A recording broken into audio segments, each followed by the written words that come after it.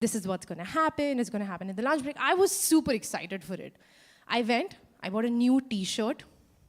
I wore the t-shirt, went for the activity.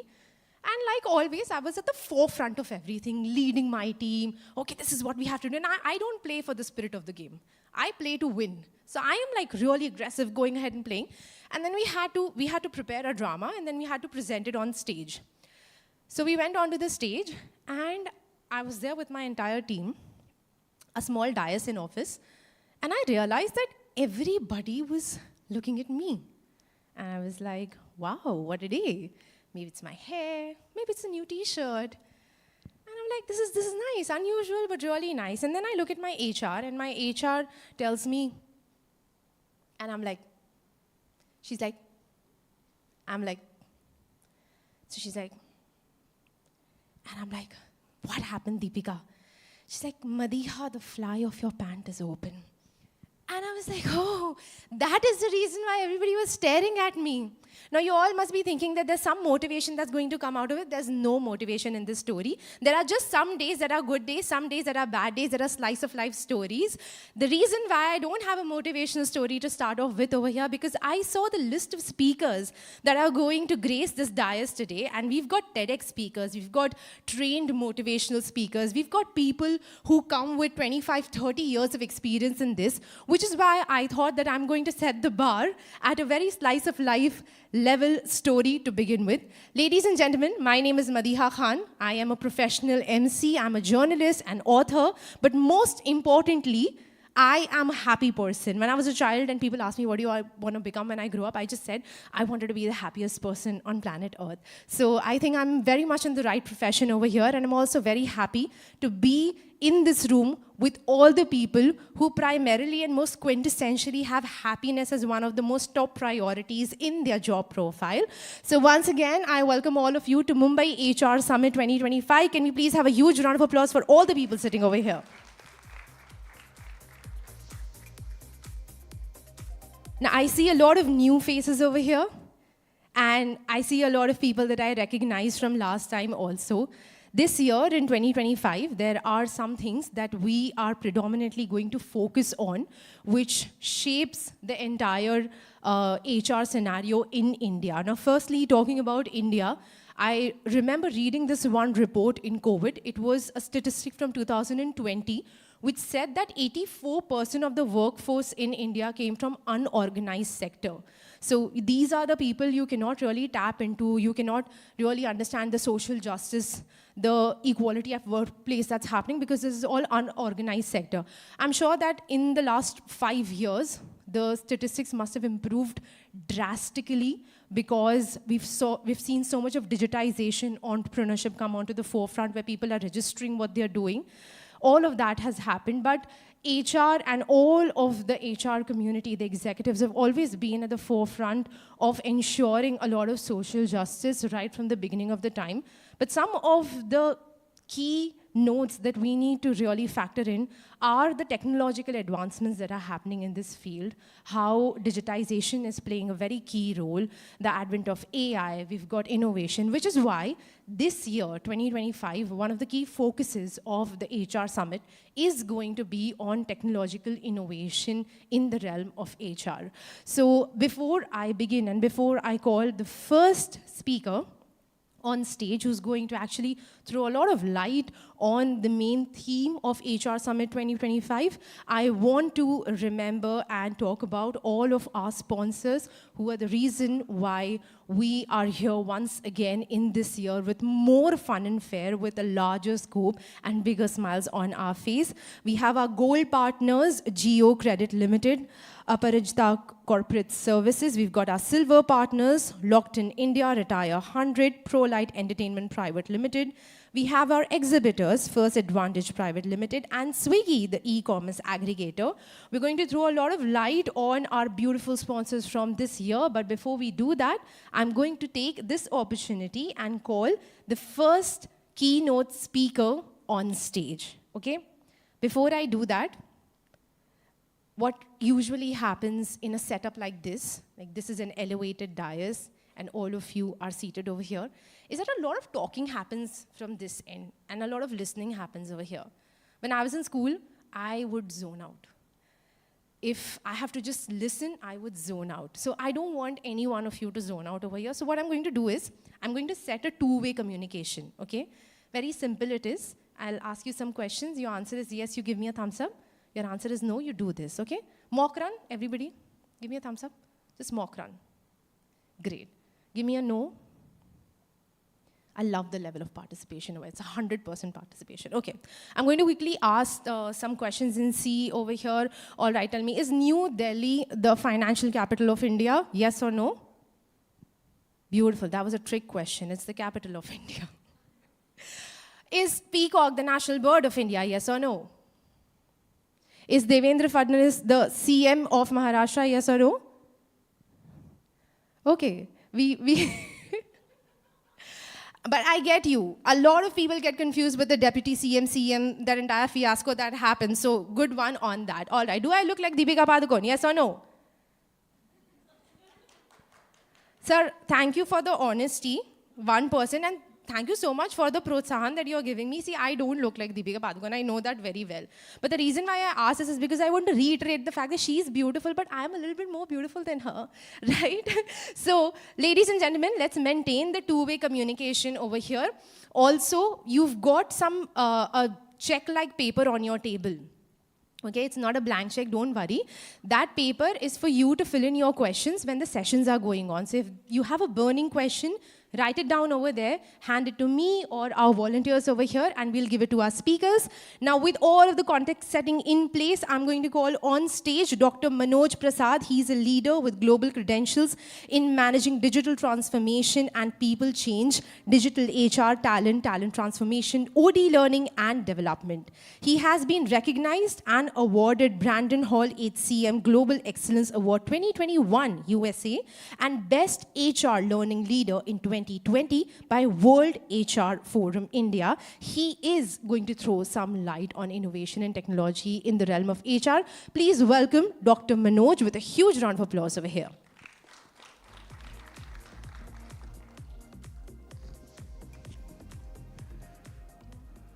I think I do have one. So, good morning. I can't hear. Please be loud on that. So, can you just give me a clap?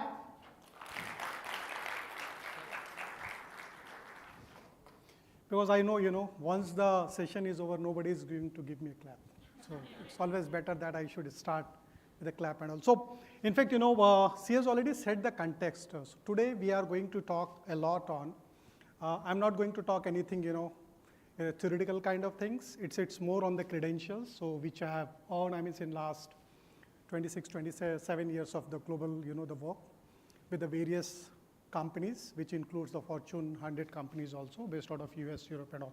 So, one thing we all are clear that, the digital disruptions, okay, it's bringing lot of change, the way we think, the way we work, the way, we behave with each other. Whether it's a office premise or a corporate world or in your personal world. Do you agree or not agree? Are we in a new normal or we are only in the normal? How come? Because new normal is gone already. Operation Sindoor is over. It's over. Now we are already in the normal. Now new normal which is going to come, we have to wait for that. So today what I'm going to cover, basically if you see, when we talk of the disruptions, which is happening globally, and if I talk of, some of the reports being published by Gartner, because they are the, basically providing the direction so far the technology is concerned across the world, okay? And they also do some kind of a customization based on the maturity of the market. So maybe market may be APAC or maybe Europe or EMEA or US, South America, North America and also. So if you see, what they are talking of so far, just a moment, yeah. So far, their research finding is concerned. If you see, the first and foremost thing, which is more related to the generative AI, because we know we are in a Bani world, and when we say Bani world is also bringing a lot of changes. Very simply, the way we are, hiring the car today, Just think of 15, 20 years back. I still remember, I was working with Government of India based out of Delhi, and I was supposed to go Japan. And for booking the car, I have to go to, some physical space in Delhi. We call it the, taxi wala. Talking to the taxi wala and saying, okay, look, I have to, go to the airport, international airport, and I need a taxi. And he will say, okay, kitne baje aapko chahiye? Achha, 4 baje chahiye, fine, that's fine. Then I will go back to home, and then I will wait in the morning, 4 o'clock, whether taxi is coming. So it was, creating a lot of, I can say, the fear factor and anxiety, whether taxi is coming or not. What driver utha hoga ki nahi utha hoga? Utke wo aa paega ki nahi aa paega? So a lot of, anxiety is going on in my mind and all. But now look how currently we are booking the taxi. This is one thing, which has brought a lot of change. And that's why I'm saying, the power of technology is very important. Be it related with the business, be it related with the, our HR, or be it related with any kind of situations where you wanted to do it. And we have also seen, the Operation Sindoor, how we have leveraged the technology. Fabulous. So the same technologies, it is also changing our business world. And when I'm saying business world, the entire operating model. If I take the example, some of the companies, so all the top 5 companies, do you know what is the history of all these 5 countries? How many old? I think she has given me instruction to make a two-way communication. So now I'm just asking a question. The top 5 companies, can you just name it? G? World, overall, world. I'm talking of world. So I'm currently thinking global, and then I will come to the local. Yes, it's all GAFA. And if you see the history of GAFA, it's not more than 20 years.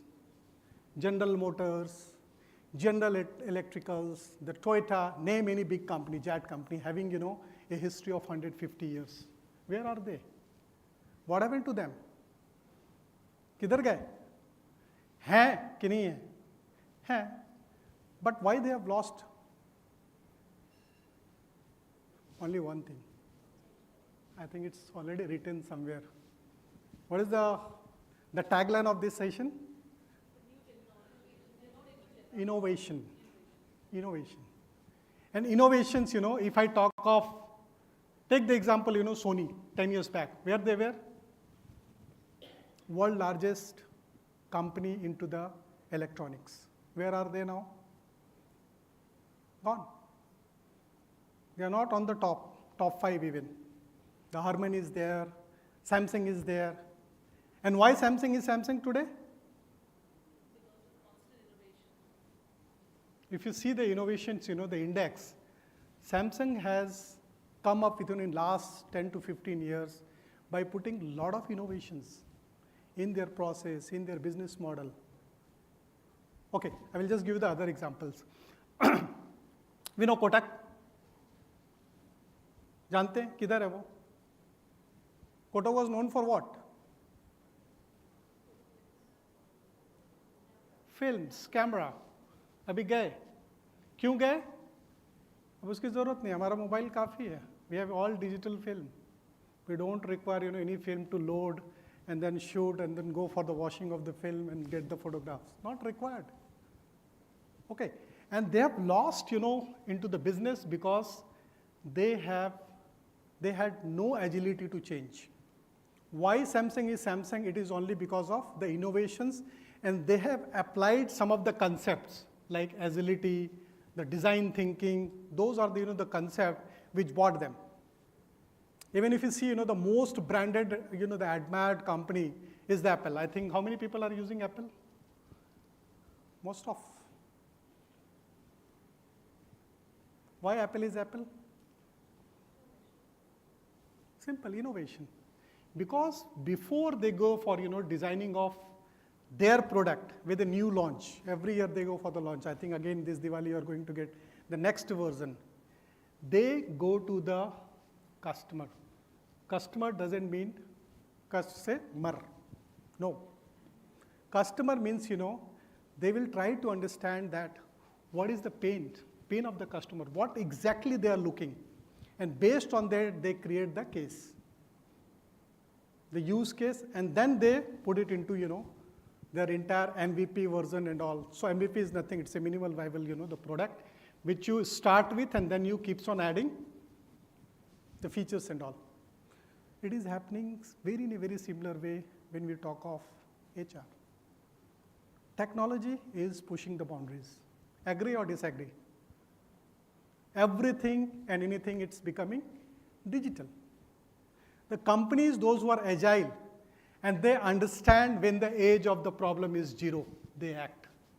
हमें wait नहीं करने का baby को बाबा बनाओ फिर उसको solve करो. No, that's, I think, I have seen it in HR also.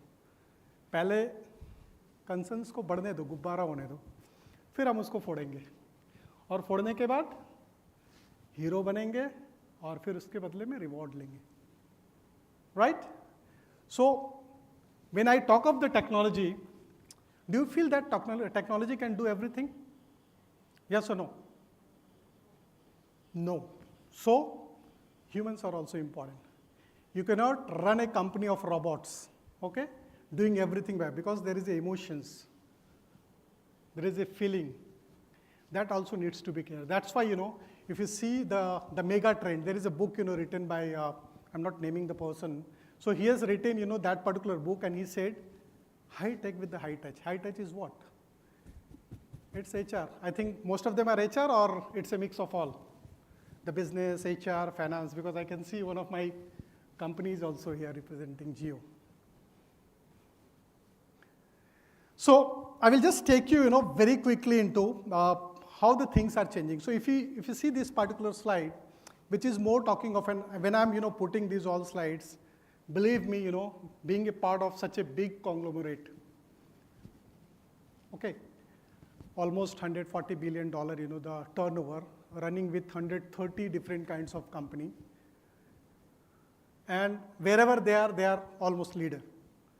So whatever you are seeing here, name any of the technology, it is already in place in our organization. And when I'm saying in organization, I'm not talking of business.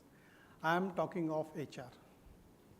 In HR itself, we have, built one particular software that's basically, coming away from SuccessFactors, coming away from the workboard, coming away from the Workday and all. And we have, created in-house. And if you create something in-house, and which is running with all 130, the business formats, it means it is robust, it is fully comprehensive, and cover all the aspects of. So when I'm saying aspects, it's not only the core HR. In some of the organizations, core HR also get into the admin part. It also get into the administration part. It also get into the corporate services part. So it's all covered, insurance, everything. You talk of 360 degree, if I'm an employee as a center, what kind of services you require, it is there. And it's all basically put into one simple, that's called the ESS. That is Employees Support Services. That's all. So if I take my phone, okay, and if because it took for me almost 1 hour to, coming from Navi Mumbai to this part of the world, this part of the Gola, I can say. And what I did, I just opened my mobile. There is an app called LMS, Learning Management System. Spectrum is the name of that. Just I open it, put it something on that, plugging it or, on my, and then continuing. All of a sudden I say, oh, मेरे को अभी next week I have to go to, Allahabad, Prayagraj. Oh, मैंने अभी leave apply नहीं किया. Again, you just open the app, apply the leave. And in this organization, it's empowerment. So when you talk of the employee's experience, it's now moving toward the empowerment. So there is no approval required. Even if I put my travel plan, I don't know, in your case, it goes to your boss will say, okay, justify, then he will approve it, then it will go to the travel desk, then they will book the tickets, they will book the hotels and all. Not in our organization. So one of the best part which I am saying, the way we are moving, I think we need to trust our own employees, being HR, and empower them, because engagement has gone. I know a lot of engagement is going on, organizations are doing the employee engagement, they are going for a reward and recognitions, they are organizing a lot of events, they are organizing a lot of cultural programs, they are celebrating the festivals and all. But those are basically now, they are looking something different. And I remember, when the COVID was there, we were, allowed to work from anywhere. It was not work from home only. I myself operated from 18 cities within India and outside India during this period. So that kind of, the technology which can empower you and take all the decisions, that is going to be the Mool Mantra if you're really looking for the success of the organizations. So if you talk of, this particular, I think the slide basically, every time, I was just talking to, one of my colleague. He said, Jio Financial Services is a parent company. Now, there is a subset of that, based on the business is the credit. And I don't know. It happened, I think, just 2-3 days back. Okay. So why I'm giving this example, when there is some change is happening, it should be effectively communicated. If it is not communicated, and assuming that I have communicated because I have done something, I think you are creating a gap. And the HR comes. What is the full form of HR? Everybody will say human resource management, human resource department. No. It's a humor and humor. कुछ organizations में बोलते हैं ये रंगोली बनाते हैं. But I am telling you, believe me, the only thing, which is being done by HR is that they care for the emotions. They care for your concerns. And they work for resolving those. Nobody else can do it. Even your boss cannot resolve, a lot of the things which can be resolved by the HR. Agree or disagree? Again, two-way. Fine. So what I was talking of, if you talk of, these all digital disruptions, which is, I can say, in last 15, 20 years it is going on.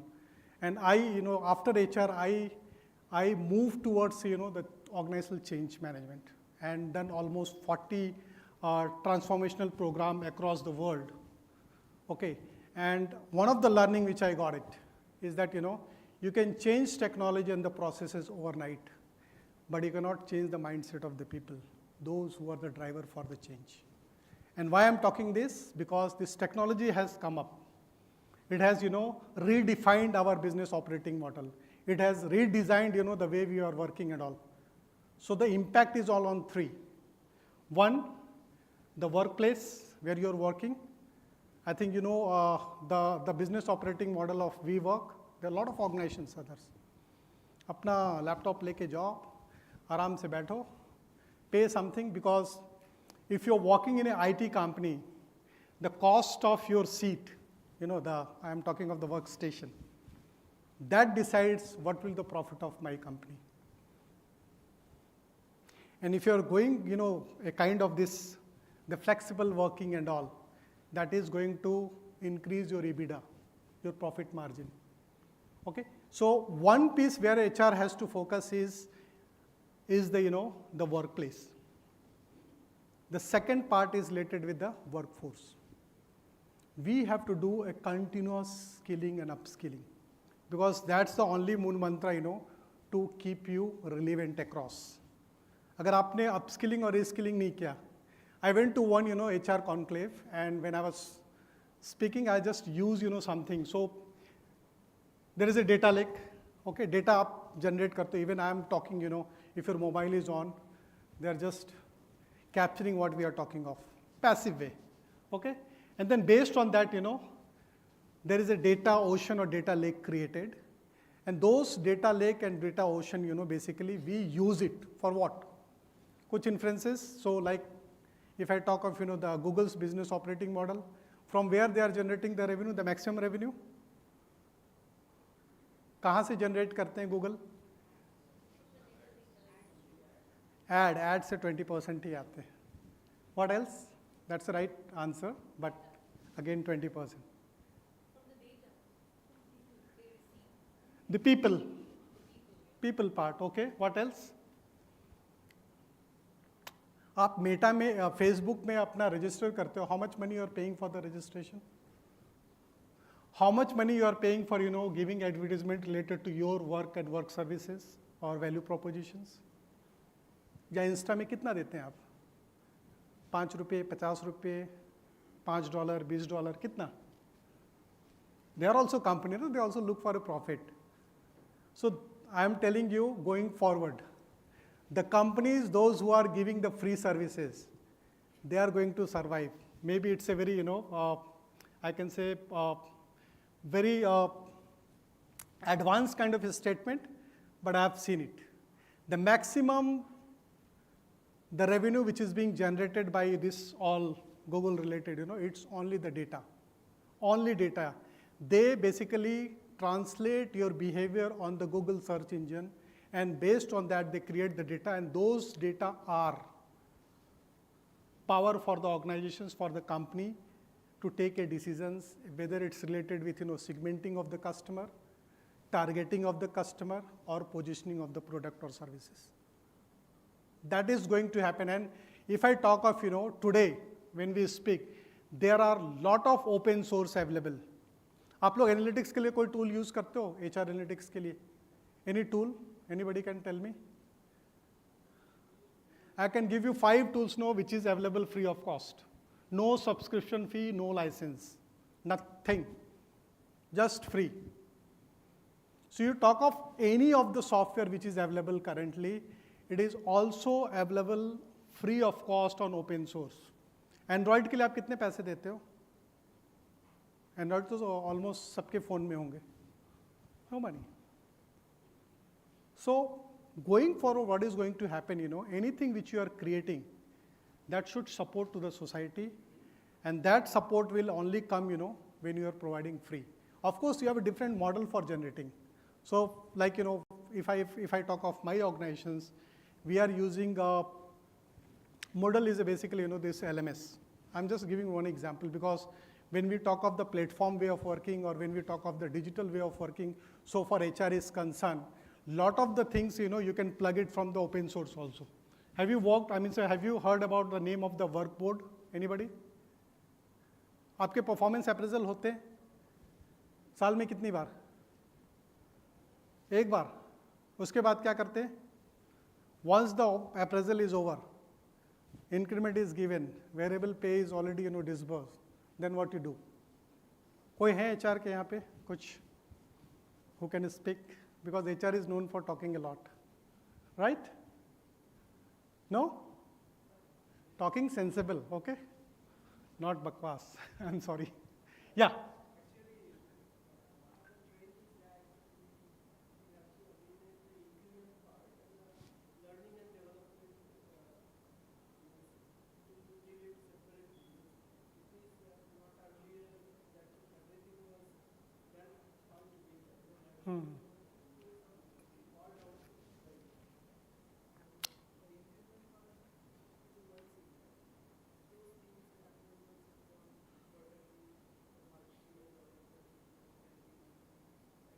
So based on your performance, you are going to get some incentive or reward kind of things and all. So what I'm saying in most of the organizations, particularly Indian organizations, we do appraisal once in a year. Once the appraisal is completed, we go for basically giving the payoff which are related with increment or your variable pay, and then HR comes into the picture and they will conduct one survey called employee satisfaction survey. Big survey, okay? And after this particular, because people have got what for they are, and then once the survey is completed, then they will come with a laundry list of these are the things which you have to take it forward next year. Okay? And out of say the laundries, they will pick only 5, 6, and they will drive across. So those are basically, if I talk of the HR and HR innovations, I think those are all reactive. अगर मेरे को भूख अभी लगी तो खाना अभी दोगे कि बोलोगे अरे 1 साल के बाद जब अप्रेजल हो जाएगा तब मैं दूंगा. And I have faced this problem when I was working with IT. Sorry for disturbing you. Yeah, please. Hello. So this side. Yeah, please. Yeah, you ask question after the appraisal what happens, what the HR does. So during the appraisal time, both the employee and the appraiser, the head of the department, when they study the appraisal system and rated, not only giving the increments, after that the HR got to in line discussion with the concerned HOD to identify the training need analysis. So why a particular employee rated average, why somebody excellent, outstanding, why somebody is good. So based on the identification of training needs, the training plan has to be made. So the training plan, then according to the training and development activities. But in the modern world, it is not being called as a training, it is a learning. It's the process of learning. So with the training need analysis and the training sessions, for the next year, the plan will be made. The educational program, soft skill program, on the job, all that sort of the programs. And training is a continuous process. That is a core activity apart from the organizational behavior, employee satisfaction survey. Correct, correct. I think I do agree. I think you highlighted very nicely.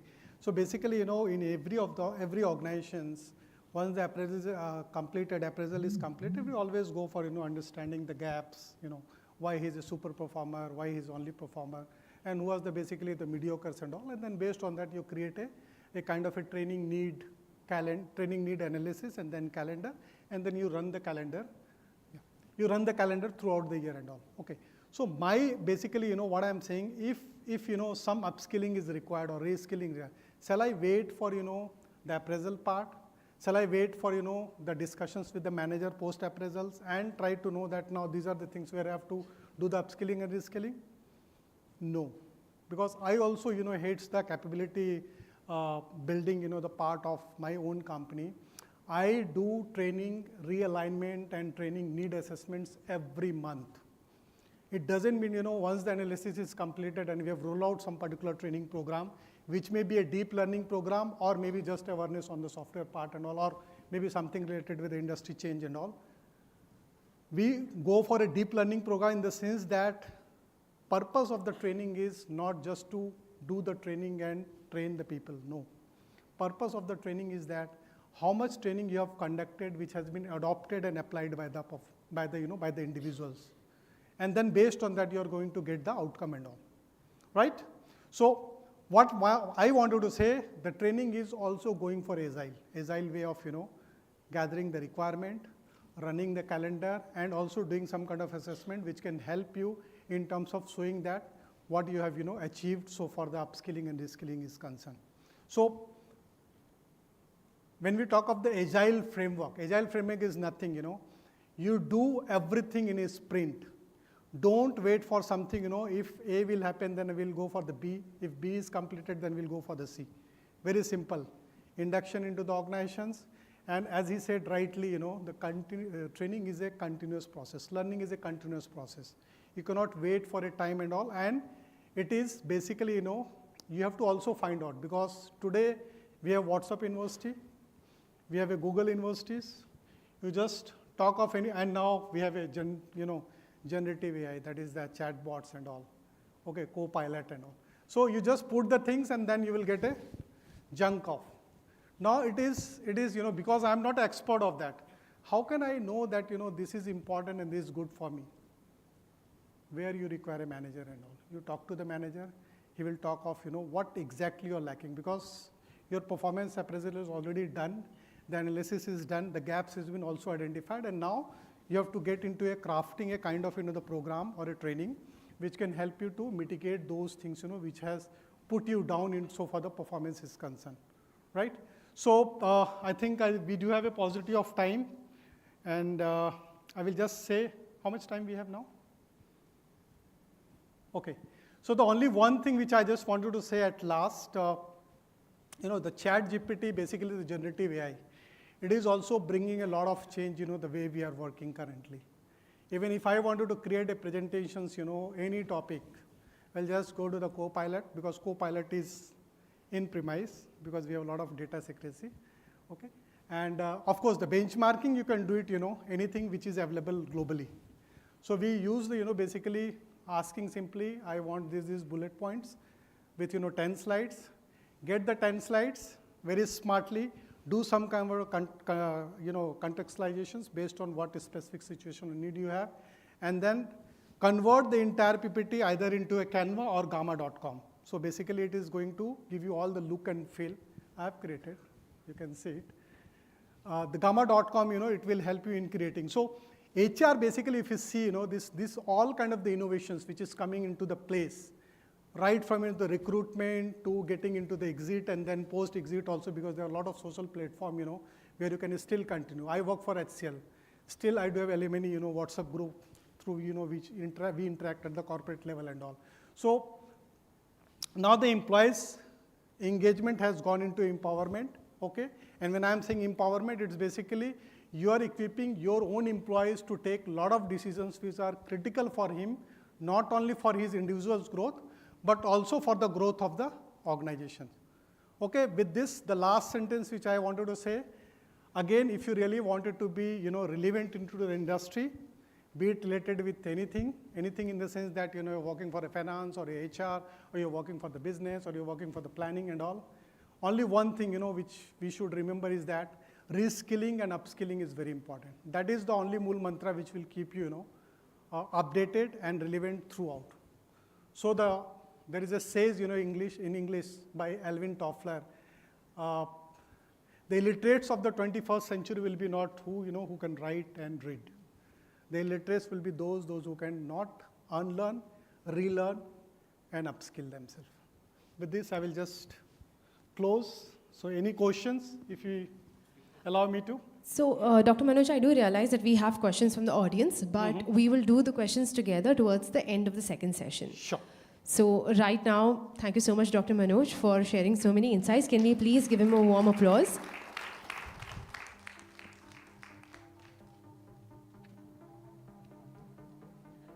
Dr. Manoj mentioned something that resonated with me. He said that you can change the technology overnight, but you cannot change the mindset of people, which is so very true. We've got so many technological advancements that have happened in our lives, Instagram being one of them, made our lives so digital.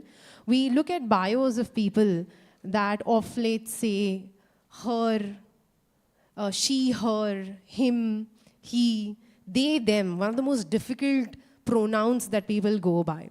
So we had a DEI week in the corporate, and I was hosting it, and the HR told me that we have this one person who's come in, and her pronoun, I said her again. The person's pronoun is they, them. And you have to adhere to it. You have to be very sensitive about it.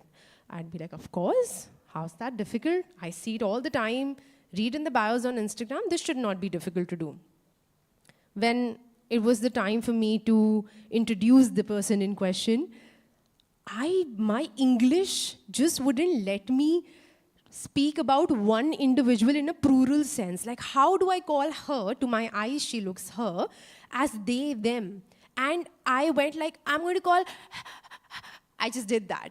And I looked at her, and she said, it's okay, I'll take it from here. She came on stage. Even she did not focus so much on her pronouns. She just went ahead and spoke about herself. And I was just thinking after that I've been seeing this around me, but it is so difficult to actually inculcate that in the vocabulary and do complete justice to it.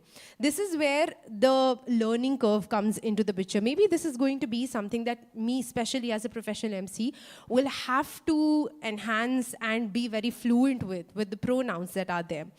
And some of these activities, the DE, diversity, equity, and inclusivity weeks that we have in corporate, when HRs take a step to go ahead and teach and educate people more and more about it, are even more important for all of us. So our next keynote speaker is actually going to be throwing some light on the DEI in the realm of HR. He's a very interesting personality.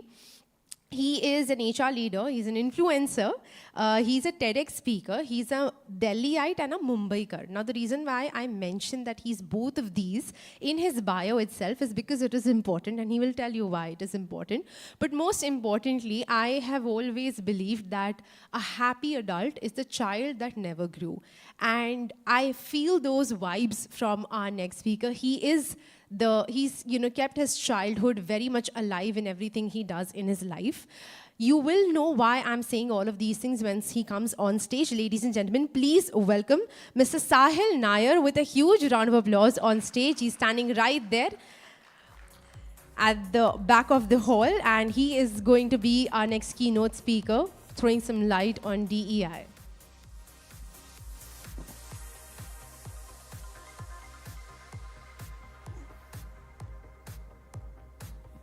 Love the long view approach there.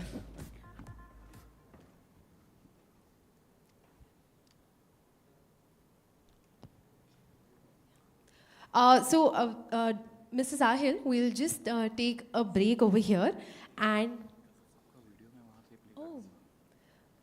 I am so sorry, your questions remain unanswered, but we'll give the note over there. We'll just take this moment to felicitate Dr. Manoj.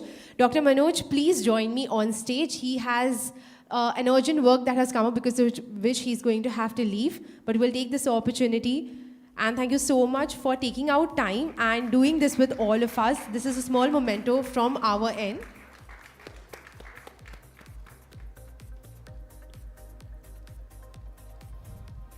We did have a lot of questions for you, which I will make sure that I send it across.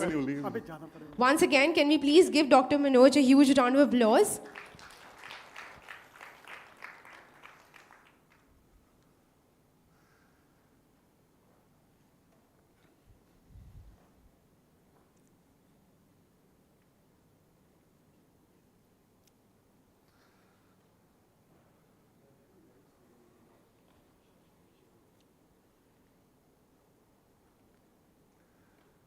All right, good morning, everybody.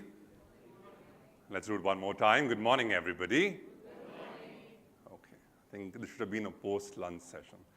Let me start off by saying I don't think I'm qualified to talk on this topic called DEI. I don't know why Dr. Siraj has invited me. It's a very, very complex topic. It's a topic where we could spend not just a day, but weeks and months actually debating. With all due respect to this topic, and with due respect to Dr. Siraj for inviting me, all I'm going to do in the next 30 minutes is ask you some questions. I'm not going to make it like a Monday morning, so they won't be very difficult questions, but there will be questions that will force you to think. There will be questions that will get you to reflect. And there will be questions that will make you pause. Pause and ask yourself, what is it that we do every day? And why is it that certain things get hyped up and then certain things just die out with a matter of time? Are you guys game? Yeah? So if you expect the cliche DEI stuff coming up, that's not coming up. So let me set that context. Thank you so much. I was waiting for you to come back. Thank you for that wonderful introduction. I loved the fact that you didn't read out what was on the slide because most speakers send their introductions to the organizers and they send 2 pages, 3 pages, and then at the end of the MC reading out those pages, they say, oh my God, you said so much about me. I'm feeling so humble. And you know, the backstory is that they've only sent all those write-ups. So I'm very happy that you took the time out to go through my LinkedIn and read the About section and bring that to life rather than read what's on the screen. Before getting started, I have a statutory warning. And this statutory warning is pretty much like our appraisal letters. We're in the season of appraisal, so they're like appraisal letters that say strictly confidential. Can you see the screen from here? I hope I'm not blocking it for you. Okay. I'm going to read this in 0.5x, not 1.5x, so that it just goes and registers in your brains. No humans were harmed during the making of this presentation. Some HRs were incentivized with different color liquids. I'm sure you know what I mean. To speak their heart and their mind. As I said, I'm not an expert on this topic, so I had to speak to experts. So some HRs were incentivized with different color liquids to speak their heart and mind. All views are personal and have no connection with my past or current employer. Very important to do this in today's time. Any guesses why? Why do we need to do all of this in today's time? Anything can go viral. Samay samay ki baat hai. Brilliant. What else? Yeah. Sure. I love the way. Look at 2 different people, right? 2 people in the room looking at the same thing from 2 very different perspectives.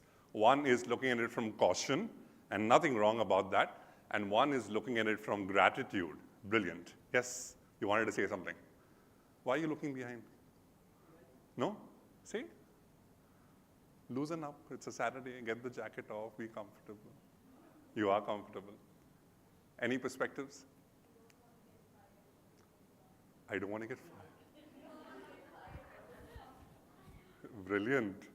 People are already out to fire me now. Anyone else? Code of conduct, okay. Sorry? I don't get sued?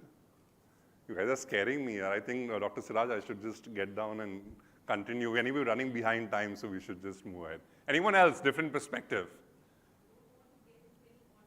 Don't want to get into controversy, caution. Brilliant. What else?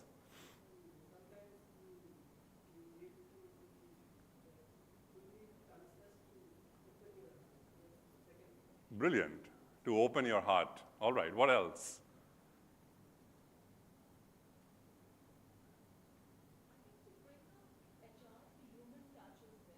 Sure.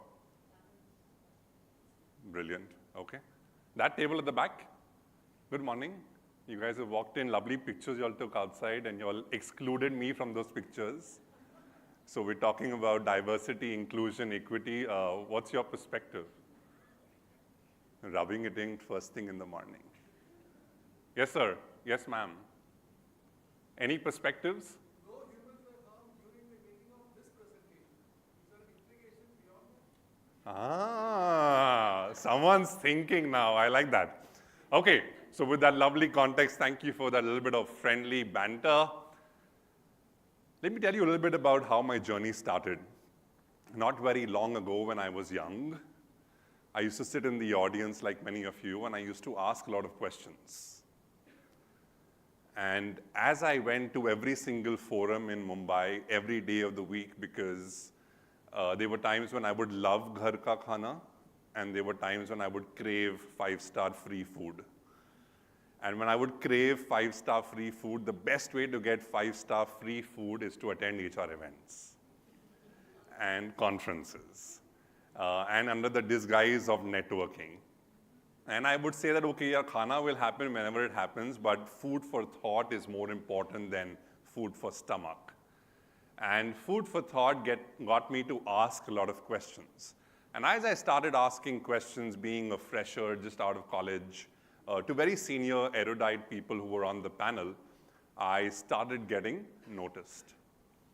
And from slowly asking questions, people said, this guy speaks, okay, let's just get him on stage as a moderator. So my first role to come on stage was as a moderator. Again, asking questions, but on stage. Slowly people realized that, oh my God, this guy also has a point of view. So let's get him to speak rather than just ask questions. So I became a speaker. And then I started rubbing people a lot on wrong sides by answering different questions differently.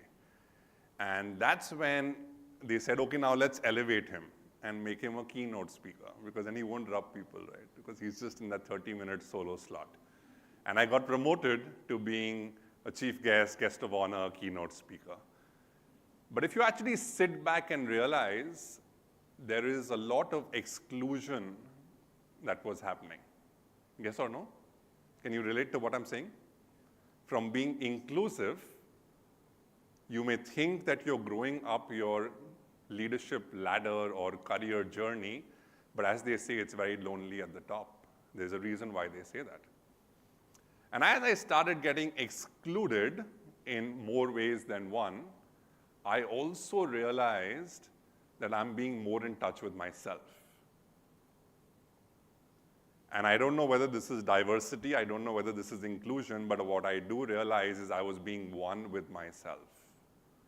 And there is no beautiful moment than being one with yourself. It also got me to ask myself a fundamental question, which I'm going to take the liberty of asking each one of you. What is normal, and who decides? Oneself. But that's the second part of the question. What's the first question? What is normal? You're wearing a lovely shirt for a Saturday. Brilliant. What is normal? Brilliant. And is your shirt normal? Absolutely. For you, it is normal. Brilliant. Jacket, tie, lovely shirt. Feeling normal? Yes? Sure? Would you dress this way if you had a choice? You still wear exactly what you've worn right now. Can you imagine? I'm just talking of the epidermis, which is clothes. Unmask yourself and ask yourself, do you feel normal every day? And who decides whether you feel normal? How many of us feel normal on a Monday morning walking into work? So you have a question, or you just wanted to raise your hand and say? For the question? Lovely. Super. Feel normal? How many don't feel normal? 1, 2, 3, 4, 5, 6, 7, 8, 9, 10. Normal? I think we've never asked ourselves this question, saying what is normal and who decides? The ones who have asked this question, who've been in love with their own skin, who walk up, show up just as they are, kudos to you. But a lot of us, if not right now, maybe earlier on in our life, have always struggled with this question of what is normal and who decides. The mic is right in front of you. The last time you were speaking, people couldn't hear you, so please use the mic. I think normal is people expect us to behave. So to me, it is normal like that. Whatever condition I am going through, nobody cares to think over that. How are you, sir? Sorry? How are you? Fine? You're fine? Sure? Yeah. I asked you how are you, but I didn't even care to listen to that fine. There is something beyond that fine that I'm not even listening to you because it's just, hey, hi, long time, how you doing? Nice meeting, right? Read the question in white, font mentioned below. And this one will hit you hard. Who benefits from your definition of normal? Society? Brilliant. You said you're fine. Yeah, you're fine. Business goes on, work goes on, life goes on. Who benefits from your definition of normal? Yes.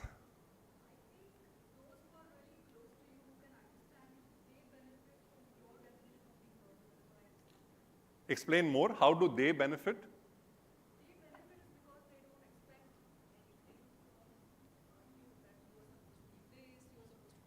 Yeah. And I think when there are expectations which are let go on, there is no discomfort from the other people as well, and that's why they benefit. That's Brilliant. what I feel. Very nice perspective. Yes. I love the way you guys are opening up. Can you pass the mic behind? I know she's loud and she's very nice, but just pass the mic behind because then the recording will also capture your voice.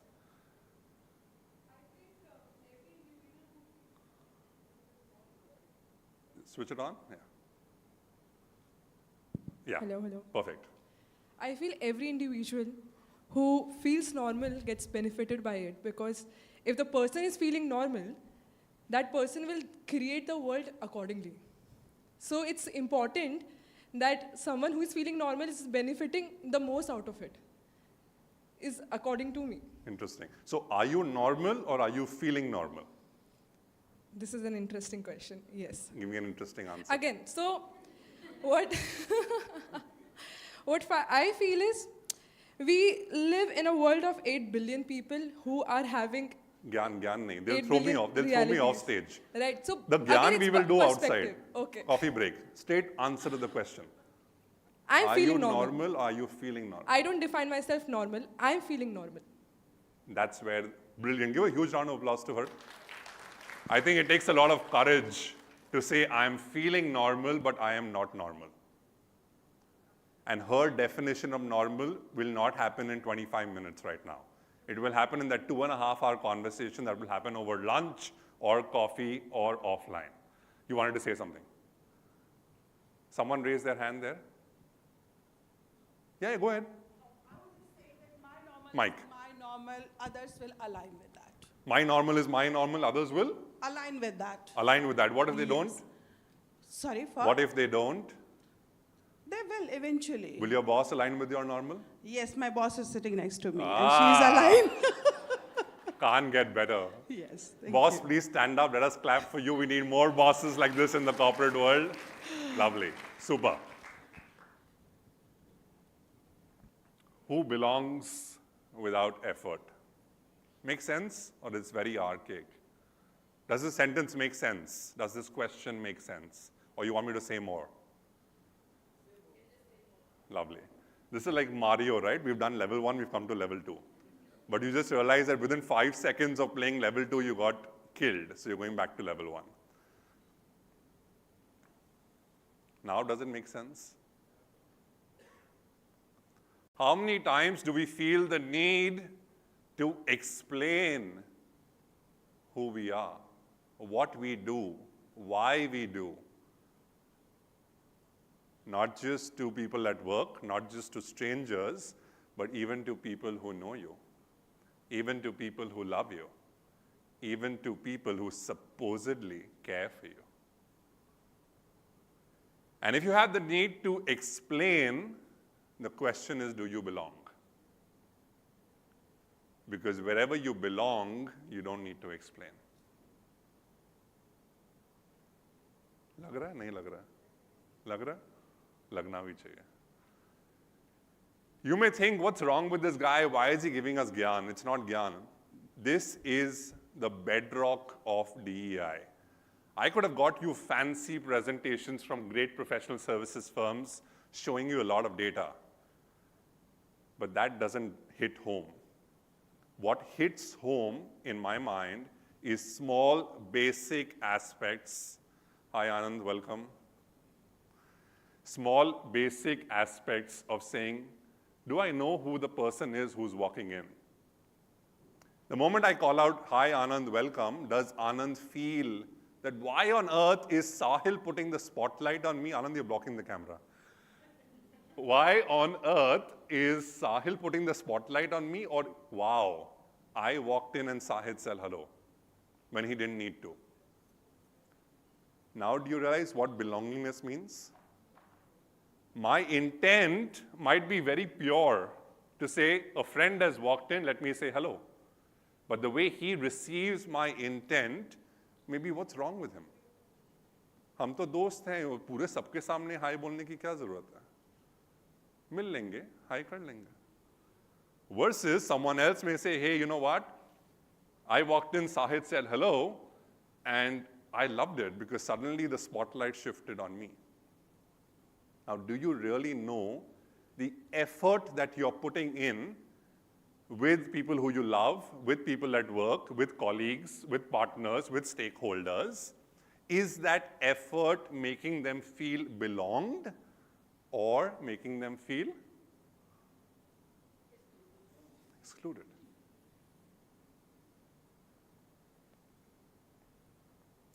My favorite question.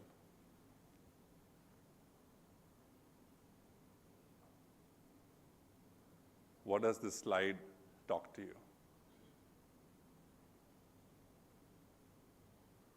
There's no right or wrong answer. Everybody can interpret it differently. The question is, what does this slide talk to you?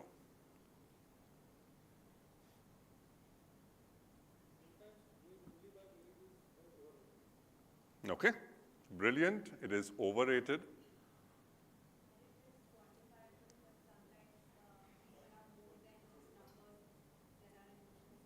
Superb. Don't reduce an employee to a row in an Excel sheet.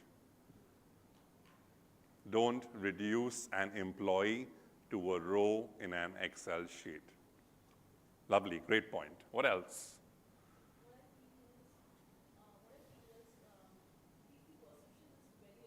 Yeah?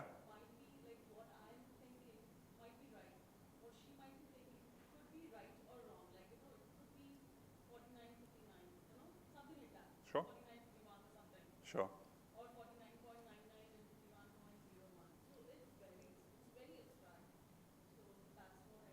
What you just said is what is on the slide. You just read my mind. Is merit truly fair, or is it privilege in disguise? The easiest thing that we always have to say is that person got promoted because she's close to the boss. Or that person has more Amul butter than we have. Or that person has a better knife to swipe left, right, quote, unquote, swipe left, right, than I do. Some people will get the joke right away. Some people will get it in the tea break, and some people won't get it, but that's okay. Inclusion. And some people might choose not to get it. Because if your job is to come to work, do your work, and go home, absolutely fine. If you want to chill, spend time at work, have a good time, and integrate, wow, really? That's not fair. Siraj, that's not fair. I came all the way from POK.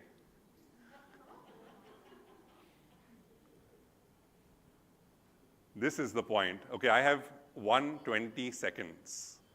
Are you okay if I just rush through it? But I want to cover a lot of stuff. The detailed conversations we'll do later because I want to respect time, because then we'll be delaying every session. Why are you lovely people standing? Come, there's a lot of place here. Come, come, come. Eat into my 120 seconds. Come. Come, come, Ari, come, Baba. Don't be so formal. Okay, whose voice is always missing? These are all rhetoric questions. You can keep reading. We can have conversations separately. It is amazing for each one of us who are in the room. We are blessed, we are privileged, we are lucky. There are a lot of people who are not in this room. Siraj doesn't invite us every year. I came here 8 years back. He's invited me after 8 years. If you're in the room, you're lucky. And Siraj is not even conveniently listening. You are lucky. There are a lot of people who are not in the room. You could be one of them too.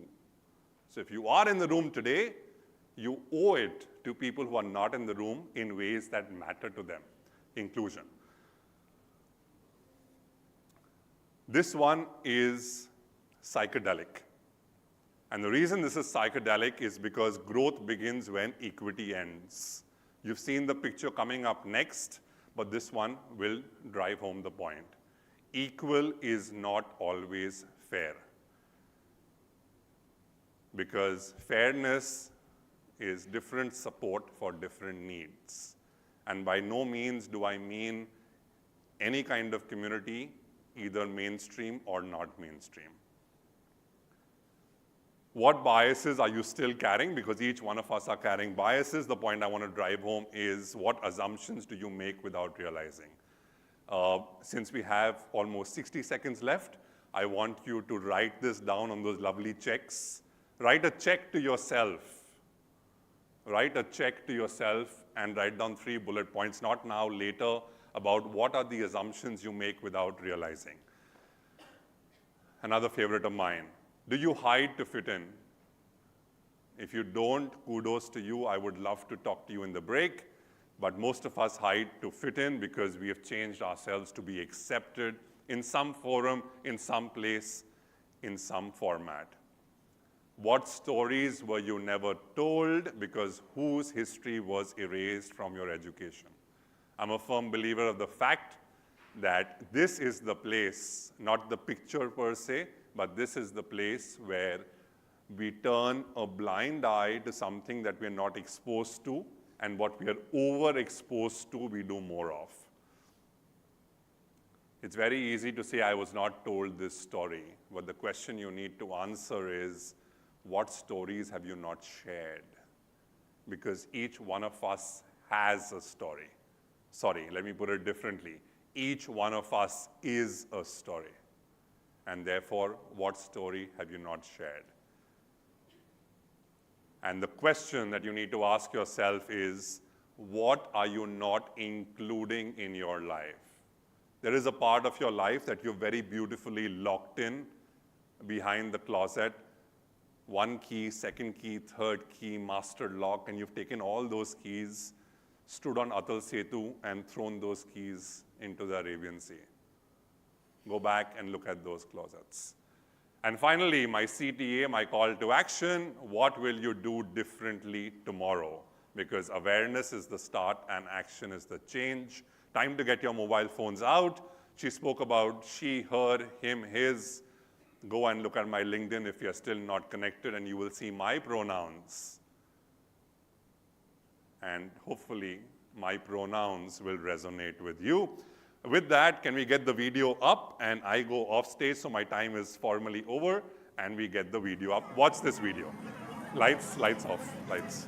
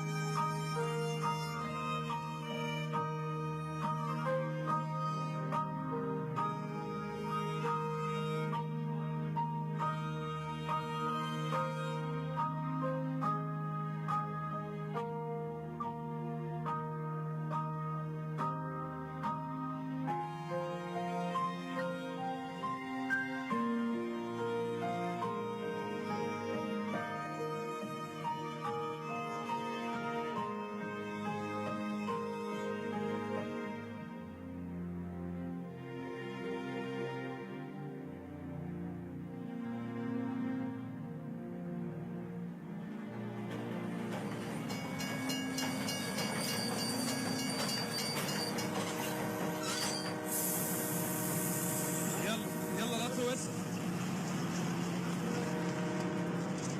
يلا يا ابني القطر هيمشي.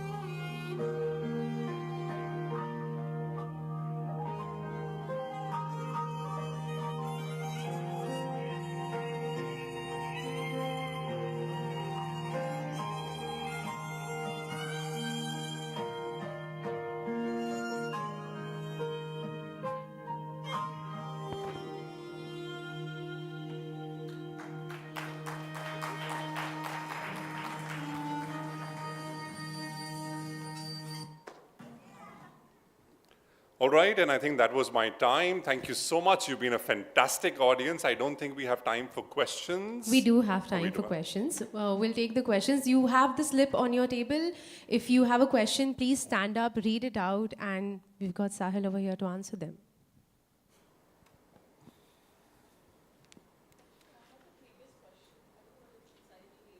Go ahead.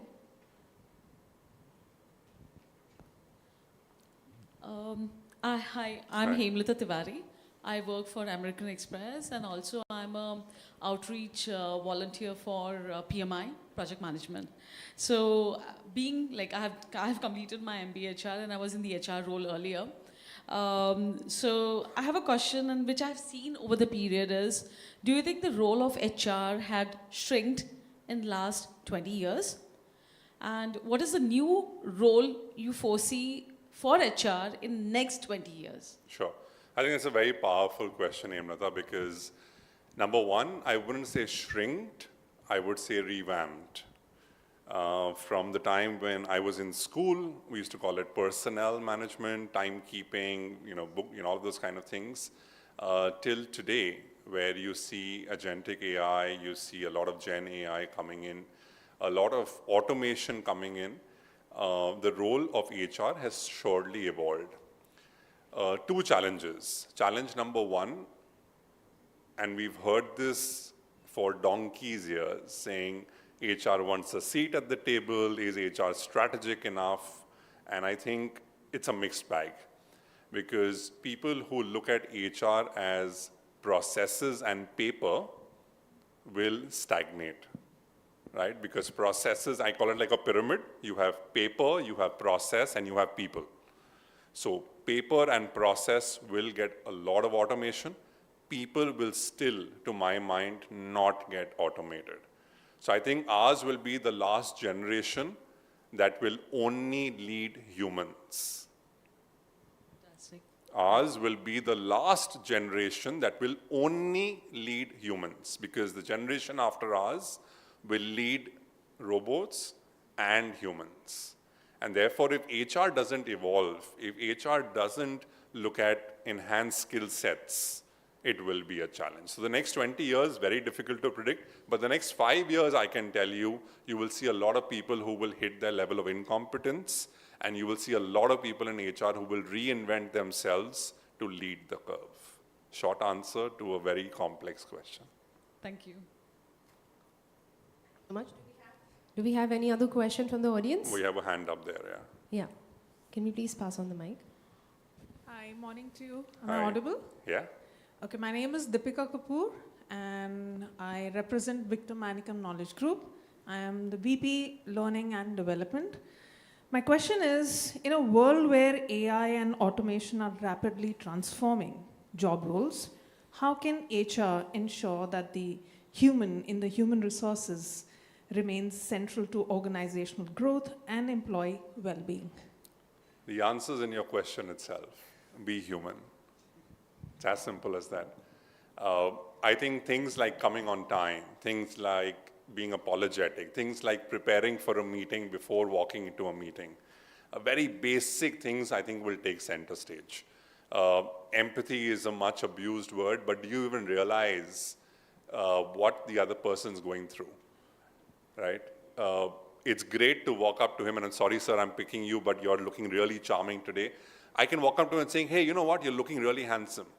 But in 10 seconds, he has enough gray hair on his head to know whether I genuinely mean that he's looking handsome, or in my head, I have a story going on saying, Arey, aise kaise aa gaye? He can make that out. So therefore, are you going to be as genuine, authentic when you empathize with someone, when you be with someone when they have nobody, or when you are going to be right at the pinnacle or right at the top, and then treat people differently as compared to treating people differently when you don't have that title, when you don't have that designation, when you don't have that lovely company name that you spoke about. And I think that will make all the difference. Yes, sir. We'll take this as the last question. Hi, you want to just switch the mic on? Yeah. Hello. Yes. So I'm Meghdut Bose. I just want to go back to the first slide that you showed us about the pieces. Yeah.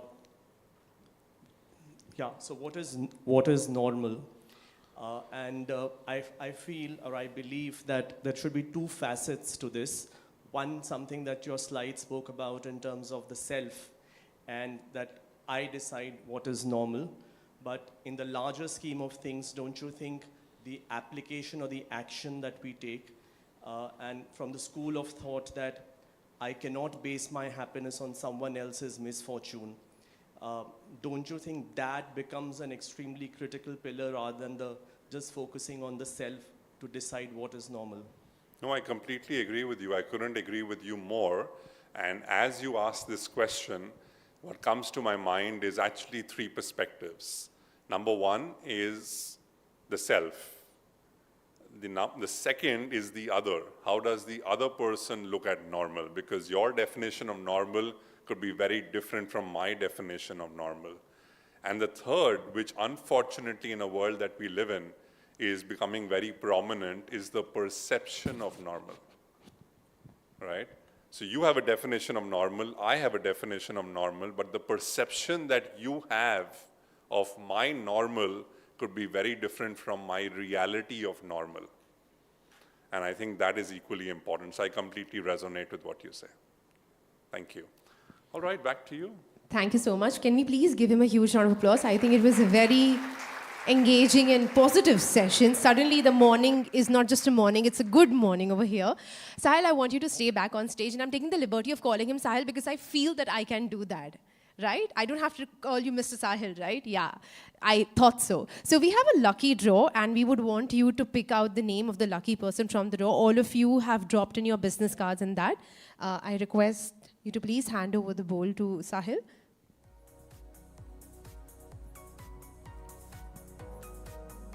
A little bit of shuffling, and we'll take out... yeah, close your eyes because you can probably read the name. All right, let's see who the lucky person is. Mohit Deshpande. Mohit Deshpande from Tata Strike. Mohit, do we have you over here? There you go. Can we please clap for him? We have a small little gift for you. Please come onto the stage.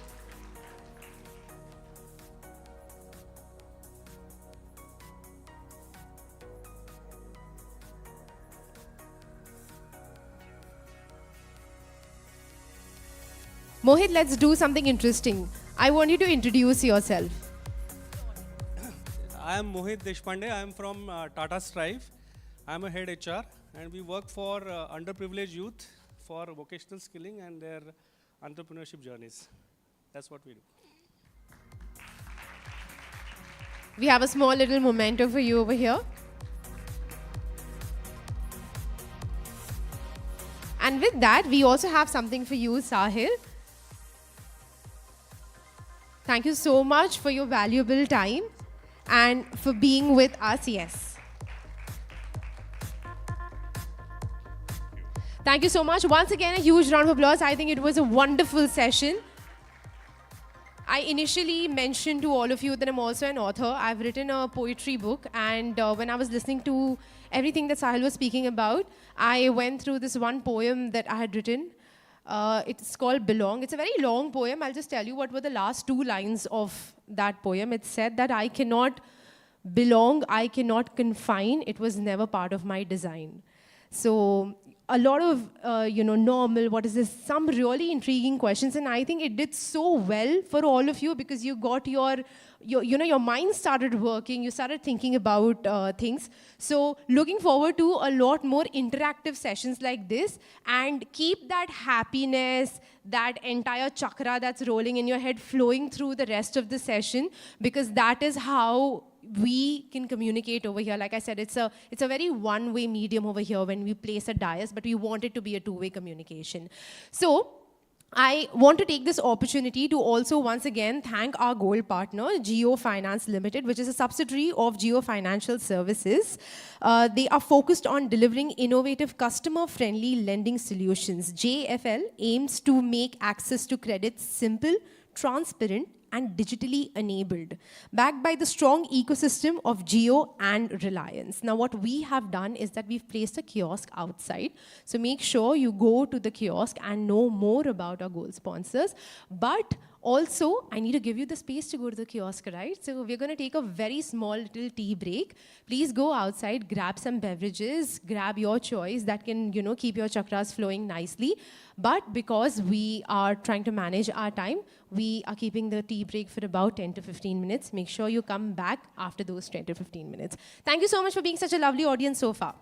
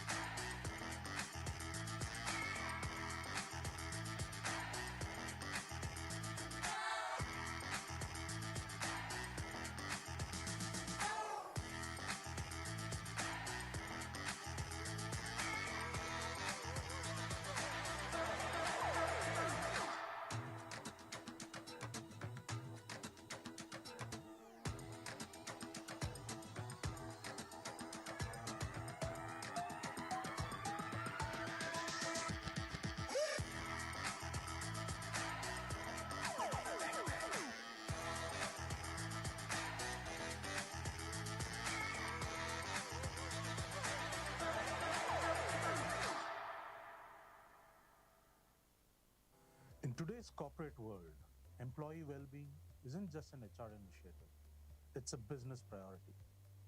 But 80% of Indian employees are still unprepared for retirement.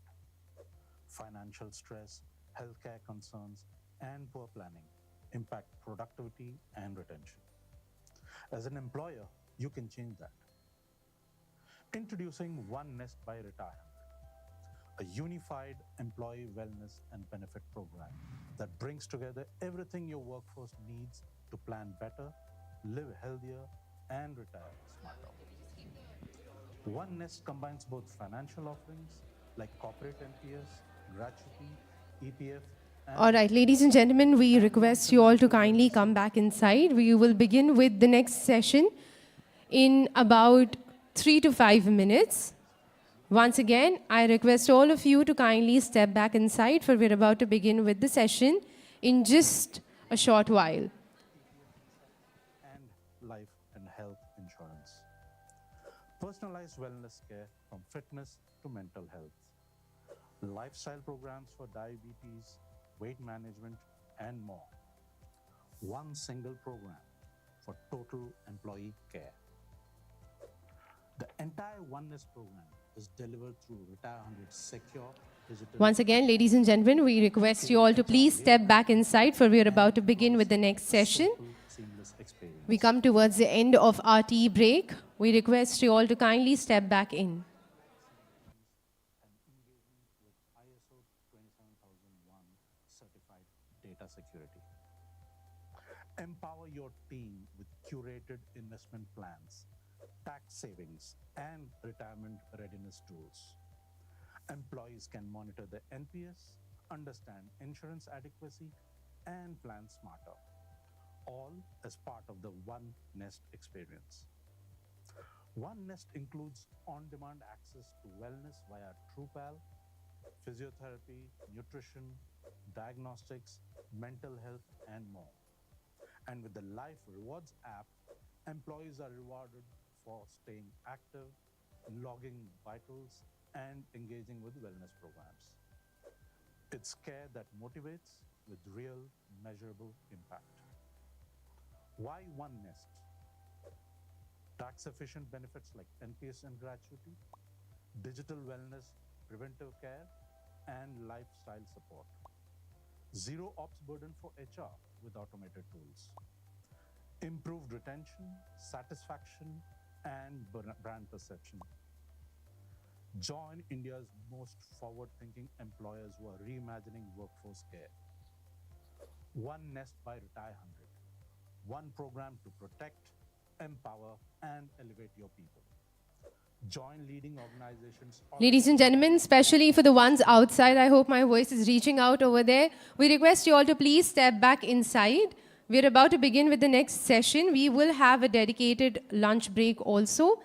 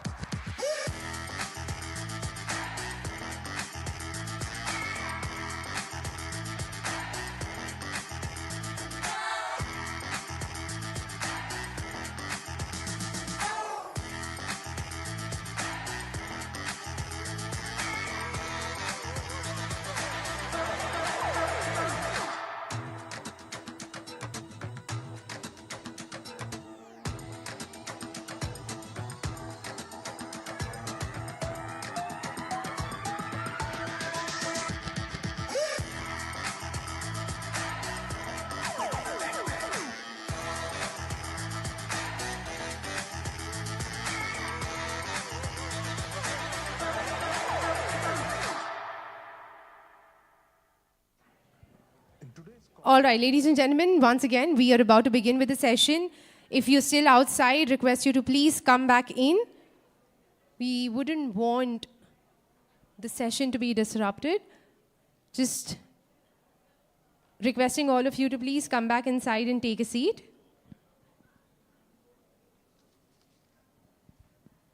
Introducing One Nest by Retire, a unified employee wellness and benefit program that brings together everything your workforce needs to plan better, live healthier, and retire smarter. One Nest combines both financial offerings like corporate NPS, gratuity, EPF, and insurance, and non-financial wellness services. All right. So once again, welcome back to the Mumbai HR Summit 2025. I always feel that we Indians are very different from the rest of the world. Of course, I belong to this nation, so my entire perception comes from the way my upbringing has happened. I was very recently in Dubai. There was an expo happening over there. I was doing my hosting duties over there. And whenever I would get a break, it was a huge expo. So I would just go around and see everything. It was for Web3, so all of your Bitcoin, cryptos and all of that. There was so much to learn, robots roaming around, tech at its forefront. And we had a special media room where we would go for our interviews. So when I was going over there, I came across this one person I just interviewed a while ago who was lying down and looking at the roof, right out of the media room. And I just looked at him, this was very formal, and I just looked at him and I was like, oh, and he was like, do you know what I'm doing? And I asked, what are you doing? He said, I am processing. Because there's so much of information coming my way, I need to take some time and process. And that's when I thought that we Indians can never do that. We are hustlers. We don't stop to process. We're just like, let me take all of the information over here, let me just feed it in my head and go ahead. But we have our own ways of processing. We have our own ways of doing things. And we are living in these times where India is being recognized on the world platform much more than it ever has. Exciting times for all of us. We have our next session. This is a special session that we have over here, which is going to be headlined by someone who comes with 28 plus years of experience. He is a transformational business leader, and his experience is in the realm of automotive financing, BFSI, NBFC, and digital lending. Ladies and gentlemen, he is currently the business head, corporate lending group, automotive and device financing for Geo Credit Limited. Please welcome him with a huge round of applause. His name is Mr. Prasad Salunke. I request, can you please play the AV?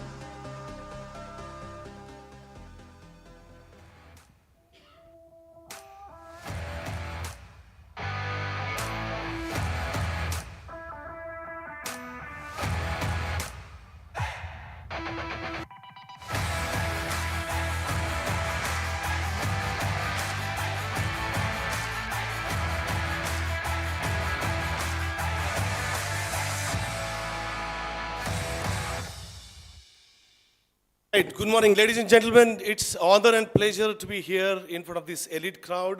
The topic is very, very interesting, HR. I think it's very difficult to speak after Sahil speaks. Your topics are, outstanding. Really, very, very interesting and key topics.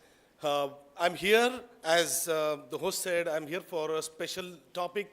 I am not talking about HR, but the topic I'm covering, I'm here to actually market what we sell. Yeah? We are into automotive financing. I spent 28 years in automotive financing, worked with HDFC Bank for a decade. Next 12 years, I was Director Sales and Marketing in Mercedes-Benz Financial, which is a non-banking finance company for Mercedes. Built 1 or 2 electric vehicle NBFCs, 1 fintech, and now building one of the India's largest startups in financial services sector. Little bit about Geo, right? We'll, of course, talk about company first. Geo Financial Services, this was a company delisted from Reliance Industries a couple of years back.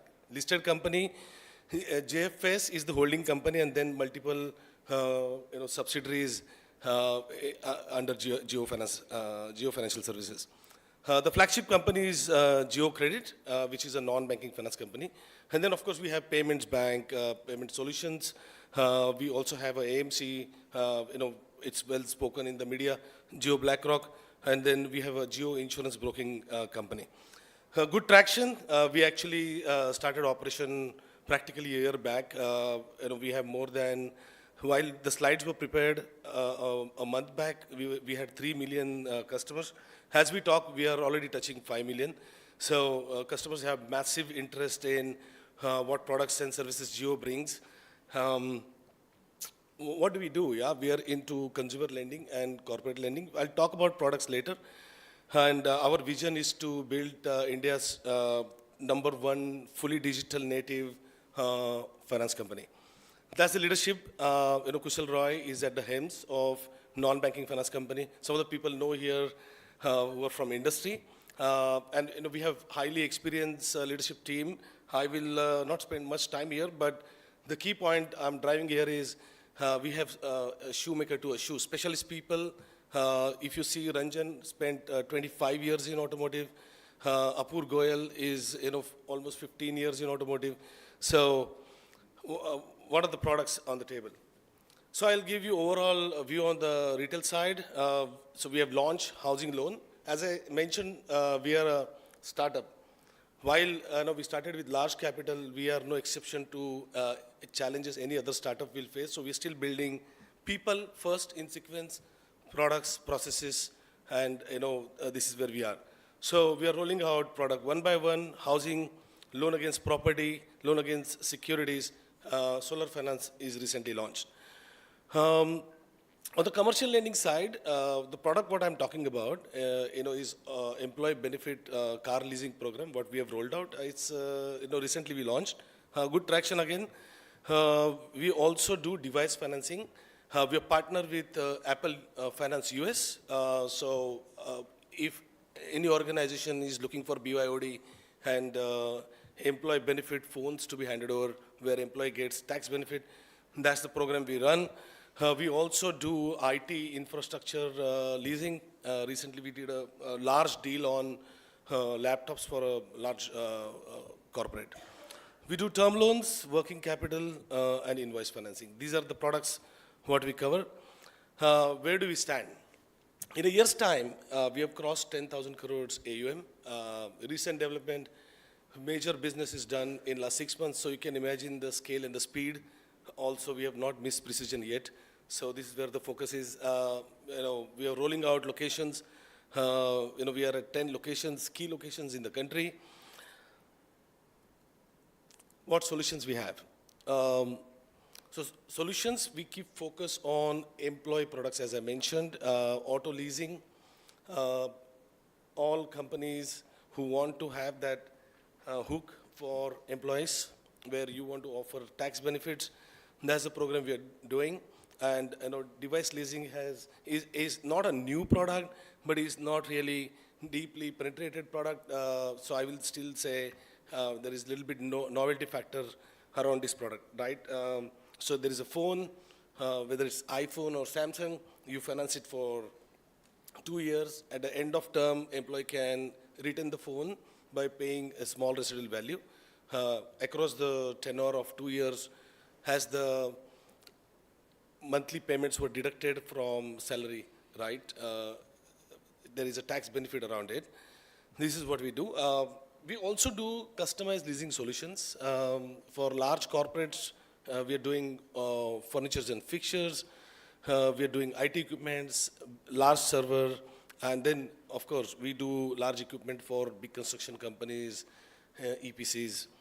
What are the benefits? I think I don't have to tell. It's HR session here. HR colleagues already know what benefits we bring for the employees. But I think any company who is highly interested in passing on benefits to employees, we can jointly design this program with you. It's 100% funding. So just take the keys, start driving the car. And of course, the average tax benefit is 35%. This tool is being used largely by many corporates for retention. We are tied up with all 22 large manufacturers in the country. There are 4,500 dealers. We are tied up with most of the dealers. We are fastest when it comes to service. The turnaround time matters, right? Phone I spoke about, average benefit on the phone is 37% effective saving. And we do two products currently, Apple and Samsung, and other manufacturers we are in discussion for the tie-up. And then we spoke about IT lease for corporates, where you can take GST set off, and then also tax benefit. Overview of capex and opex products. So as I mentioned earlier, we provide support to businesses, long-term capital expenditures, term loans, and then pre-shipment financing, PO financing, invoice discounting, dealer financing is what we do under supply chain finance. I will not get into details of what features. I will say, Sahil, you mentioned about CTA. My CTA is, please set up a call with us. We would be happy to run you through these products. I really don't want to take time. There are so many interesting topics here which are quite HR focused. And I love HR topics. I worked with a benchmark leader called Richard Howard in Mercedes-Benz. He was global board member. And in one of the sessions, he happened to mention, I took it literally and seriously, and eat, drink, sleep, what he said. It's never enough when you do for employees and customers, yeah? I'm into business, but also business is all about people. So this is where I am. Thank you very much. Enjoy your session. Thank you so much. We request you to stay back on stage, Mr. Prasad. There is a small little memento that we would want to give to you. Thank you so much for your valuable time and for sharing your views with us. Here's a small memento from us.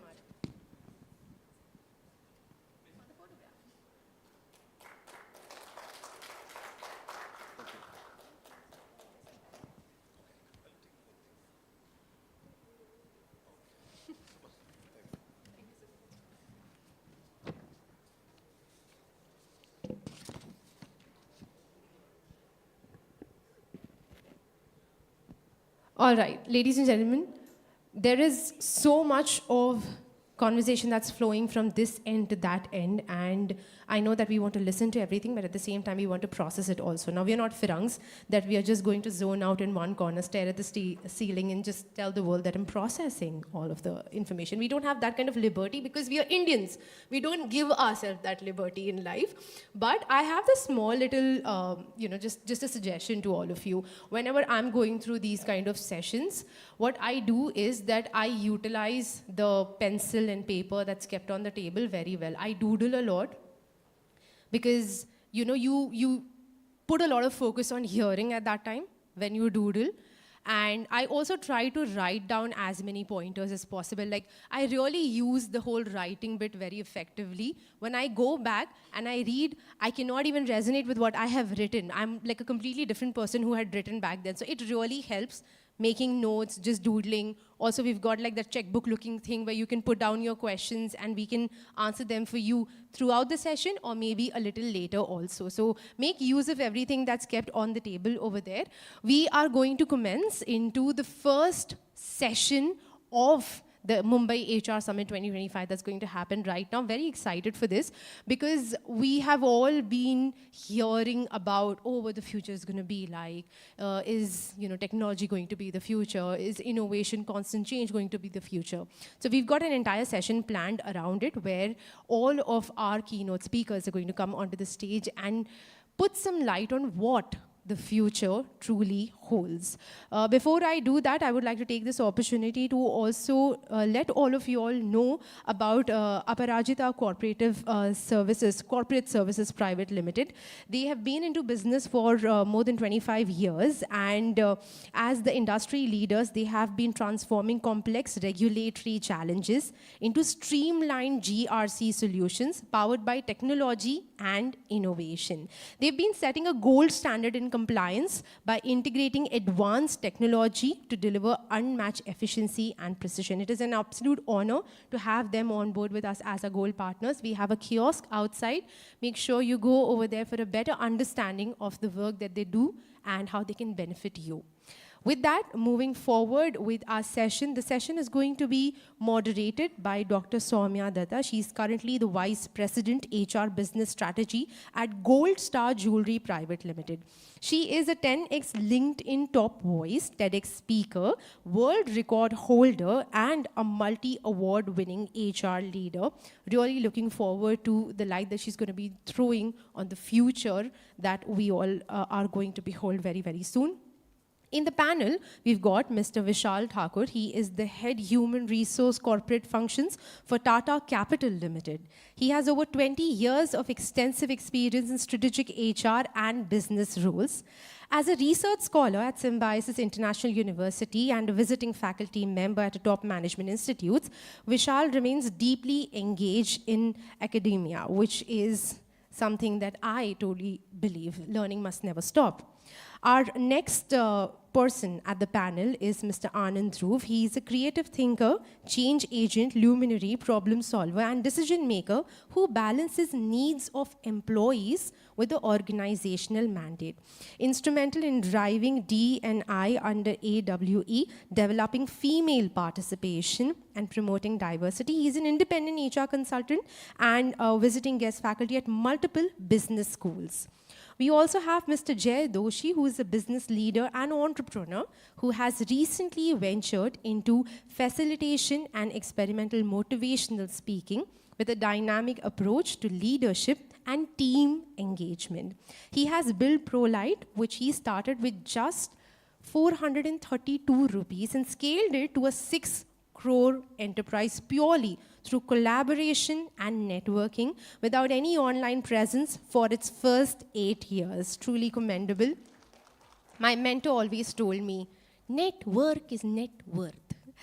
And our final person at the panel is Mr. Praveen Menon. He is a result-oriented professional with more than 15 years of extensive experience in marketing, sales, business development, strategy planning and implementation, client relationship management, and team management.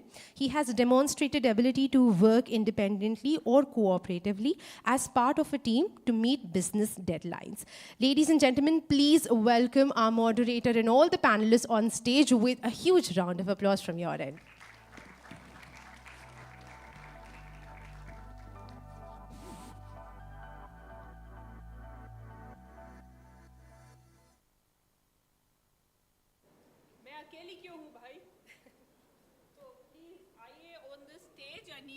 Introduce, and you have been introduced. हाँ तो ये ना बड़ा impromptu सा session है सिराज जी, all this is on you and साहिल यहाँ आगे बोलता अरे इसको क्या ज़रूरत है, she can speak, no I can't, I don't know the flow and also मुझे करना क्या है, करायचं काय आहे आय मला माहित नाही साहेब क्योंकि यहाँ पर chairs भी नहीं है तो इनको बिठाना है, इनको मॉडरेट कैसे करना है, नहीं तुम यहीं रहोगे आनंद क्योंकि अगर मेरा टॉर्चर है तो हम साथ में करेंगे correct by the way this is what the future of HR looks like in the VUCA and the BANI world कुछ समझ में आ नहीं रहा है, कोई रिडेम्पशन की तरफ जा रहा है जैसे कि मैंने पहनी हुई है माला, कोई कन्फेशन की तरफ जा रहा है जैसे कि कुछ प्रेजेंटेशंस हुए हैं, कोई एडमिटेंस की तरफ जा रहा है, but it all comes down to one focal and focal point alone. What are we going to manage as talent, as future readiness, embedding technology into it, and how each of us are going to have their take on various. The stage is all set for you gentlemen. Over to you for your first presentation, which is what? बताइए? Any guesses? अरे इतने सारे छाप के रखे हैं आपके पास यार, कोई तो पढ़ दो कौन सा फर्स्ट है? Anyone?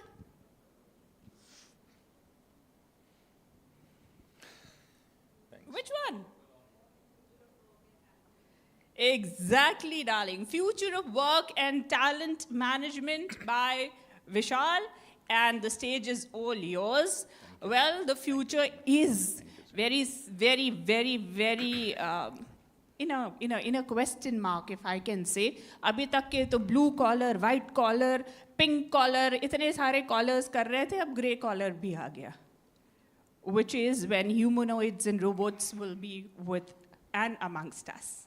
So that is where the future is, but to know more, it's over to you, Vishal. Thank you. Thank you. Thanks a lot. Am I audible? Now, more important question, am I visible? Yeah? Thanks for not looking at your cell phones. Thank you so much. Because if you keep looking at it, you will not be able to see me. The reason I'm using this lapel mic is that I have only one slide. That's too less to engage you there, so I'll keep talking. So, talent management, yeah, it's something we all do. All of us do. Now, the irony is what is going to be future of talent management, but to get there, what is going to be future of talent management, just reflect what is present of talent management, how we are doing mostly in industry, mostly in our respective organizations. I think when people get a job, they believe they have got it because they have talent, right? Because we call it talent acquisition. No. We give a job because we need a person to do the job. Once he joins, then we let them know that you just have a job, you are not talent. Talent is to be discovered, and then we get into something interesting called talent assessment. Okay? We ask people to spend some time in the company. We see their performance. Then we judge their potential. We have potential diagnostic tools. There are organizations, there are tests, there are methods, there are assessment center telling us what is the potential a person has. And if that is not enough, we also add the third P, which is perception. Do you see this person as a successor, future ready, and all that kind of thing? And by adding these three Ps, performance, potential, and perception, we create something called talent pool.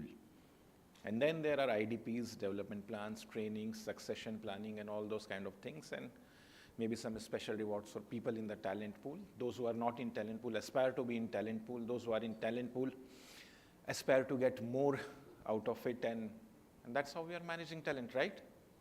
Anything different? Did I miss anything broadly? Yes, no? I'll take silence as acceptance, okay? Mostly men do this, okay?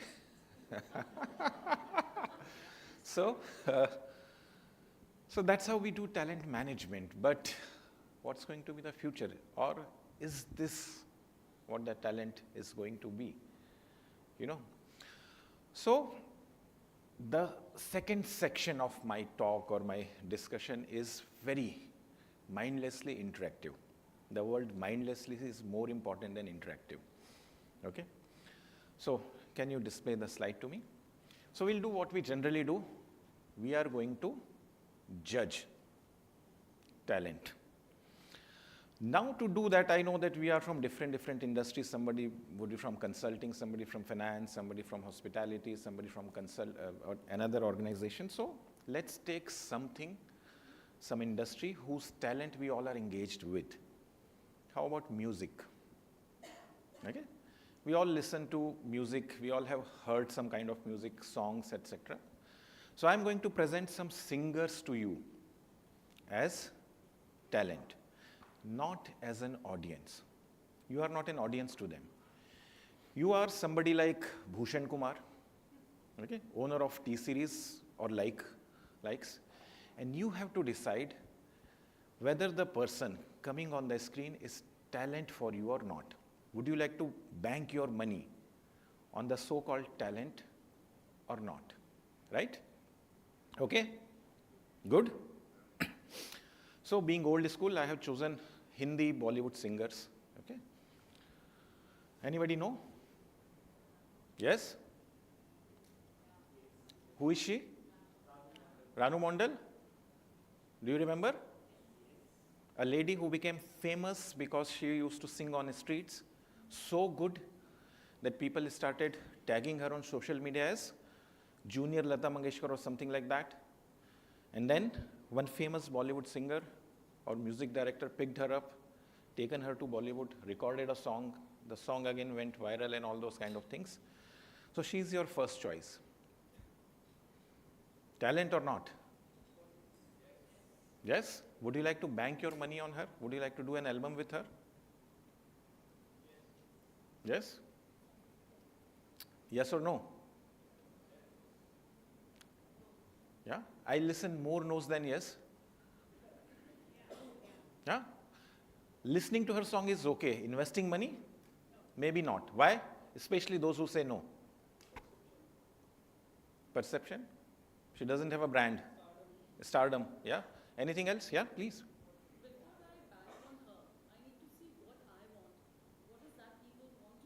Exactly. It's not just what talent she has. Exactly. It's what I want to give it back. Like I want to use her for doing the folk singing. Probably Send it. not similar to if I take her and try to replace her with Lata Mangeshkar ji, it will not be possible. Exactly. I will not get my money back. I think, give a big round of applause. I'm sorry to cut you out, but I think the sentence you said, I can't bank. Yeah. Yeah. So I have to see what is the people pulse is there. You know, Exactly. what is that people want to hear. I could utilize her, see her talent, and I could use her if she has that knack of, say, the folk songs, or create something which is unique, which can be suitable like to the ear, and I can do that. So it's on me what I want, what I want to give back, what I want to have the money back. You know. Exactly. Yes, yes. So we can't bank because we are not sure if the money invested will come back or not by investing in this talent. Okay? Also, I have another Yeah, please, take yeah. on this, Yeah. that we all know that Himesh Reshammiya was the person who launched her on Exactly. stage. And this is a talent with tantrums. Talent Right, with because tantrums. she sat on the table while the makeup was being done to her because she was positioned to sing on stage, and that's where she started throwing a lot of tantrums. And somewhere, perceptually, when we want to idolize a person, we don't want to idolize the negatives. So when I want to bank on something, the mass sentiments would go against certain talents which are tainted in a way which is not palatable to the society, may not be in sync with what we want. So that's my take on it. Thank you. Exactly. And also, I know it could be a debate. Could be a No, debate. I would like to but- stop the debate as of now because I have 3 more singers to talk about. Yeah. So let me moderate it a bit. I'm very glad this is interesting. So this person, we as Bhushan Kumar, owner of T-Series, is not investing, right? Let's look at the next singer. Yes, no, yes, no? Yes, yes, yes. Amazing talent, amazing talent.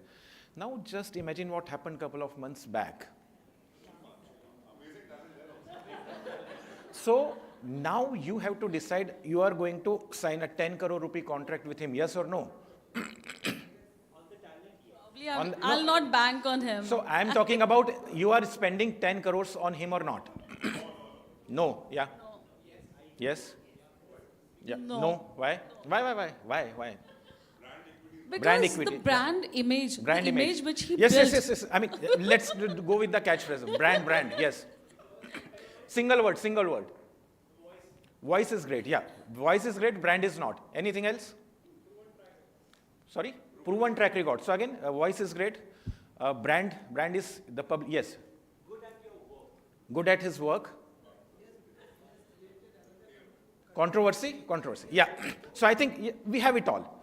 Great talent, bankable, track record, but controversy. If I have money, I'll still think, should I invest it on somebody who has everything right, but in controversy? No. So any controversy is a good controversy, but it is still controversy, okay? So let's move to another I'll next keep the option. I'll keep the female singers out. So anyway, them away. again, we are thinking as the investor, okay? Now let's move to the next one. Do you know? Suresh Suresh Wadkar. Wadkar ji. Yeah, boliye. Suresh Wadkar ji. Thanks a lot for saying this. Yes. Reactions?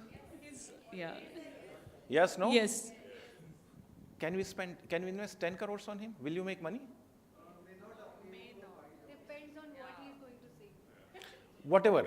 Sapne mein milti hai. Yeah? That's the song perhaps. But 10 crores? So great singer. Maybe best singer. Actually, if you understand singing, best singer Bollywood has. But will I spend 10 crores?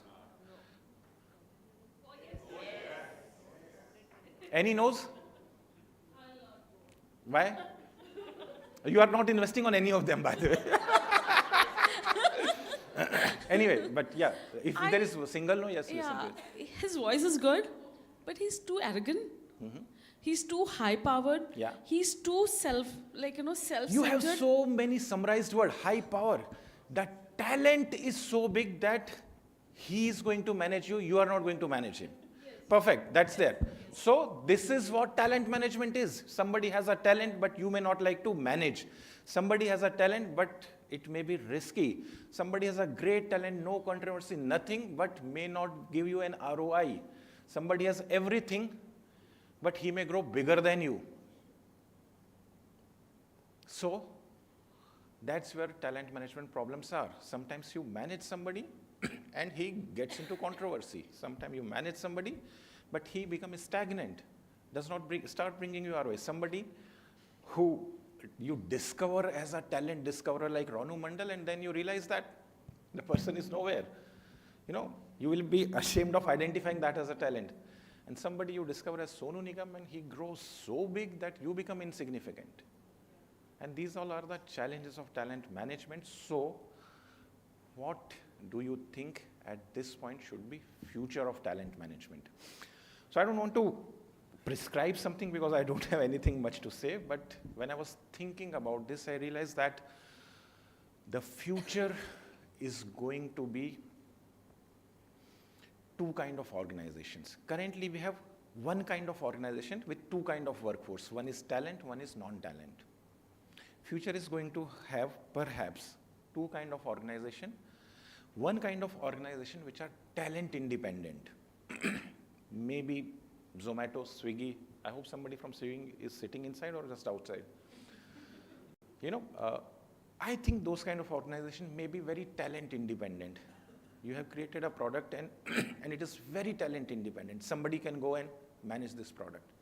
Technology is doing most of the job of the talent. And there could be another kind of organization which is completely talent dependent. Everybody has to be talent in those companies, maybe consulting, maybe music industry, maybe sports, maybe the cricket. Everybody has to have a talent to be in that team. You can't be somebody who is managing the towels and waters for the cricketers and you are also 11th player. It just can't be possible. So some organizations are going to be pure talent organizations, and the time is gone when you may have a job but not talent. You will only have a job when you have a talent. And that talent, like Sonu Nigam, is not going to be managed by you. That talent is going to manage you. So start acknowledging that and stop discovering talent. Talent is there because this is how technology is going to create a bifurcation between talent dependent and non-talent dependent organization. And if you are in talent dependent organization, stop doing talent management and start accepting that talent is going to manage the industry or the organization. So that's what I have with me. That's what is my small, fortune telling about talent. But I think we had an engaging session. If we have any time for questions, we'll take. Otherwise, we'll move to the next speaker, whatever you suggest.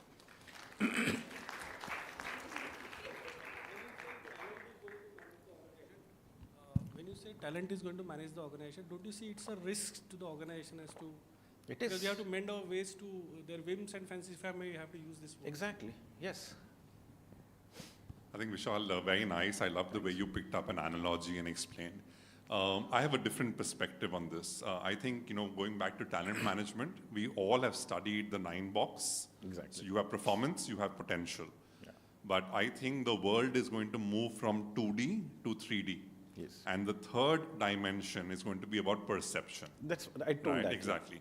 Now, if you speak about leaders like Donald Trump, Elon Musk, you may either love them, you may hate them, you may make memes about them, but the fact they are part of the new world. That's right. And they are ruling the new world. Exactly. Now, how is it, the question to you, how is it that one can manage perception of leaders when you're saying that talent will find itself or find, like how water finds its balance? How will talent find its balance with perception, performance, and potential? So I think it's, I think performance and potential we have been dealing with for a long time. Perception we try to hide and not talk about it, because we used to think that saying that perception is also a factor is a kind of injustice or unfair to say. But we started realizing it, accepting it, talking openly about it. I think that's the first stage. And I really don't know where it is going to be. But it's better that we are openly talking about that. Even if two people are equally good, perception matters, and very seriously matters. So that's the first stage we are at, and I really don't know where we'll reach beyond this, but I think that acceptance is the first stage, and then we need to learn and evolve where we'll go from there. Yeah. Sorry?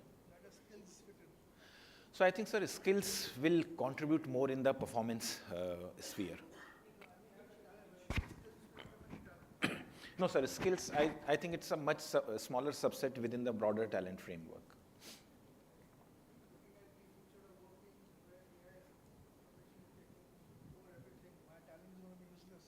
Exactly. So those organizations where technology is going to play a larger role will be talent-independent organization. Your skills may not matter. People will be highly replaceable there.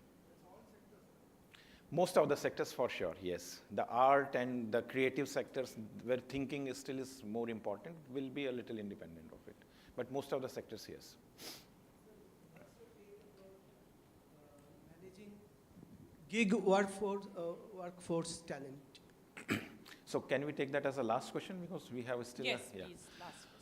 So, sorry, gig workforce. I think gig workforce is, I mean, it comes into picture largely because somebody has a talent or a skill which is not with you, and you would not like to spend full time on it. So that's where it is. I don't think that gig workers are going to play a major role in the overall talent management spheres. Purely because of their nature of being temporary in the amongst the rest of the employee base.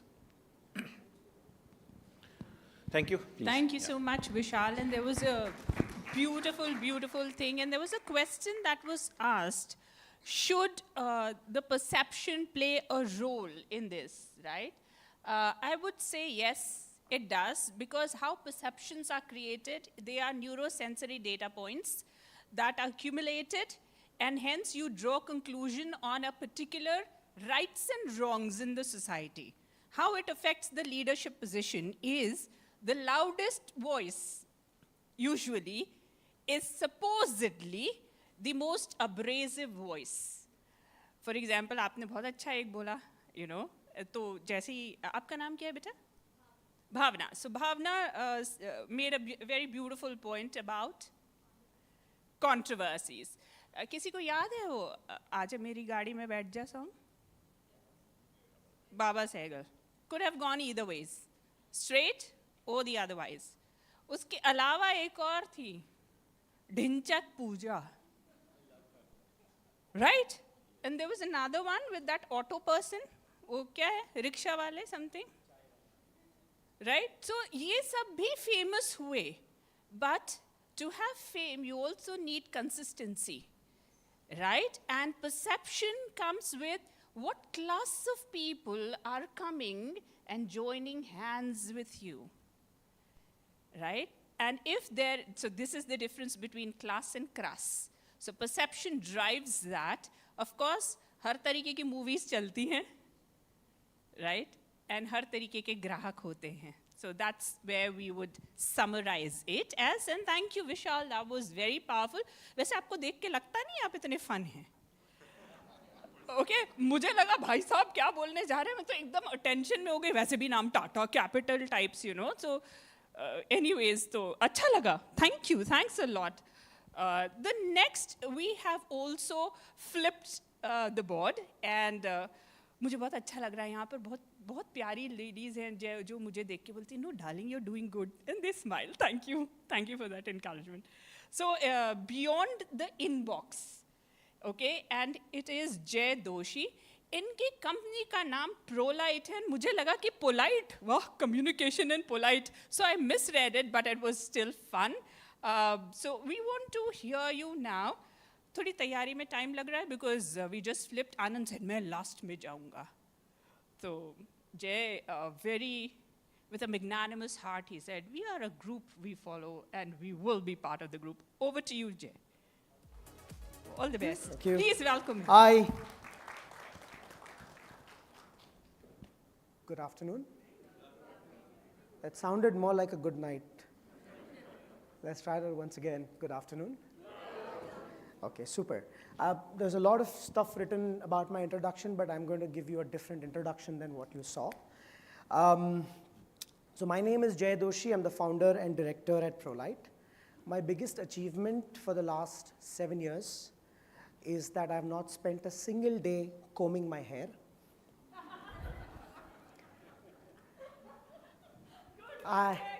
Thank you. Thank you. Nahi, bilkul bhi nahi. I popularly say that I am produced by my mother and directed by my wife. And my sense of humor is sarcastic. It typically comes from my dad. So when I told my dad I don't want to do an MBA, but I want to start my own company, my father told me, come son, let me take you for a trip. And while I was assuming what a great father he is, he definitely did take me for a trip. It was popularly called the guilt trip. It lasted from my living room to my bedroom. So that's a little more introduction about me beyond what you just saw. And I use the word beyond because that's what we are going to do, is beyond the inbox. Now, I have a question for all of us here. How many of us here are belonging in corporate organizations at some designations as HR? Can I have a quick show of hands? Okay. I was just checking whether he's got the right people for my stuff.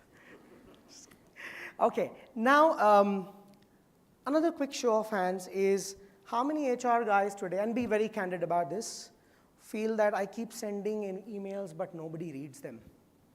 Right? There's a lot of problem, people are avoiding emails, and why does this happen? So we are going to look at a lot of numbers today, and each of these numbers connect with all of us, right?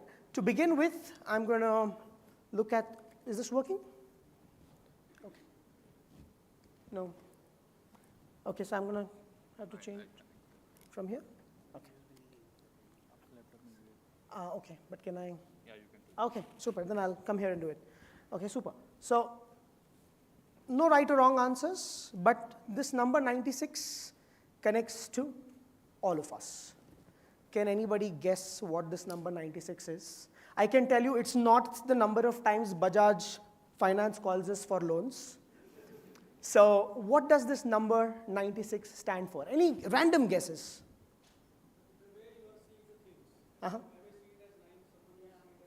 Which is fine. We are talking of perceptions, but no, 96 relates to all of you. All of us in this room, in fact. No, it's not a flip. It's not a trick question. It's a very straightforward answer. Working hours? No. Let's not even get there. No. No. Okay. Yes, ma'am. Your inbox after a week of vacation? 9 to 6 the timing? 96? No, there's more people registered for today. How many? How many people? Oh, he's scared now. He's got to reply to his sponsors. More than 96, okay. So 96 emails, sometimes it can be more, but there's a lot of clutter. And the reason for this clutter is also something that happens with the number 96 is that's the total number of times a person checks his phone in the entire day. All right? So if you sleep for 8 hours, which is typically not something that most of us do, But if you do sleep for 8 hours, you have 16 hours left. You're checking your phone one time in every 10 minutes. Yeah. Yeah. So one. Much more. This is a bare minimum. Bare minimum is 96.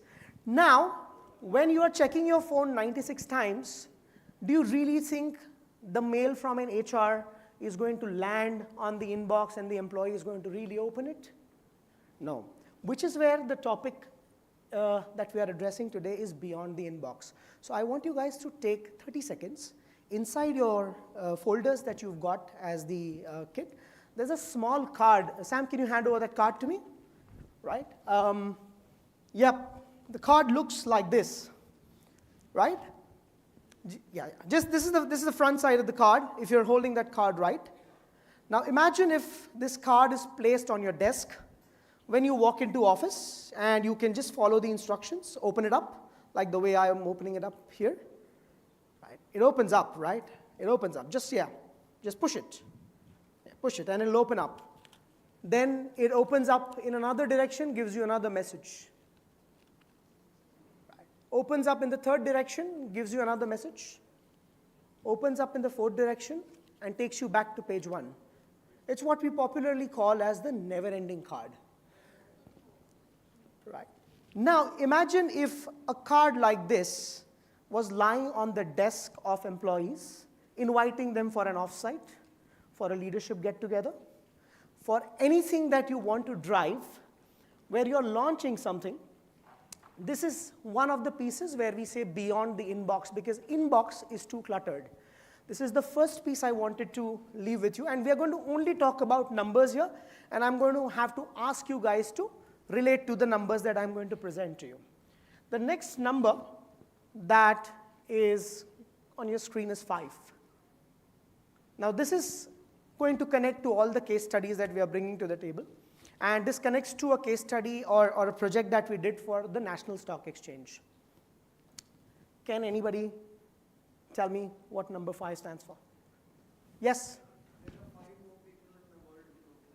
5 more, actually that's 7. 7 more people who look like you, not 5, so you've not found the remaining 2. Next year, visit Prayagraj or Kumbh Mela, you might find someone there. Okay, so National Stock Exchange came to us with a problem statement. They said, Jay, we've launched the Women Mentoring Women Initiative in our organization. And the launch has happened, everything has happened, but people are not showing interest. So the initiative after the launch has lost traction. And we realized that when you say women mentoring women, the word mentoring was very big for a lot of women. They say, oh, you know what, we've got targets. We don't have the time. How am I going to mentor? I don't think I have that much experience. So the first thing we realized is that we need to break the mentorship into very simple terms and then put it out to people. So what did we do? We used what we call as 5 R's to simplify your message. Now this is typically something that most advertisers use, and I will show you what the 5 R's mean. So when I say women mentoring women, who are the right people? The women of National Stock Exchange. What is the right time? They came to us in January. Should we have launched in January, or should we have waited for the 8th of March, which is the International Women's Day? Third, is the right place. Now, this is a trick one. What is the right place? Do we send an email? We've already discussed beyond the inbox. So how do we launch this? The right place, we realize that NSE has an auditorium, which is a 200-seater auditorium, where they call 200 women on a Women's Day for a special program, which means we will have their undivided attention. Right message. Now this is the tricky part, where we walked up to women who said, we don't want to mentor, we don't know what mentorship is all about, and that's where we told these guys, what is that one single piece of advice that you would give to your immediate junior? So if you are 5 years old in the organization, what would you tell a 4-year-old? Just one piece of advice, right? It could be that simple. And the minute you ask them for one piece of advice, it is always more than one, right? And the right medium. So we said, how do we get this message through a medium to all 200? Because it cannot be one-on-one conversations, the traction is already low. So we decided to take the junior most person in the organization, who's about 3 to 4 months old in the organization, and ask the question, what is the one message you would want to give to a person who's just 5 days in the organization? And we took the founding member, at that point in time, Chitra Ramakrishna, and asked her, what is that message that you want to give to somebody who's 1 or 2 levels below you? And we collected all of them on the same platform, and we built something like this. Volume? Volume. Good morning. Can we have volume?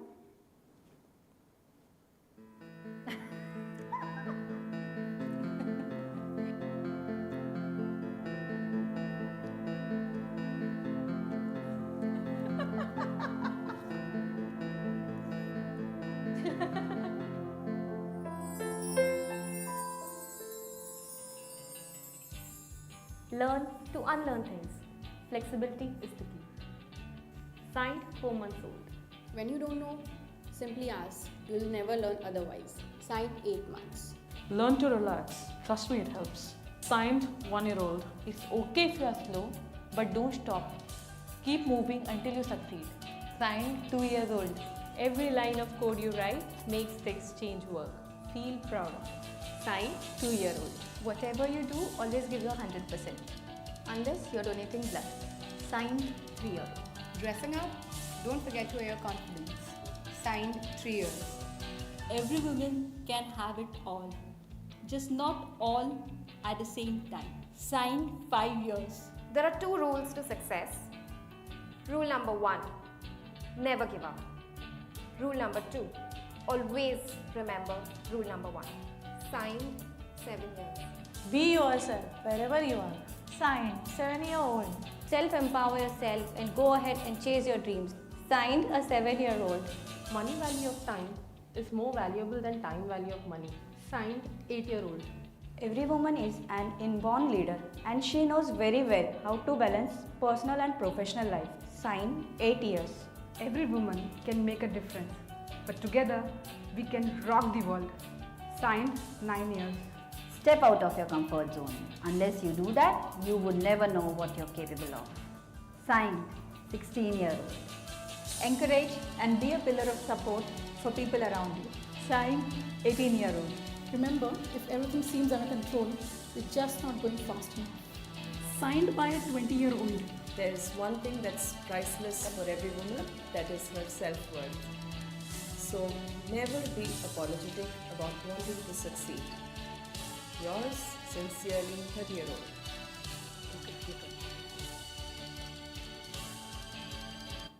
Interesting? Now, what we did with the 5R approach is we got a wider audience to accept the whole initiative. I'm not going to dwell into the points, they are definitely there up for you, but an interesting number that I would want to share with you is the interaction and the traction on the women mentoring page, which they had launched internally, grew up to 47% after the launch of this video, which we did on the International Women's Day. All right, ready for the next number? Is this working now? Okay, let's try that. No, I don't think so. I think I'll need to come here. No worries. Okay, number 1. Any guesses?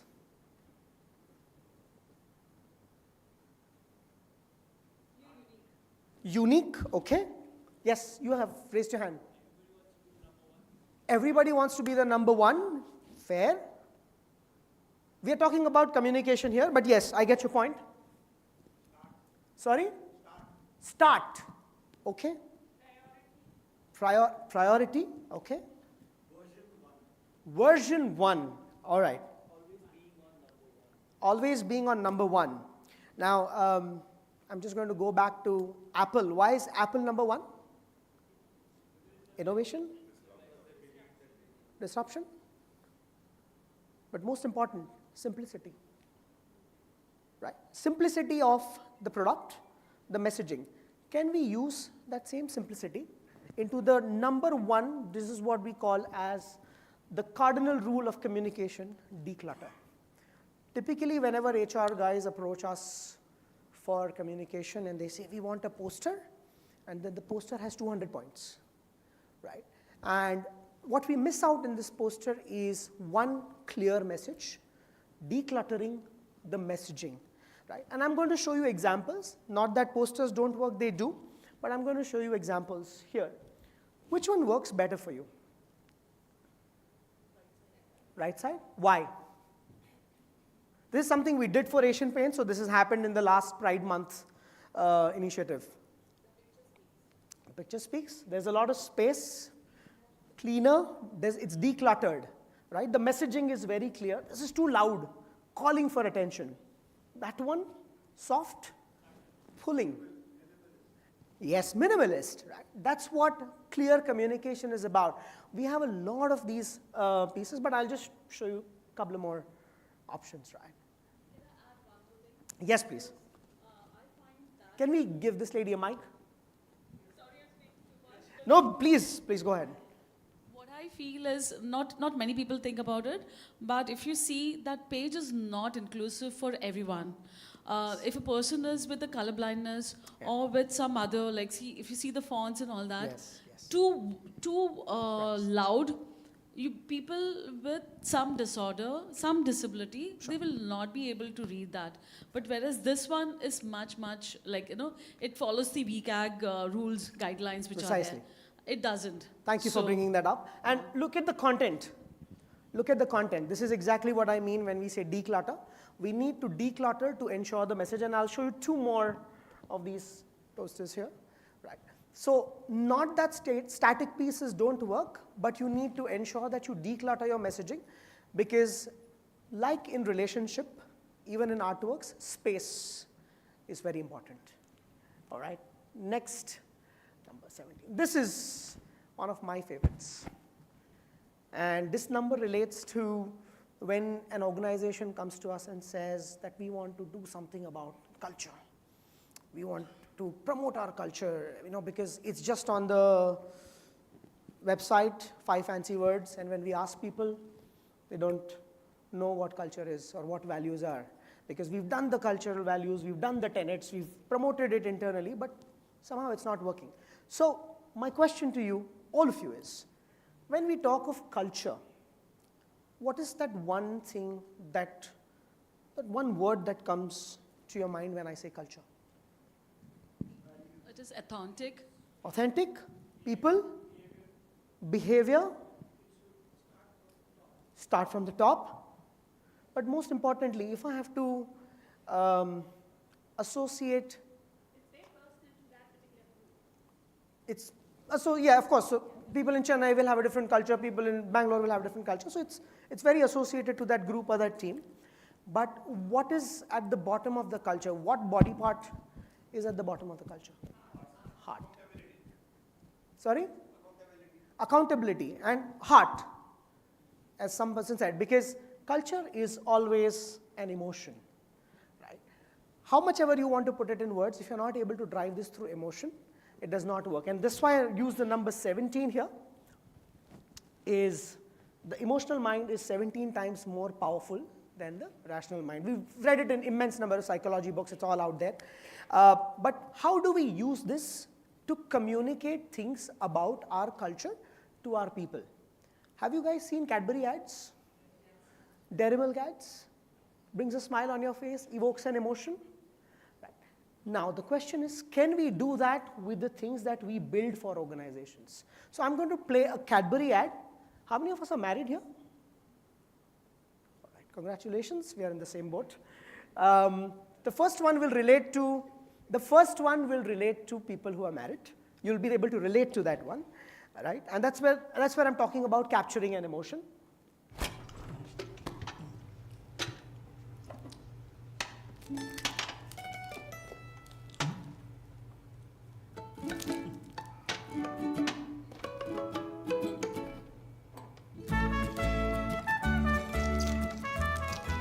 Fridge में मीठा तो घर मीठा. All right. Now, question is, how do we use this? It's marketing, right? Pure marketing ad. But how do we put an HR lens to this? Drive values with emotion. right? So when Tata Group came to us, one of the Tata Group companies came to us, Tata Realty, and said that we want to drive certain values, and trust was amongst one of them. They wanted to inspire trust in people and, of course, customers. So how do we bring that emotion of trust without anybody saying a word? Because if you see the whole ad, there's no communication. It's actions, right? So actions speak louder than words, which is where we built this one, and this is going to go on the careers page of Tata Realty. Yeah.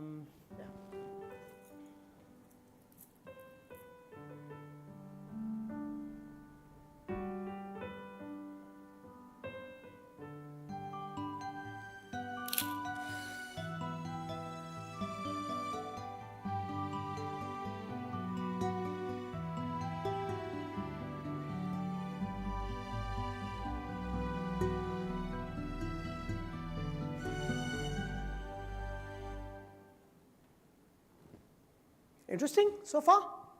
Are you all with me? Okay. Lucky number 7. Okay. Lucky number for sure. Any guesses? Sorry? 7 phere. 7 din.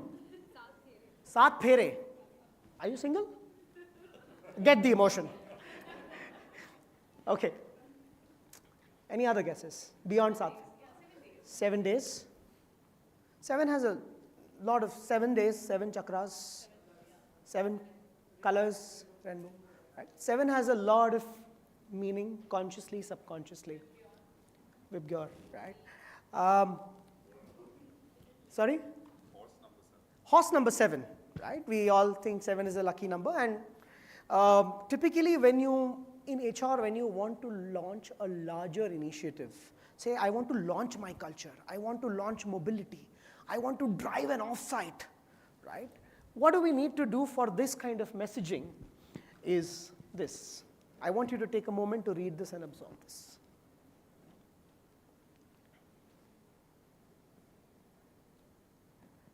All right. If we think sending 2 emails, people will get it, not happening. If we think their line managers talking to them, it'll happen, not happening. Right? I'm going to bring about a case study where an organization called Cactus came to us. This was way back in COVID, in the year 2020, November.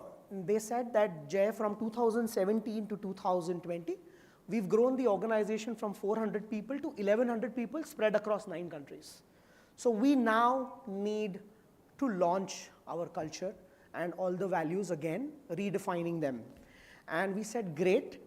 They had prepared a great culture document, values were defined, tenets were defined, but we said, how are we really going to drive this? The first obvious piece was a virtual event where you launch a culture. That was my first touch point, because we said 7 times. I'm going to show you how we've done that entire mapping of 7 times and reiterated things so that it's not just a touch point, but it also reaches a different angle, which is employee advocacy, right? So the first touch point we created is a microsite that looked like this. Now, if you can see, it's a very informal looking space, right? And when a person logs in, the space also will look informal, but the whole idea was informal but intentional, right? So this is the first touch point of where you give a wow impact and you launch the culture, but usually culture launches are forgotten after the launch, right? People don't remember. So this is the very first piece where people log in. They see what the culture stands for in the very first touch point. Now, if you see this page, it's a very clean page, and very quickly on the top right where you see the logout button, you will also see another small button called gift shop, which is going to happen in another 2 or 3 seconds. Yeah, there. Now, when I go to the gift shop, I've created my second touch point, which is 8 frames designed to reflect what my values are. And these frames were converted into a contest, which people then click their pictures, and you want to click a picture of this? Sure. And this is what the outcomes look like. So if I associate with one particular value, I have a frame. Not necessarily everybody will associate with all values, right? So the aim was always that one value gets reiterated, reaffirmed, and reignited in multiple ways possible. So this is the first way where they, of course, put this up on internet, social media platforms, under captions, all of those pieces. The second place is on the same website, we created an e-commerce piece where we said you're getting one t-shirt complimentary, but each t-shirt was also representing a value. So you can wear your value that you're proud of. This is the second subtle association with the value that was created. The third value, while they were ordering t-shirts at the back end, like you can see here, there are multiple t-shirt designs. The back end, we had designed a culture coffee table book, which goes as a gift to people who are ordering the t-shirts. And this culture coffee table book then had sections which are elaborating the values in a snackable format. This was the third touch point. Perfect. Thank you. All right, and then the fourth one, lead the way. Fifth one is their LinkedIn Learning Communications, right? This one is screensavers. So every touch point is something that we covered with communication. And the last one is the induction kit, where you had acrylic tea coasters and a doodle diary which represented this piece. And yes, like I said, that people went about posting things. So 7 is the minimum number of times you need to reiterate your message to be able to drive a point. Okay, we are at the last slide. So that 1 minute notification came on time. 90.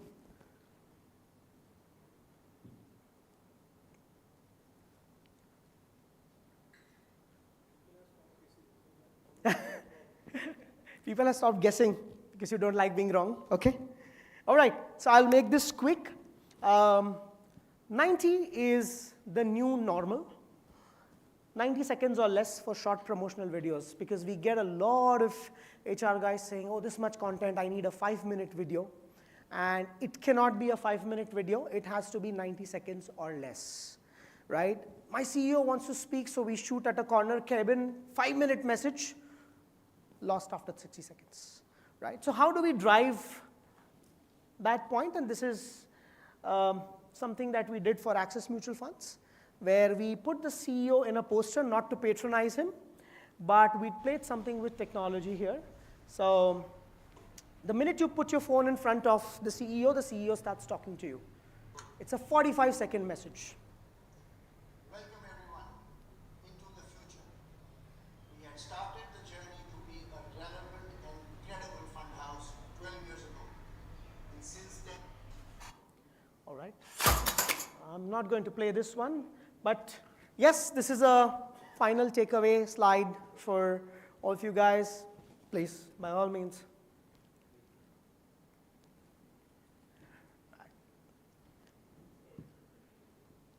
So in this 30-minute presentation, if you think at Trolight, we've been able to add some value to your time with us, I would take nothing less than a strong round of applause. Okay, I'm eating up into 2 minutes of your time for any question. I'm allowed. So any questions that you guys have regarding communication, anything at all that I can quickly take up?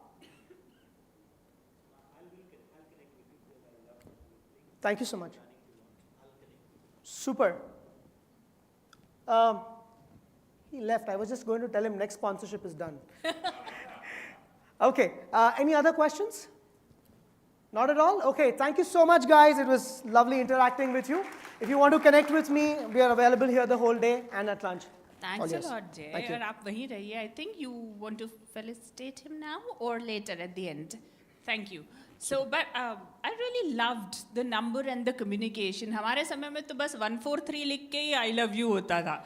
But this was beyond it, and thank you so much. Thank you. You know, thanks a lot, and I really loved it. Thank you, thank you.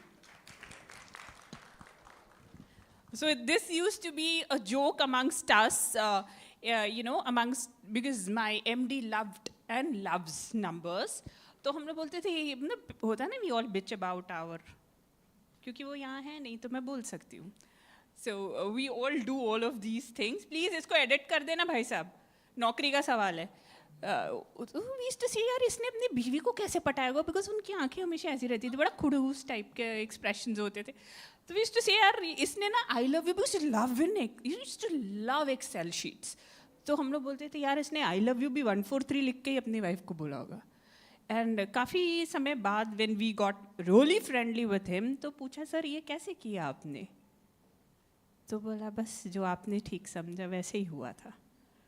So thank you Jay, that was really lovely. And आपको तो kudos है madam, आप continuously उनको record कर रही थी. So you've got an amazing team member. Huge round of applause for such team members. Amazing, amazing. So here we move to the next, which is अभी यहाँ पर वापस tug of war कर रहे हैं. इन लोग बहुत toggle game खेल रहे हैं मेरे साथ. You know, the 4 of them together. So now we have Future Ready HR Governance with Mr. Praveen Menon. Oh, you're right here. Thank you. So what happens today is that, just setting a little bit of context here, is that we have a whole set of compliances and whole set of things that, you know, employees today are supposed to do. But आपके ना Gen Z और millennials उनको तो 9 to 5 पता ही नहीं होता है. आधे समय तो अरे thank you, आधे समय तो वो ऑर्बिटिंग, सॉलिसिटिंग, पता नहीं कौन सिटिंग करते रहते हैं, और उसके बाद वो उसी हिसाब से जॉब भी करते रहते हैं. तो इनके ऊपर कंप्लायंसेस कैसे चलेंगे? That was a question that we always had in mind. So over to you, please take it. Thank you.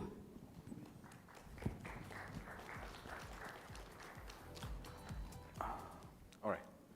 Thank you for that introduction, by the way. Sorry, I'm pretty bad with names. Okay, so after that rather very interesting session, as Soumya rightly pointed out, I'm going to talk about something that most of the organizations today consider rather boring or a headache, because compliance is something that most of the organizations feel that it doesn't add value to my company. And so most of the time either it is ignored, sidelined, or something in that manner. So we all know what is compliance. There are a set of rules and regulations that we as an organization needs to adhere to under various domains. So when I talk about various domains, there would be domains such as your labor, your environment, your corporate communications. So there are around this 5, 6 are some of the major domains that an organization needs to be complied with in order to say that I'm 100% compliant. Now, these are just the domain. Now, if I get into the numbers of acts and activities that an organization needs to do, it's huge. Like there are close to around 500 acts that an organization needs to comply with in order to be on the right side of the law. Now, if I break down those acts into number of tasks, that's close to around 20,000 tasks an organizations need to do annually. Now, break that down into number of offices, branches, locations, it keeps on multiplying. So that's quite rather difficult for an organization to do or deal with. So most of the organizations, or rather that has been the attitude prior to globalization or India getting into that, like देखेंगे, कर लेंगे, हो जाएगा, manage कर लेंगे. But that doesn't work in today's world. As India is globally connected, so most of the organizations have slowly started moving towards being 100% compliant, and that's the new norm. So because when we talk about compliances, or it's a basic mentality that we have, that until and unless something is, we come with a stricter rule or something, we tend to ignore it. So compliance sometimes, let's look at the penalties that we have. Some of the compliances have very minimal penalties, so it's kind of get ignored. But some of the compliances have penalties that might lead to prosecution of your directors. Rather, in India, there are close to around more than half of the business laws have imprisonment clause as a part of their penalty. And if you look at labor law, leads the most. So rather, out of that, all the business laws, 50% comes under labor law, which has imprisonment clause as one of their penalties. So now that makes it more important for an organization to comply with. Now, we all know, okay, now this is it, I need to comply. But then what are the challenges that stops an organization from being compliant? So these are some of the basic challenges that an organization faces. That is, let's say, for example, if you're an organization who has multi or a pan-India presence. So the compliance differs from state to state, sometimes even district-wise, it differs. Like the payment of statutory wages or your registers, etc., keeps on changing. Number of updates and notification that comes on. So it is kind of, when you look at it, when you look at labor law itself, you have minimum wages changing every 6 months. So how does an organization keep abreast with all of this? So I'll just take an example. Let's say, for example, professional tax. Now here, 60% of the states require you to have only one PT registration. But 40% of the states require you have location-wise registration. And these are some of the most industrialized states. For example, you take into consideration states like Gujarat, Tamil Nadu, which talks about having localized or location-based PT registrations. Similarly, when you talk about LWF, that's your labor welfare fund. The remittance period keeps on changing from state to state. Some would ask you to do it annually, some ask you to do it monthly, some ask you to do it half-yearly. Similarly, let's take a look at the number of registers that an organization has to maintain. That is under Shop and Establishment Act. And that is basically location-wise. You look at the state of Maharashtra, an organization per branch would have to maintain not less than around 7 to 8 registers. State of Assam, where the business, if you look at it, it's quite low, but the requirement from the local authority is close to around, you need to maintain close to around 10 registers a month, which actually creates an hindrance for an organization to get in and start doing business over there. So now we know the challenges, we know what is this. So what's the obvious answer that an organization says? Let's digitalize everything. But before you get into talking about digitalization, we have to realize or we have to understand what can be digitized, what cannot be digitized when it comes to labor law space.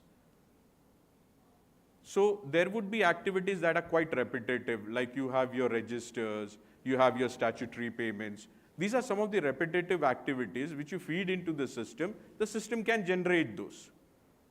But there are certain things like interpretation of the law, which requires manual intervention. Because law is a subject that is open to anyone's interpretation. Now, how a labor inspector interprets it and how you as an HR person interprets it might be different. For example, an organization, it says you need to have a crash facility if it is the number of employee count goes beyond this. Now, the labor authority, you would say, okay, I have this, law is applicable, but is it necessary it is not feasible for me to have a crash facility. So what is the next step I would take to do? You would have to have some arrangement for that. But the labor authority steps in and says, no, this is not what the law book says, you have to do it. So there you require a legal expertise that cannot be digitized. The applicability changes from state to state. And that also keeps on changing every time based on the business environment. So now again, that cannot be digitized. That requires human intervention. So then what? What does an organization do? So when you look at it, it's a hybrid model that's, in the current scenario, that best works for an organization. So before an organization, let's understand what are the benefits that digitization brings it. That's simple, that every one of us knows it.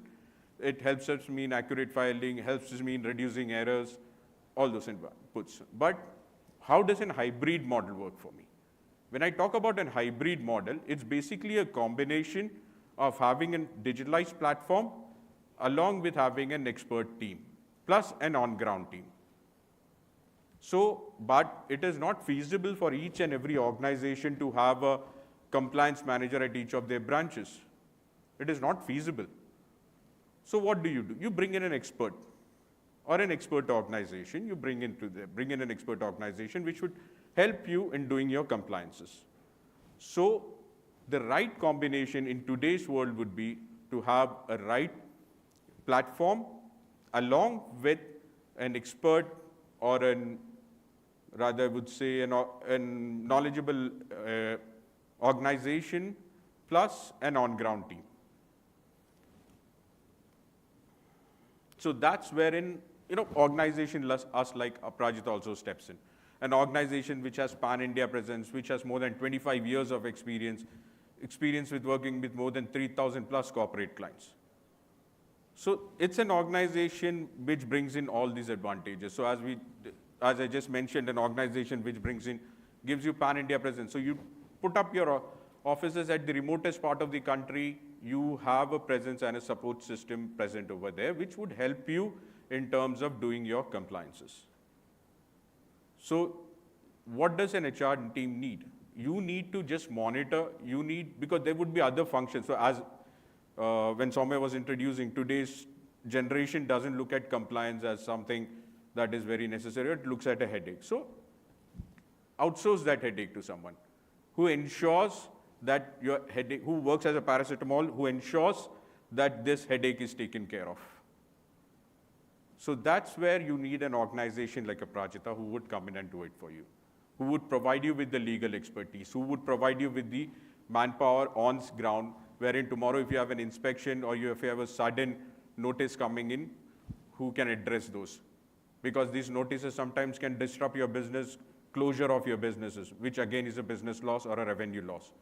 And when you look at compliances, these are the indirect cost that an organization incurs which we miss out on. So an organization like Aprajita would be something that would be a right fit in today's world, which would help you in terms of managing your compliances 100%. So that's basically it. So in conclusion, so as I was just mentioning, an organization in today's world, for an organization to be 100% compliant, look at a hybrid model. Look at a model wherein you have a right solution, a right team, and the right knowledge. Thank you. Thank you all for your time and patience. And we hope to connect with you all at the earliest so that we can see how we can help you in terms of managing your compliances. Thank you. Thanks a lot.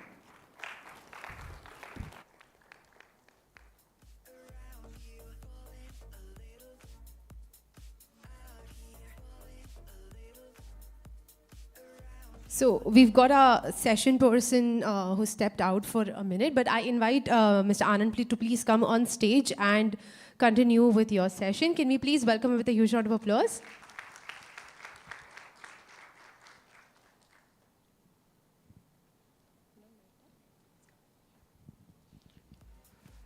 Good afternoon. Your smiles are missing. Smile, please. Thank you. Thank you so much. So while the mic and everything is getting organized, the topic on which we are speaking today is HR innovation and disruption. Two fantastic yet very difficult words to digest. Forget about understand, to digest. Innovation, disruption. I have a wonderful PPT which we have made, of course, copy-pasted from here and there, no second thought on it, because a lot of material is available online. But I definitely wanted to take the opportunity so that we can discuss, because you don't get such time. You don't get such audience every time. PPT is there. I'm going to spend 10-15 minutes on the presentation so that we can discuss and drive away the key takeaways. But definitely wanted to understand your perspective. Listen from each one of you. What is that one word or that one thought which comes to your mind the moment I say disruption and innovation? And definitely I would love you to speak, because you speak, and definitely I would love to hear your point of view as well on this particular subject. Do we have an extra mic today? It's there? Sure, please. Thank you so much for giving me an opportunity, Anand. Yeah, for me, basically, I just love innovation. Even in my house, like being a housewife and plus working and plus, I'm doing my PhD also with Symbiosis. Yeah, Symbiosis International University. So I find that, I use most of the time innovative tools, appliances and so on and so forth. How I can save my time and utilize my time effectively. Exactly. So for me, innovation is doing something beyond or bringing the automation in place than doing a manual work, which is there. So that is innovation for me. And okay? the moment we Thinking reverse it beyond. and say, and the moment I reverse it, and then I say disruption on the same lens, how would you? Yeah. So disruption. So disruption would be for me. It is which will make me stand out. Like which will make me, oh wow, that word. Saying wow, this is great. So disruption is something beyond which I did not expect. So that is disrupting, which is hatke. Matlab something beyond. So that is a disruption for me. Great, great. Anybody else? So I would love to at least hear 4 to 5 of you. Just share your thoughts, because that will help us and that will make the entire discussion more fruitful. Please. Yeah, so HR innovation is like an HRMS, and disruptions when it stops working. So it's just the disruptions and innovation which I can think right now. Okay, so any example, anything in your past experience which you thought that was relevant? When it's working smoothly, it's like an innovation which has made our life easy to manage the time and attendance and leave management also. But when it stops working and there are bugs, which like I say, technology also comes with a lot of disruptions and disadvantages. When it stops working, when there's a bugs out of it, when one email which needs to be addressed to A employee goes to the B's employee, it's a disruption. Great. So, and many a time this happens that something really works well for somebody may not work the same way for somebody else. And especially if it's a credit, it goes to somebody else, maybe your senior, your boss. And the moment, if there's something where we want to put a face to something which is negative, of course, we are the one who will take the liberty and we pick it up. Thank you so much. Anybody on this side? Yes, please. See, presentations are there, no second thought, but many a times it becomes too boring. Let me be very honest with you. Let's make it interactive. Let's make some relevant, discussion. Please. Hi. HR innovations. So are we looking at only innovations, or are we also looking at psychological safety? So probably because innovation is all about breaking things down, but are we looking at the diversity component as well? Is the L&D leader or the HR leaders being kept awake at night because how do I integrate AI into technology, or is employee engagement or engendering a learning culture in the organization something that I'm looking at? So is it only an L&D and HR problem, or is there now a culture issue? Are we looking at, with the innovations and the disruptions, and with Jamie Dimon, the CEO of JP Morgan Chase, saying that attrition is an ally? How are we looking at the entire piece with Gen Alpha coming to the workforce and circumventing the entire learning ecosystem because of the usage of Gen AI? So is creative thinking no longer part of innovation now with them coming to the work stream? So are these disruptions now? It is, my only thing or something which, I would definitely would love to know your thoughts as well, that why are we keeping HR and L&D as two separate functions? Because for me, L&D is HR, HR is L&D, because at the end, HR is a larger canvas in which we work, and definitely L&D is one of the core elements, because for me, HR and L&D are not two different things.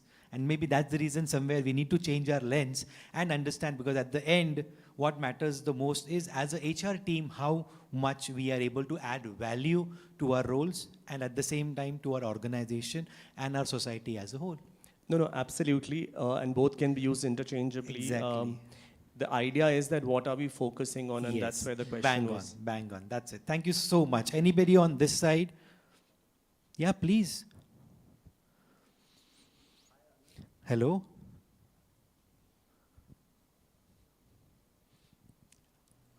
Now it's on. Yes. Hi Anand, this is Merzad here. Hi Merzad. I have a question for you. See, I believe that disruptions lead to innovations, right? So what is one area in your organization you'd want to disrupt to see an innovation in? Okay, so mine organization, I have just joined an organization. It's a startup. Ragbang is a data center, closely 70 plus employees now.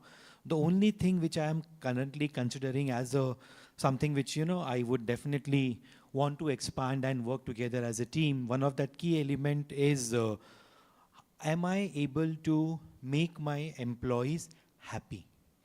The moment I say my employees are happy, because a happy employee adds to productivity. And if my employees are happy, they're going to stick to me for a very, very long term. That's one of the key essence which I strongly believe into. And that's the reason we are growing. And when we are growing, we are also ensuring that my existing employees are also kept happy. Because that's how, it's like 6 or 9. You are saying 6, I'm saying 9. Whereas we both are looking at the same purview. Thank you. Anybody on this side before we move on to the presentation and the discussion? Please, Arun. Yeah, sure, please. Hi. Hello. So when you look at HR innovation and disruption, so like an example here, one of the companies that we work with had a competency framework, 9 competencies. Right. Because of a change, they decided to move to behaviors. And then the question is why that change, nobody knows the answer. Correct. So the idea is that, let's say there is a rationale behind doing this because everything's working smoothly is what the employee sees. The idea is if you're bringing in that disruption, what's the bigger purpose? Why are you doing it? All those elements aren't often spoken about when it's a bigger company. In a smaller setup, it's relatively easier. So I think the idea here is to talk about the big picture, the impact, and then move to whether you want to train them, coach them, and do all those sessions. Exactly. Which I think is a challenge in today's date on a consistent basis. We started with a high, but we don't really do it end to end. Bang on, you nailed it, because we always start with a high, the graph goes up, and suddenly, there's a bomb blast, and suddenly we are out. And that's exactly what disruption today means to each one of us. And that's the reason I always tell people that, always ensure that your learning curve is always up. Give them those, and just before, before we got into discussion, Sahil and I were discussing that, the attention span has become so less that people are not even ready to watch a video more than 2 minutes, 3 minutes. And exactly after that, after 20 seconds, approximately 10, 20 minutes, I saw his presentation, which exactly mentioned the same thing. So very important, what's in it for me? That's something which we all need to understand, and that's how disruption is going to help you to understand and change your perception from a traditional way of work we do and get into something new, something more innovative. Thank you. Yes, Arun. Thanks, Anand. Thank you. Actually, it is a confession. These 2 words are my favorites, innovations and disruptions. Yes. Whenever something goes wrong on my part, whenever I goof up something, I tell people that, well, this was an innovative effort which got down because of certain disruptions. And I'm safe. Yes. Right. So I thought that I will take your platform to make this confession. But at the same time, I have a question for you that whenever we talk of anything new, definitely there is a risk. Yeah, there's always a fear. And when that risk, when success happens, you get praise. Yes. You are sort of elevated that, yes, you could have the courage to do this. Yes. But when it fails, then you know what happens. So how to deal with those situations, I would like to learn from you maybe a little later. Sure. That presentation will cover that particular piece. But just to quick answer for that question, at the end, there's never a failure. That's what I personally believe, because every failure is a learning curve for you. Because if you have failed, that's completely okay. Fail the other way. If you're failing by the same way, then it's a feedback for both of us that yes, we did something wrong and we repeatedly did that something wrong. So the emphasis here is that repetitive. And that's why I always tell people, if you make new mistakes, I'll be very happy. If you make new mistakes, very good, but don't repeat the same mistakes. Quickly on this side before we move on to the presentation. Yes, please. We were missing you, Soumya. In fact, I thought of making it as an interactive, but before I could say, you moved out. I'm so sorry, Anand. There was a family emergency and Hope I all went okay? out. Someone passed away in the family, but life goes on. So, well, while you were discussing with the 2 people there, जब भी हम disruption की बात करते हैं, what the lady said resonated a lot. सब चीज़ अच्छे से चलता होता है, मैनेजमेंट को मज़ा आती है, ठहरे पानी में पत्थर फेंक दो, थोड़े ripples create हो जाते हैं, सबके पास कुछ काम आ जाता है. और कुछ नया ऐड हो जाता है उनके KPIs के एरियाज में for the next year. Yes. The second thing that happens is जब भी हम लोग चेंज मैनेजमेंट की बात करते हैं, and I'm repeating it again, हमारे ऑर्गेनाइजेशन में ऐसा था किसी ने साइलेंटली पीछे से बोला था, change management, change the management. Yes, that's exactly Right? what So we when we're believe in. talking about disruption and innovation, I think ये ख्याल बहुत ज़्यादा आते हैं लोगों को. But no one else better than Anand to lead this discussion. And I was supposed to introduce him, but thank you, my dear friend, for taking it up. And that is how friends are. Thank you, Siraji. That's what friends are. They look each other's back, and thank you so much. Thank you. Thank you so much. So over to you, and please take it over. Thank you, thank you, thank you. Now that we were discussing on this particular front, one quick question, it's a flip, because I want to change your perception about this particular subject. And the moment I make this statement, let me know your initial thoughts, immediate thought which comes to your mind. Your exiting employee is your biggest brand ambassador. There are 2-3 elements to it. Just think over and let me know. And that's how, if you see, your entire perception changes. And that's how disruption today we all need to get into, because something which is smoothly going on for ages, from a donkey's years, suddenly something happens. And that's why this is my personal favorite, which is your exiting employee is your biggest brand ambassador. Why do we do exit interviews? Why don't we do stay interviews? Simple. If you see, no rocket science. These are small concepts. We all are striving, struggling to get the best talent. But unfortunately, we are talking about the moment somebody resigns or somebody moves out. वो उस तक वो नौबत आने की ज़रूरत ही नहीं होनी चाहिए. And that's the reason something like stay interviews really helps you to understand the pulse, and it helps you to retain your employees from a long-term perspective. Beautiful example from talent management. You know, that 4 images exactly, you know, it's still there in my mind. Because Udit Narayan is my favorite singer, but whatever happened, it's still there in my mind. But at the end, a talent is talent. I'm not going to judge him on the basis of what it happened, because I am loving you for the role, for the work which you are doing. And that's exactly, I always say, your exiting employee becomes your biggest brand ambassador, because they are the one, if they are somebody who is talking bad about you even after they have moved out, and if they're talking good about you even after that, that's the biggest feedback for you. And hence, we strongly believe in this concept.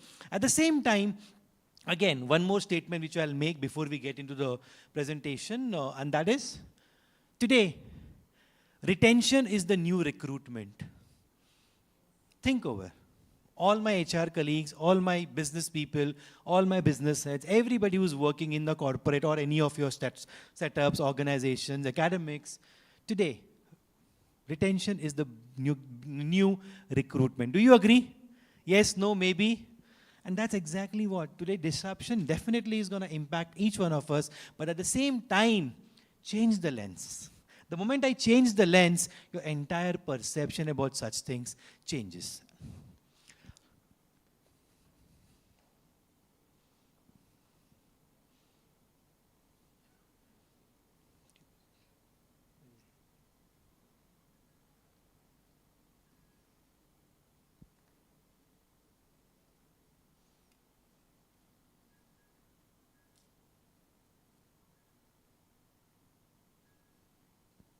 So these are certain thoughts, some initial, of course, we wanted to have something in the black and white because, simple.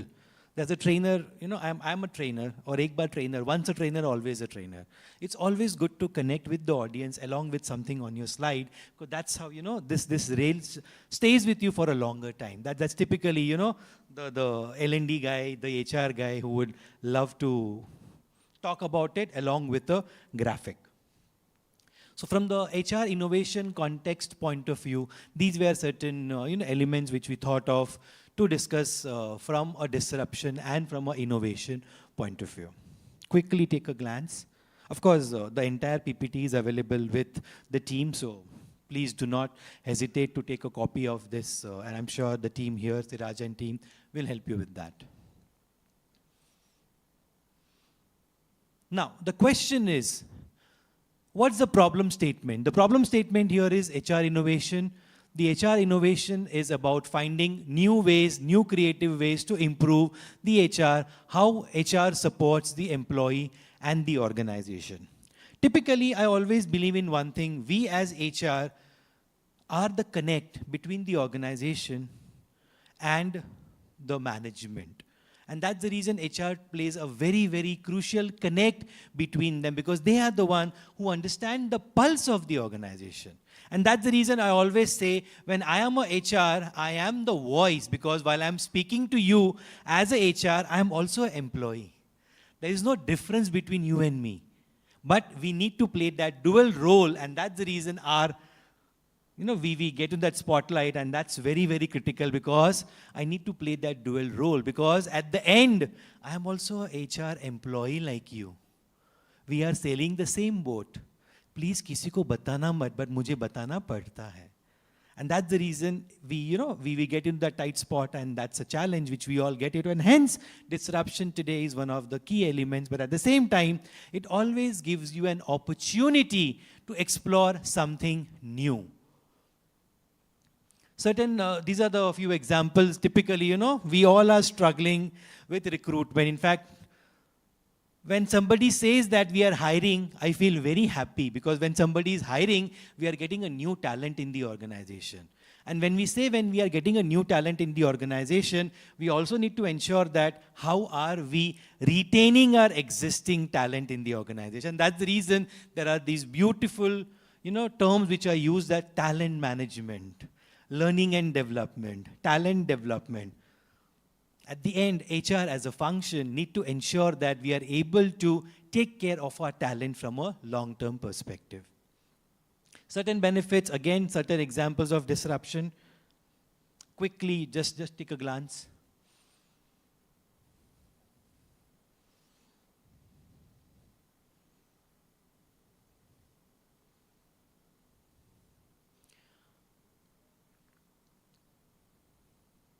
The key takeaways.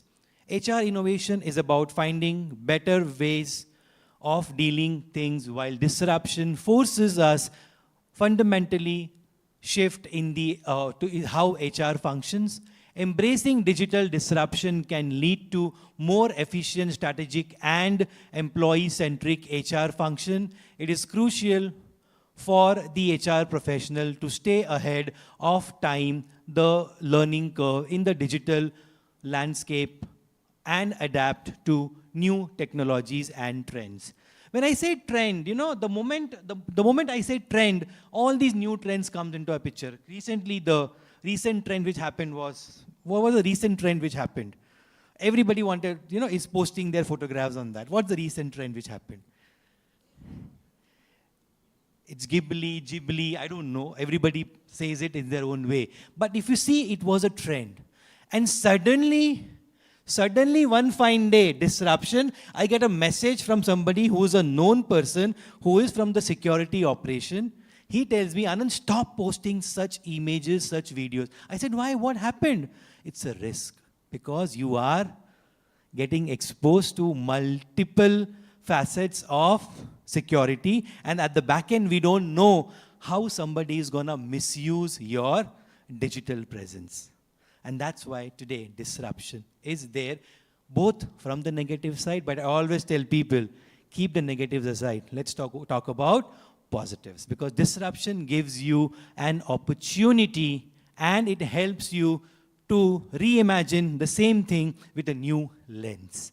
That's it. Any quick questions, any thoughts on this? I would love to hear from your end. We have time for quick questions. So anybody has any questions, anybody wants to add something to it, Sahil, Soumya, anybody from the audience would love to add something to it, we would love to hear from your end. Soumya, anything you want to add to it, please feel free to do it.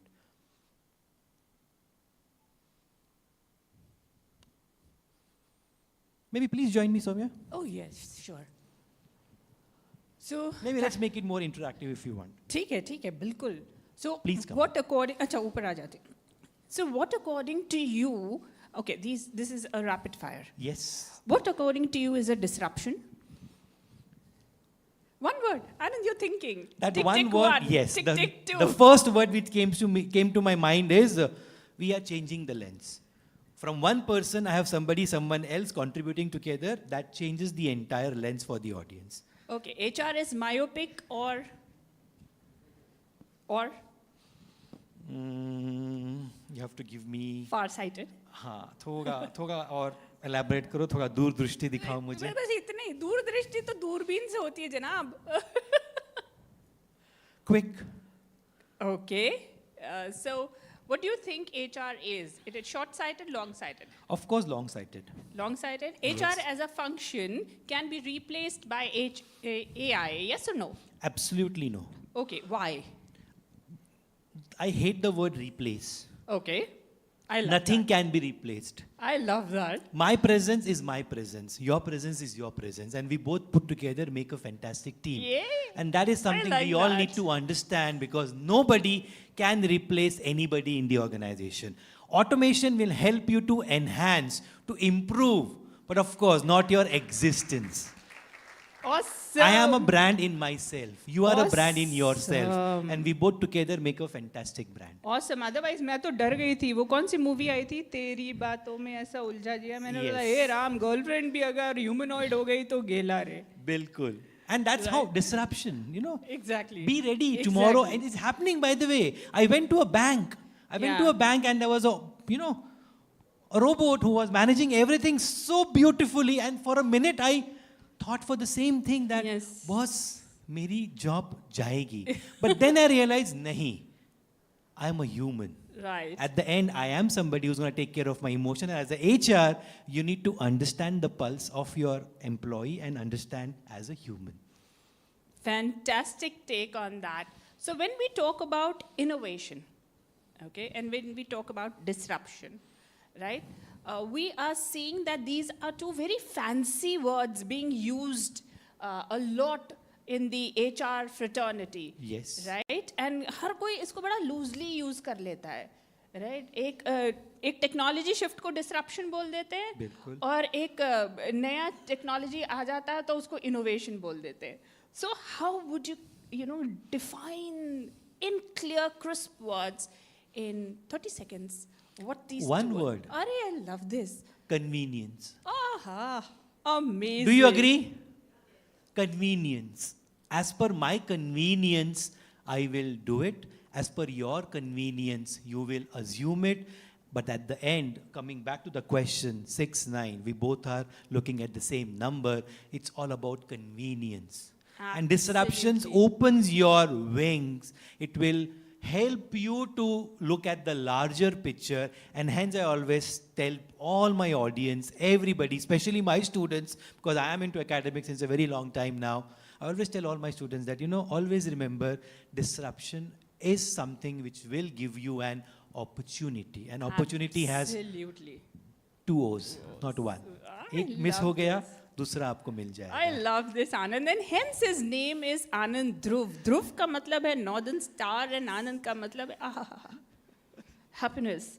तो उस Northern Star को देखते हुए अपने happiness की तरफ बढ़ते जाने का ही नाम आनंद ध्रुव है. Thank so you it's so a much. huge round of applause for him. Thank you so much. I have this presentation with me. Please, you can, share, you can go through. But of course, we wanted to take this opportunity to understand and hear from each one of you what disruption is all about. So inviting all the 4 speakers on the stage once again.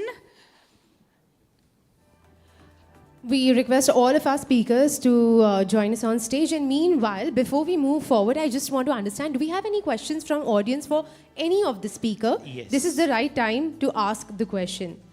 Because And I hence had sir, kept few minutes, in case anybody has question, we'll share it. Exactly. We have sir over there who wants to ask a question. Can we please pass on a mic to him? किसको दे दूं? Who needs the mic? Can you please raise the hand? Oh, yes. There you go. Welcome. Yeah. Question to Vishal sir. What are the tools and techniques you adopt in your company for assessing potential? Hi, it's potential diagnostic test we call it. It's a psychometric test. For us, it is designed on, we call it Tata Capital competencies. And there are 9 set of those as standard competencies. In addition to that, we add couple of more attributes. The change which we have made in that, earlier this potential diagnostic test used to have good amount of weightage on your cognitive abilities also, with your, I would say psychological or other abilities, but we have stopped using cognitive abilities. It does not matter how your maths, English, or your, those logical reasoning is. Nowadays, we purely go on your, in a single word, if I have to say it very simplified, a person's maturity and response to problem-solving situations. So that's the shift we have made. Okay, because in one of my previous companies, we are doing it based on abilities, aspirations, and engagement. So depending on these 3 factors, we used to assess the potential of the people like that, of the employees. So ours is much more complex and much more parameterized. As I mentioned, there are around 10 to 12 factors and very detailed parameterized, but none of them is on the cognitive ability. So if you are a very good CAT scorer or you are very good GMAT scorer, it doesn't help there. Okay, thank you. So I always use these terms, and somebody exactly told me, and I was like, yes, that's something, because at the end you should learn something new. Hypo, which is high performer, and high potential. And honestly, that was an eye-opener for me, because I used hypo as a part of my talent management HR practices. But when somebody told me that, okay, there's a difference, I was like, okay. And so maybe any of your example, which you would love to, because that will broaden the horizons for all my audience as well. So I think high potential versus high performer is basically, past versus future, or, present versus future kind of thing. And that's the only difference. And as futuristic, we always like to invest more in potential than the present, because somewhere you have already invested in the present and you are basically reaping the benefit of that investment. So potential is always on the more focus. But detaching for performance is very difficult, and many a time people with high performance, low potential gets a lot more than maybe the high potential should get. Yeah, because as I told you, I have used it many a times, and then I realized Exactly. okay, somewhere we have.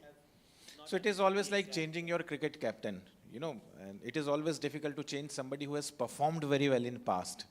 You know that why nobody wants to remove somebody from a particular team because of their past performance.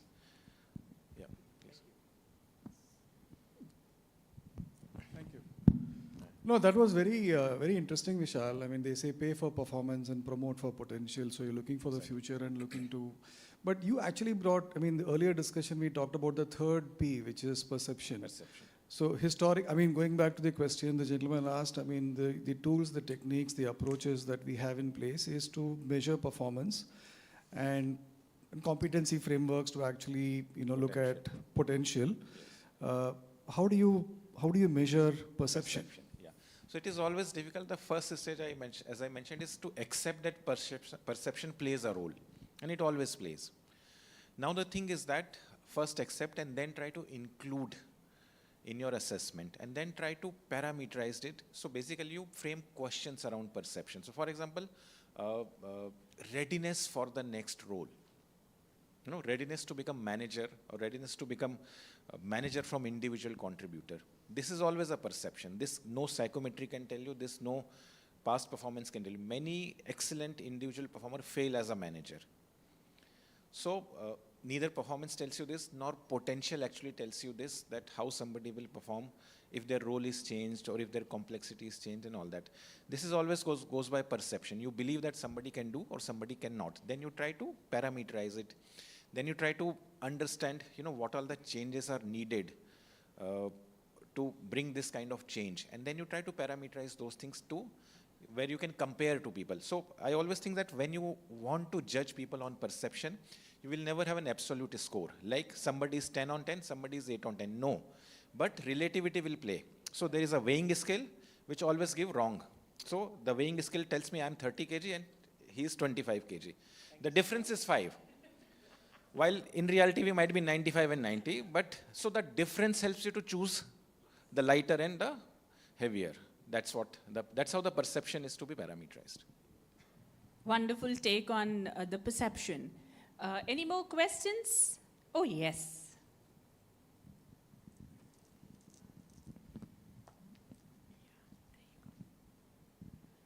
I have a question for Jay.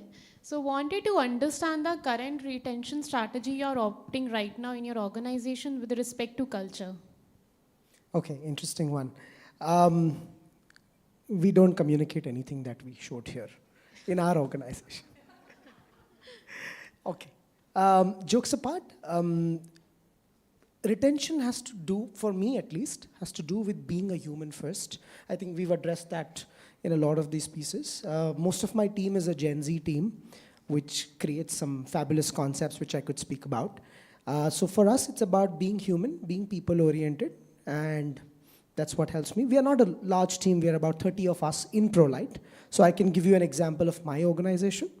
But apart from that, larger organizations, these are the people to speak to. Thank you. Yes. It's a general question. Now, in this era where we have a technology and whatever work which we are doing, it's for the able-bodied, right? We normally fit our frame or lens on the people who are with the ability. Where do you see a role of, the HR people to bring the inclusivity for people with disability? So can anyone tell me on that? I'll give you a simple example. In my past experience, I was speaking in a forum like this. As a part of the discussion, I had somebody who was, of course, I will not use the word handicap, I always say specially able. Again, there are multiple aspects for it, let's not get into that, because at the end, from an inclusivity point of view, of course, you are there, I am there, we both are one and the same. Physical attributes, all these are different aspects to it. So as a part of the reorganization, when I met my MD and CEO, and I told him that, we don't have a ramp. As an organization, we don't have a ramp. Next day, we changed it. And I explained him, one of my speakers was a specially abled person and the ramp was not available. So the spot which came to me, as one of the co-speakers, I exactly felt that how difficult is if I am one of the speaker and if I'm not getting the opportunity to climb up and be a part of this. Like I'll just give this example. If I'm one of them, I'll not be able to be here. And next day, he started the work and maybe, 15, 20 days, that work was done. And today, all our data centers are employee friendly, purely from a specially abled person. So these are few things which we did as a organization. It really helped us. Absolutely wonderful. So adding to your question and adding to what Dhruv has just mentioned, so in our organization also, we employ a lot of specially abled people, and we are into gems and jewelry. We have strict checking policies, like how you have at airports, because anyone can just move out with gold and diamond. So what we did was that we created an entire shop floor catering only to them. So they don't have to stand in the queue waiting for long to get checked and then move. And because it was the ground floor and we already had a ramp there, so accessibility to the utility areas was much easier.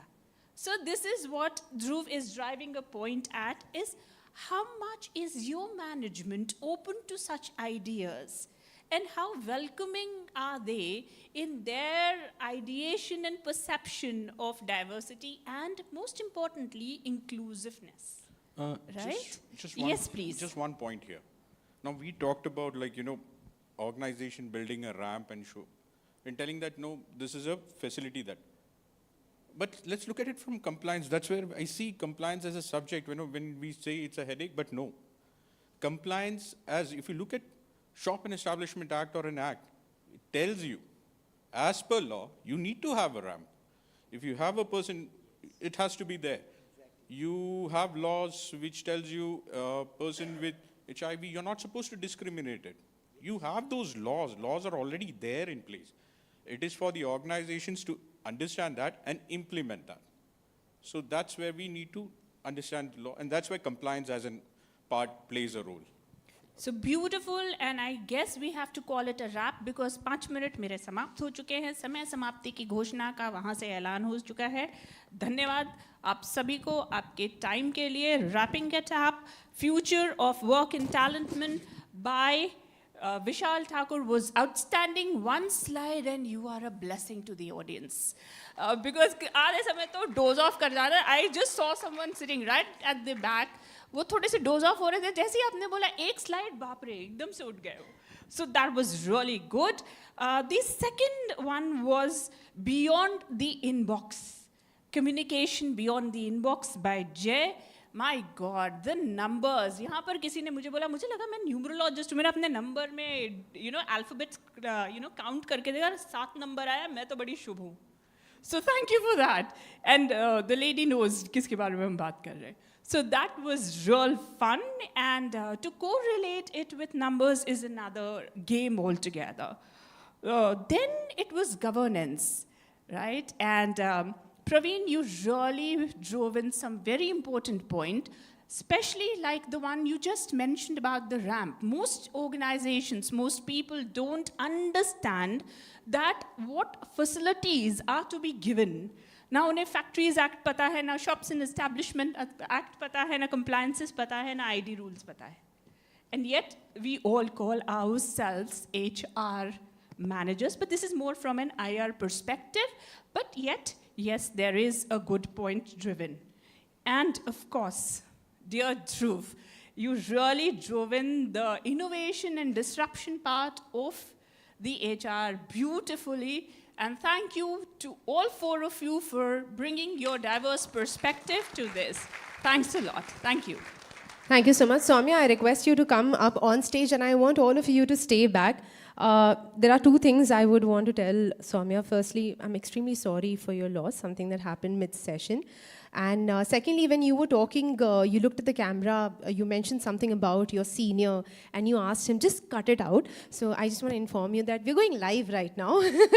There's no cutting out. And the session has been live from 9:30 a.m. onwards, and I'm sure most of you have received a link to go and watch it. And if you haven't, then you just have to go to YouTube and type HR Summit, and you'll see the live right now and maybe later also.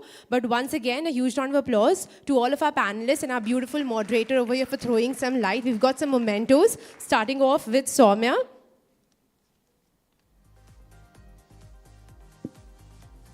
Thank you so much for beautifully conducting this and being so eloquent about it.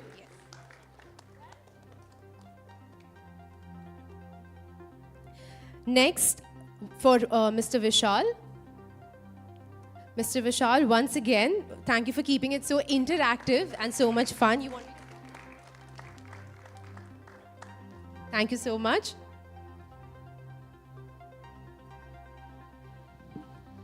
Next for Jay, the number person, but I think it's a lot beyond number. He started off with a joke on himself. I think it really lightens up the mood. Thank you so much, Jay.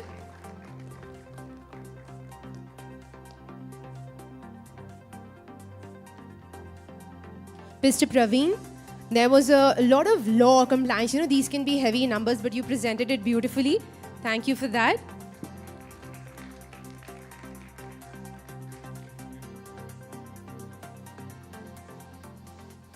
And finally, Mr. Anand, just like your name, you remind me of the happy Rajesh Khanna from Anand. Thank you so much.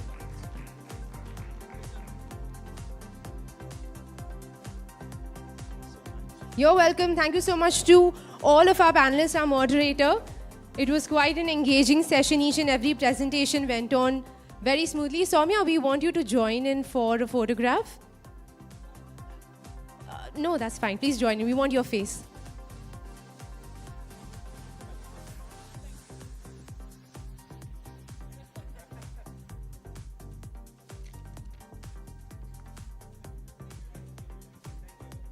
You're welcome. So we heard Jay, right? And we heard everything that he was talking about. I want to take this moment and throw some light on his company. He's the co-founder of ProLight Entertainment Private Limited. This is a company that's HR's most recommended partner for strategic internal communication, innovative engagement, and corporate offsites. ProLight executes world-class corporate engagement initiatives by blending expertise, creativity, and technology. I think we saw a gist of that in the presentation itself. With a strong global clientele, industry-leading facilitators, and innovative solutions, they transform events into powerful engagement opportunities. Again, something that Jay himself embodies. So ProLight has been on board with us, and we're very thankful for that. Now I'm going to move on to one of the most fun part of this entire summit. The lunch break, okay? Before you all move on to the lunch break, I'm going to just do my bit. You have your ID cards, and on the back of the ID card, there is this thing that is your lunch pass. So utilize it, and very conveniently over there also we've written it's a networking lunch. So go ahead, network, fill your mind with carbohydrates and your muscles with protein, and come back over here in about 45 minutes. We'll continue with a very special thing. It is a talk show that we have for all of you, so make sure you come back on time. Thank you so much.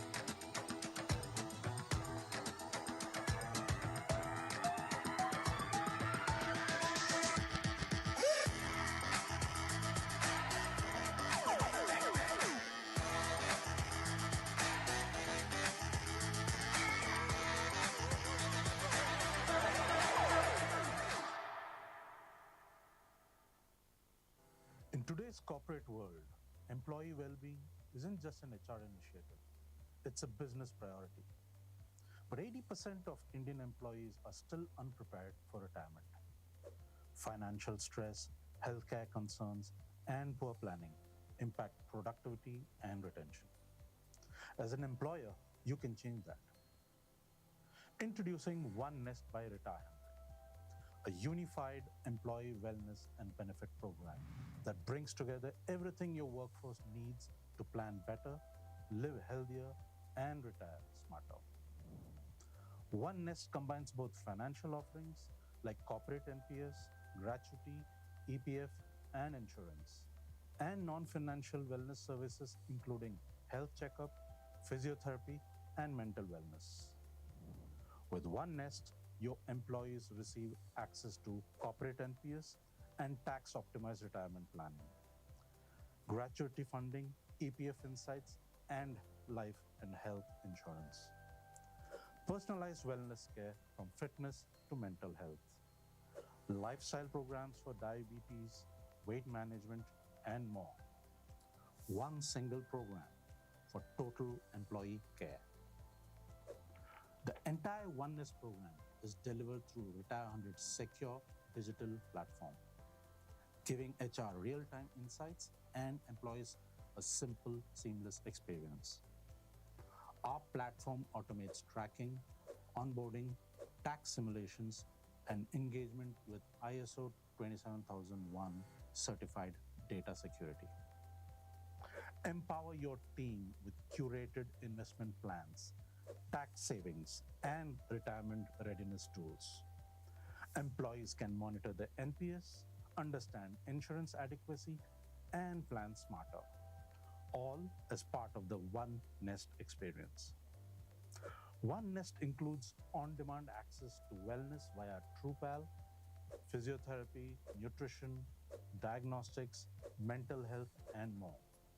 And with the Life Rewards app, employees are rewarded for staying active, logging vitals, and engaging with wellness programs. It's care that motivates with real, measurable impact. Why One Nest? Tax-efficient benefits like NPS and gratuity, digital wellness, preventive care, and lifestyle support. Zero ops burden for HR with automated tools. Improved retention, satisfaction, and brand perception. Join India's most forward-thinking employers who are reimagining workforce care. One Nest by Retire 100. One program to protect, empower, and elevate your people. Join leading organizations already empowering their workforce through Retire 100. Visit retire100.com/corporate to get started.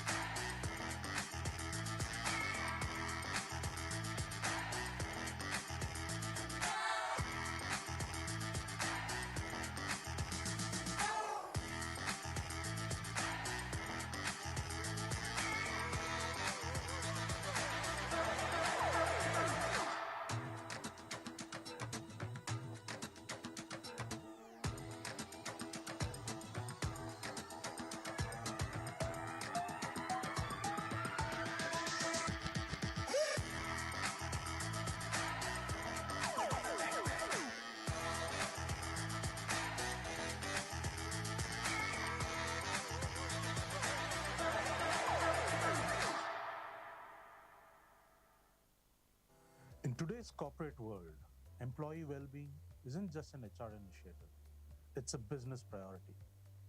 But 80% of Indian employees are still unprepared for retirement. Financial stress, healthcare concerns, and poor planning impact productivity and retention. As an employer, you can change that. Introducing One Nest by Retire, a unified employee wellness and benefit program that brings together everything your workforce needs to plan better, live healthier, and retire smarter. One Nest combines both financial offerings like corporate NPS, gratuity, EPF, and insurance, and non-financial wellness services, including health checkup, physiotherapy, and mental wellness. With One Nest, your employees receive access to corporate NPS and tax-optimized retirement planning, gratuity funding, EPF insights, and life and health insurance. Personalized wellness care from fitness to mental health. Lifestyle programs for diabetes, weight management, and more. One single program for total employee care. The entire Oneness program is delivered through Retire 100's secure digital platform, giving HR real-time insights and employees a simple, seamless experience. Our platform automates tracking, onboarding, tax simulations, and engagement with ISO 27001 certified data security. Empower your team with curated investment plans, tax savings, and retirement readiness tools. Employees can monitor their NPS, understand insurance adequacy, and plan smarter, all as part of the One Nest experience. One Nest includes on-demand access to wellness via TruePal, physiotherapy, nutrition, diagnostics, mental health, and more. And with the Life Rewards app, employees are rewarded for staying active, logging vitals, and engaging with wellness programs. It's care that motivates with real, measurable impact. Why One Nest? Tax-efficient benefits like NPS and gratuity, digital wellness, preventive care, and lifestyle support. Zero ops burden for HR with automated tools. Improved retention, satisfaction, and brand perception. Join India's most forward-thinking employers who are reimagining workforce care. One Nest by Retire 100. One program to protect, empower, and elevate your people. Join leading organizations already empowering their workforce through Retire 100. Visit retire100.com/corporate to get started.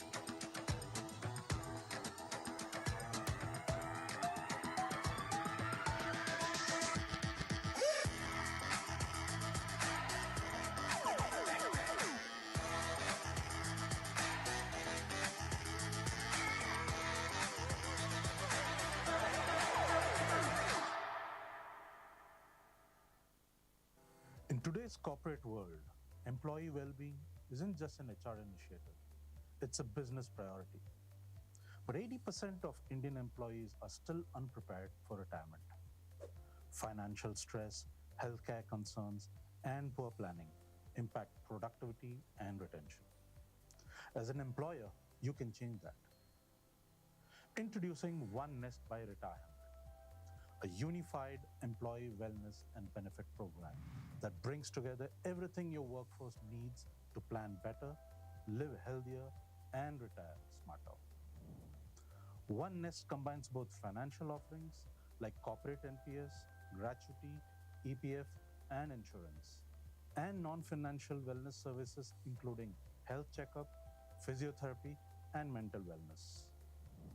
With One Nest, your employees receive access to corporate NPS and tax-optimized retirement planning, gratuity funding, EPF insights, and life and health insurance. Personalized wellness care from fitness to mental health. Lifestyle programs for diabetes, weight management, and more. One single program for total employee care.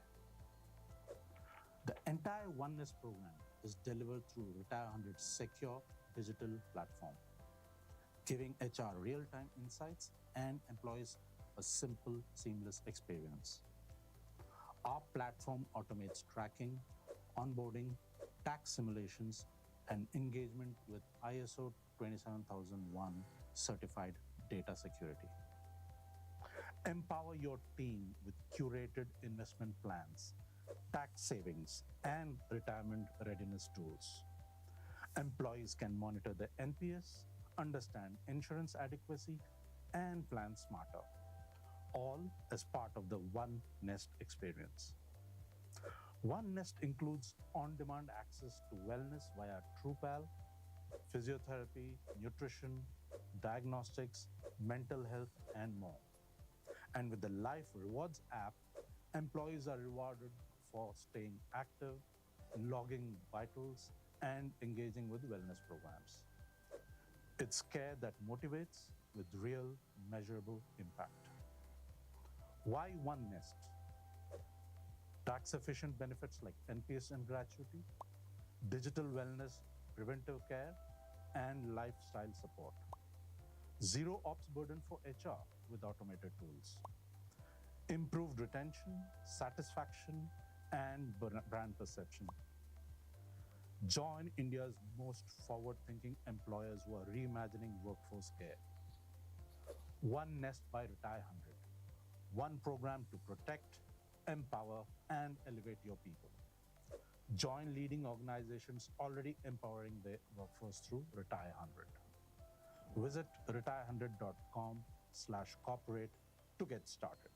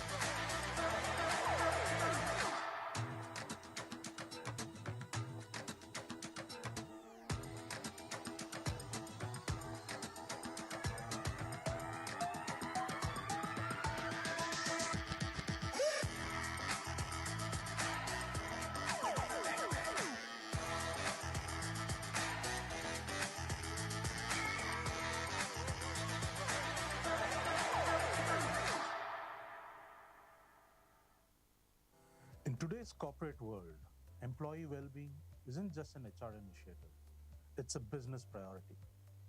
But 80% of Indian employees are still unprepared for retirement. Financial stress, healthcare concerns, and poor planning impact productivity and retention. As an employer, you can change that. Introducing One Nest by Retire, a unified employee wellness and benefit program that brings together everything your workforce needs to plan better, live healthier, and retire smarter. One Nest combines both financial offerings like corporate NPS, gratuity, EPF, and insurance, and non-financial wellness services including health checkup, physiotherapy, and mental wellness. With One Nest, your employees receive access to corporate NPS and tax-optimized retirement planning, gratuity funding, EPF insights, and life and health insurance. Personalized wellness care from fitness to mental health. Lifestyle programs for diabetes, weight management, and more. One single program for total employee care. The entire One Nest program is delivered through Retire 100's secure digital platform, giving HR real-time insights and employees a simple, seamless experience.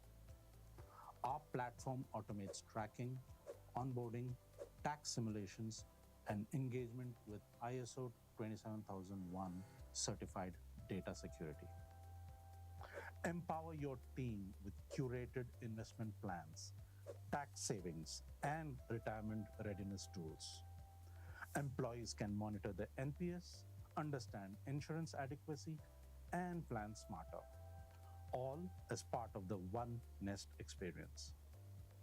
One Nest includes on-demand access to wellness via TruePal, physiotherapy, nutrition, diagnostics, mental health, and more. And with the Life Rewards app, employees are rewarded for staying active, logging vitals, and engaging with wellness programs. It's care that motivates with real, measurable impact. Why One Nest? Tax-efficient benefits like NPS and gratuity, digital wellness, preventive care, and lifestyle support. Zero ops burden for HR with automated tools. Improved retention, satisfaction, and brand perception. Join India's most forward-thinking employers who are reimagining workforce care. One Nest by Retire 100. One program to protect, empower, and elevate your people. Join leading organizations already empowering their workforce through Retire 100. Visit retire100.com/corporate to get started.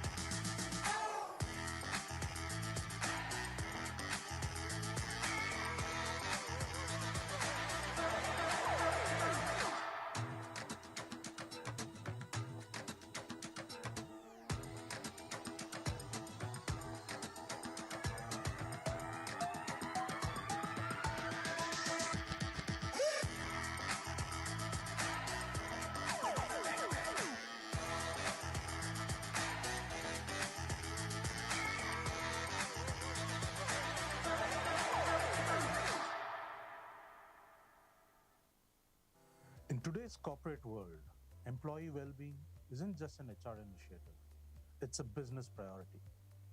But 80% of Indian employees are still unprepared for retirement. Financial stress, healthcare concerns, and poor planning impact productivity and retention. As an employer, you can change that. Introducing One Nest by Retirement, a unified employee wellness and benefit program that brings together everything your workforce needs to plan better, live healthier, and retire smarter. One Nest combines both financial offerings like corporate NPS, gratuity, EPF, and insurance, and non-financial wellness services including health checkup, physiotherapy, and mental wellness. With One Nest, your employees receive access to corporate NPS and tax-optimized retirement planning, gratuity funding, EPF insights, and life and health insurance. Personalized wellness care from fitness to mental health. Lifestyle programs for diabetes, weight management, and more. One single program for total employee care. The entire One Nest program is delivered through Retire100's secure digital platform, giving HR real-time insights and employees a simple, seamless experience. Our platform automates tracking, onboarding, tax simulations, and engagement with ISO 27001 certified data security. Empower your team with curated investment plans, tax savings, and retirement readiness tools. Employees can monitor their NPS, understand insurance adequacy, and plan smarter, all as part of the One Nest experience. One Nest includes on-demand access to wellness via TruePal, physiotherapy, nutrition, diagnostics, mental health, and more. And with the Life Rewards app, employees are rewarded for staying active, logging vitals, and engaging with wellness programs. It's care that motivates with real, measurable impact. Why One Nest? Tax-efficient benefits like NPS and gratuity, digital wellness, preventive care, and lifestyle support. Zero ops burden for HR with automated tools. Improved retention, satisfaction, and brand perception. Join India's most forward-thinking employers who are reimagining workforce care. One Nest by Retire100. One program to protect, empower, and elevate your people. Join leading organizations already empowering their workforce through Retire100. Visit retire100.com/corporate to get started.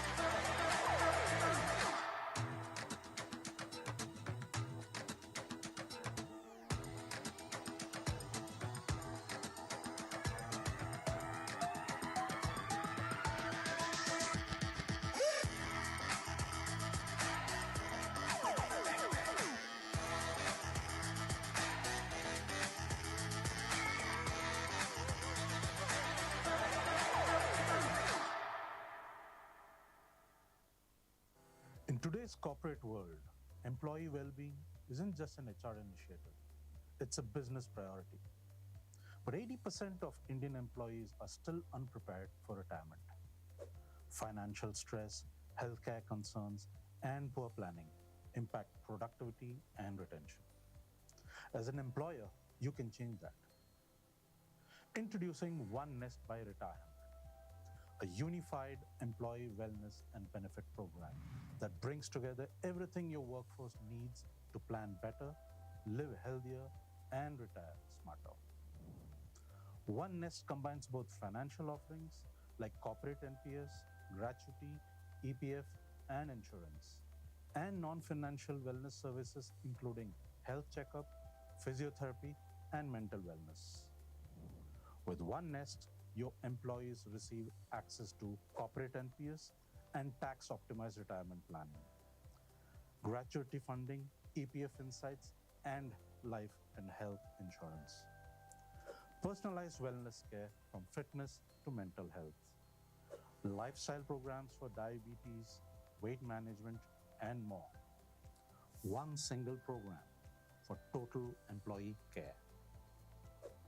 The entire One Nest program is delivered through Retire 100's secure digital platform, giving HR real-time insights and employees a simple, seamless experience. Our platform automates tracking, onboarding, tax simulations, and engagement with ISO 27001 certified data security. Empower your team with curated investment plans, tax savings, and retirement readiness tools. Employees can monitor their NPS, understand insurance adequacy, and plan smarter, all as part of the One Nest experience. One Nest includes on-demand access to wellness via TruePal, physiotherapy, nutrition, diagnostics, mental health, and more. And with the Life Rewards app, employees are rewarded for staying active, logging vitals, and engaging with wellness programs. It's care that motivates with real, measurable impact. Why One Nest? Tax-efficient benefits like NPS and gratuity, digital wellness, preventive care, and lifestyle support. Zero ops burden for HR with automated tools. Improved retention, satisfaction, and brand perception. Join India's most forward-thinking employers who are reimagining workforce care. One Nest by Retire 100. One program to protect, empower, and elevate your people. Join leading organizations already empowering their workforce through Retire 100. Visit retire100.com/corporate to get started.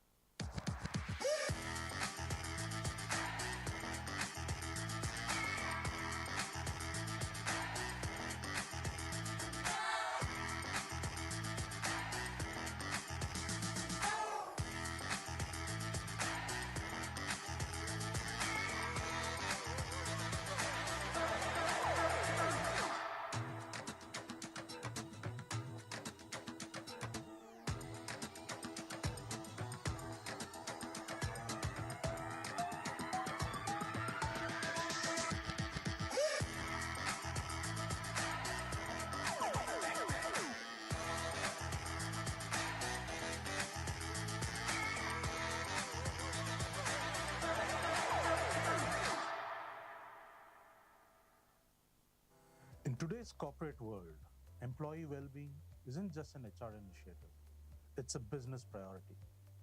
But 80% of Indian employees are still unprepared for retirement. Financial stress, healthcare concerns, and poor planning impact productivity and retention. As an employer, you can change that. Introducing One Nest by Retire, a unified employee wellness and benefit program that brings together everything your workforce needs to plan better, live healthier, and retire smarter. One Nest combines both financial offerings like corporate NPS, gratuity, EPF, and insurance, and non-financial wellness services including health checkup, physiotherapy, and mental wellness. With One Nest, your employees receive access to corporate NPS and tax-optimized retirement planning, gratuity funding, EPF insights, and life and health insurance. Personalized wellness care from fitness to mental health. Lifestyle programs for diabetes, weight management, and more. One single program for total employee care. The entire One Nest program is delivered through Retire 100's secure digital platform, giving HR real-time insights and employees a simple, seamless experience. Our platform automates tracking, onboarding, tax simulations, and engagement with ISO 27001 certified data security. Empower your team with curated investment plans, tax savings, and retirement readiness tools. Employees can monitor their NPS, understand insurance adequacy, and plan smarter, all as part of the One Nest experience. One Nest includes on-demand access to wellness via TruePal, physiotherapy, nutrition, diagnostics, mental health, and more. And with the Life Rewards app, employees are rewarded for staying active, logging vitals, and engaging with wellness programs. It's care that motivates with real, measurable impact. Why One Nest? Tax-efficient benefits like NPS and gratuity, digital wellness, preventive care, and lifestyle support. Zero ops burden for HR with automated tools. Improved retention, satisfaction, and brand perception. Join India's most forward-thinking employers who are reimagining workforce care. One Nest by Retire 100. One program to protect, empower, and elevate your people. Join leading organizations already empowering their workforce through Retire 100. Visit retire100.com/corporate to get started.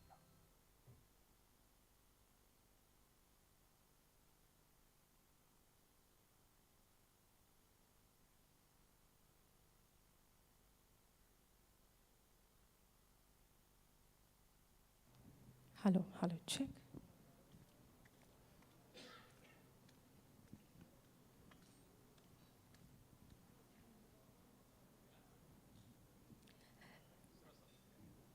Ladies and gentlemen, we'll resume with the summit in the next 5 minutes. We've got the talk show next. And the ones who can clearly listen me, this message is not even for all of you, it's for the ones who can't listen to us. But I'm just hoping that some of the voice can pass by. If you have your friends and colleagues who are still in the lunch area, could you please ask them to come inside? We'll be continuing with the summit in the next 5 minutes.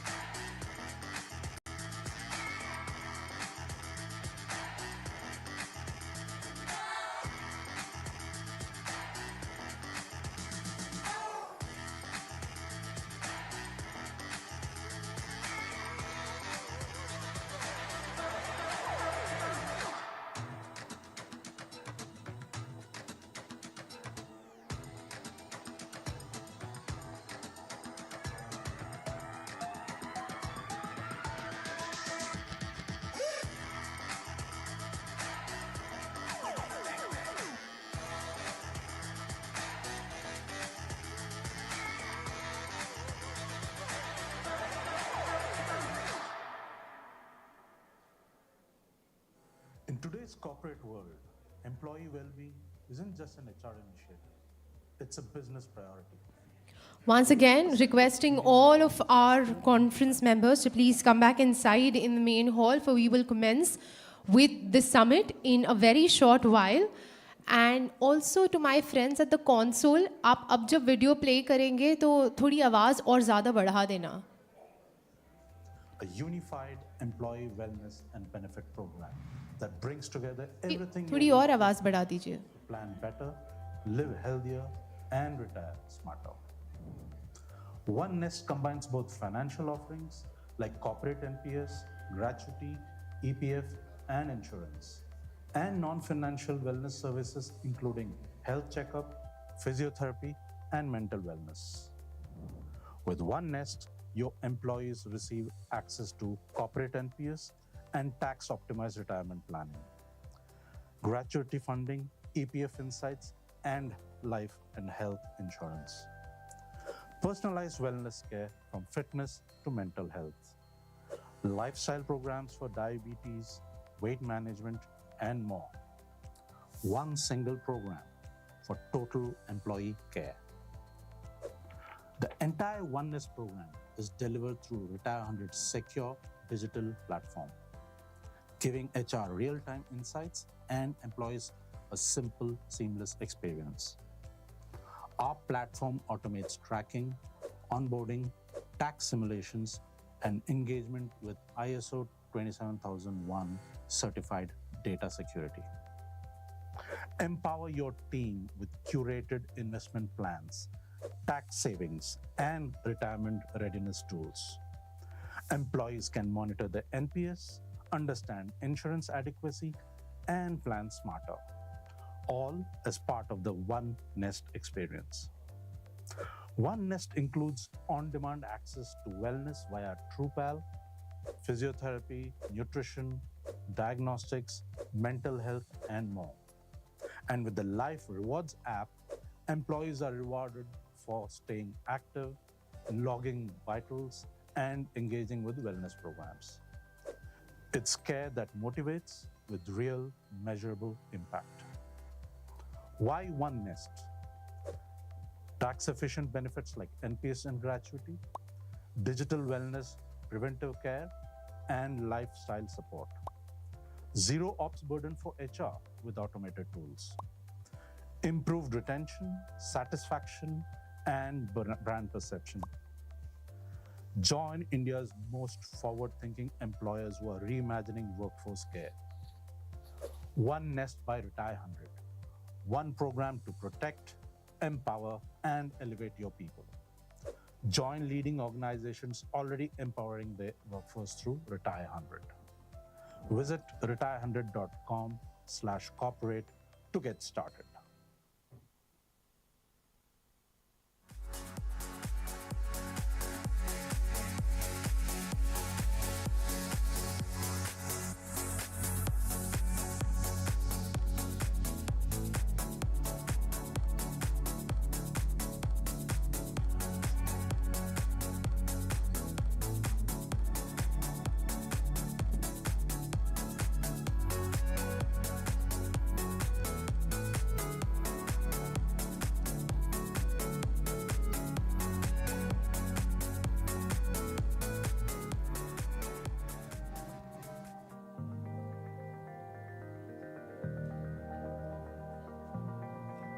Hello.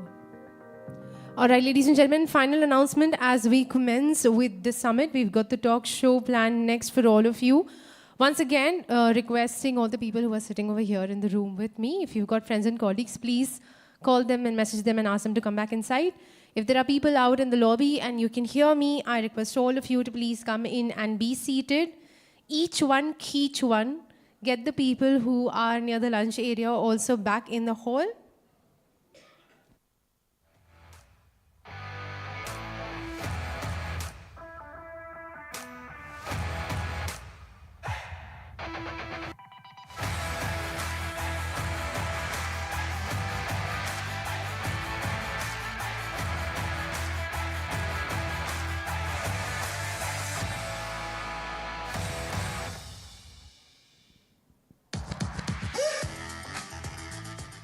Meanwhile, I'll take this opportunity to thank our silver partner, Lockton India. Lockton is the world's largest independent insurance brokerage, brings its global expertise and commitment to the Indian market. The company's independence allows it to focus entirely on the unique needs of its clients, offering personalized insurance solutions that cater specifically to the Indian landscape. Backed by Lockton's private ownership and a team of over 12,500 associates across more than 150 countries, Lockton remains dedicated to addressing the diverse risk and insurance needs of its client. Leveraging its global reach and local expertise with a family business mentality, Lockton offers valuable insights that drive exceptional results. The team's focus on providing innovative, customized offerings for people solutions, risk management, and insurance ensures that clients receive tailored coverage designed to navigate complex risk. As a result, Lockton is helping business and their people reach their full potential. We've got Lockton India as our silver partner, and we're absolutely humbled with this gesture and their presence. Like I promised all of you that we have something very special planned as the next session for all of you. You can see the stage is very beautifully set for that. We have had keynote speakers, we've had special sessions, we saw some group sessions also, but this one is formulated, and it has been formulated such because of the topic that is there in discussion in the form of a talk show. So a little bit of coffee with Karan kind of scenario is going to happen over here. But the things that we are going to be discussing are about the innovations and excellence in HR. The reason why there's so much of weightage for this session is because innovation and excellence in HR is pretty much the theme of the Mumbai HR Summit 2025 this year. So I see that we've got about 80% of the crowd back in the hall over here. All of you look slightly happier and slightly lazier also with all of that rice in the stomach. So what I'm going to do is firstly, I want all of you to settle down. There's this thing, you know, I honestly love eating rotis, but when I'm out in events, I don't really want to be fidgeting with my food, so I eat a lot of rice. And the rice, oh my God, it's like totally calling out to me right now. People who ate rice in lunch, put your hand up. Oh God, we're all in the same boat. So what we are going to do is, we will shake things up a little, okay? Because otherwise, the fun will go out of the window and there'll only be information, and information is not the course of time for us right now, okay? So we'll shake things up very literally right now. I want all of you to shuffle a little, okay? First thing, I know that you're very set on your tables. Your bags, your belongings are kept over there. Your probably notes are also kept over there. Leave everything. Do not take any of your possession, apart from your mobile phone. Maybe that's very personal, almost a phantom limb that we all have. Apart from your mobile phone, do not pick anything else. Your pen, paper, business card, bags, nothing. I want you all to get up, shuffle, change the table that you're sitting on. Especially the people who are at the back end, I want you all to come at the forefront. The people who are at the forefront, I want you to go at the back. Okay, shuffle. You do not sit on the table you were sitting earlier, you know, not just the chair. You change the entire table altogether. Try to sit with people you've not been with up until now. Don't just change the whole table and go to another table with the same people. Okay? Shuffle, shuffle, shuffle. Shuffle nicely like we're playing Uno right now. Make sure draw fours are all far away.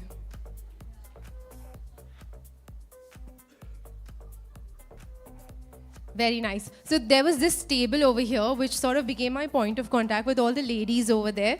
And I'm glad that that has dispersed a little and there is gender neutrality over there on that table. Oh God.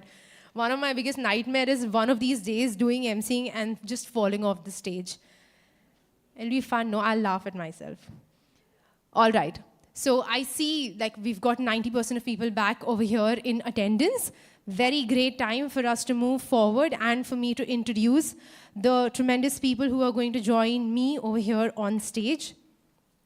Like I said, we are going to be talking about the main theme of the Mumbai HR Summit 2025, which is innovation and excellence in HR. Our moderator is a very celebrated personality. She has an experience of over 27 years in human resource and organizational development. She's a partner at Semco Style India Institute, India, a leading business growth and culture consulting firm with 35 plus footprints across the globe, and that helps organizations unleash the potential of their people and create self-managing, trust-based, and innovative workplaces. We have Ms. Harini Srinivasan over here with us. Please give her a huge round of applause. In this session, let me introduce our speakers. We've got Ms. Manpreet Kaur. She comes with an experience of 15 years in transformative experience in people-oriented roles. Her expertise spans crafting and implementing HR strategies, driving talent management initiatives, and fostering leadership development to build a high-performing and results-driven culture. Can we please welcome her with a round of applause? We also have Ms. Preeti Ahuja as an innovative HR leader with over 2 decades of experience. Preeti is specialized in transforming cultures and driving growth across both scaled organizations and startups. In the HR community, Preeti is recognized as a versatile, dynamic leader whose goal is to motivate HR teams to support complex businesses. Now is when you applaud for all of her work. We also have Ms. Maushmi Dhar. She's currently the CHRO of InnoSpace. She believes that a workplace is a dynamic place. People need to feel connected to a purpose, to a goal, to a sense of achievement and fulfillment. She builds teams, works with many business leaders, partners with CEOs, and builds a workplace with high-performing talent who work to fulfill a mission. Please welcome her as well with a huge round of applause. She's on her way. And balancing out the gender equality that I've been talking about over here on this dais, we've got Mr. Surya Mukherjee. He's currently the VP HR Incred Financial Services. He is a strategic and results-driven human resource professional with 2 decades of progressive experience in HR business, partnering, total rewards, performance management, mergers, acquisitions, HR operations across diverse sectors. Currently, he is leading the total rewards PMS HR operation at HRMS functions for Incred Group. Again, welcome him with a round of applause. These are the people who are going to be leading the talk show over here. And before I hand over the stage to our beautiful moderator over here, I just want to give a precursor to all of you. We've got some small little games and some exciting gifts awaiting all of you. So behave.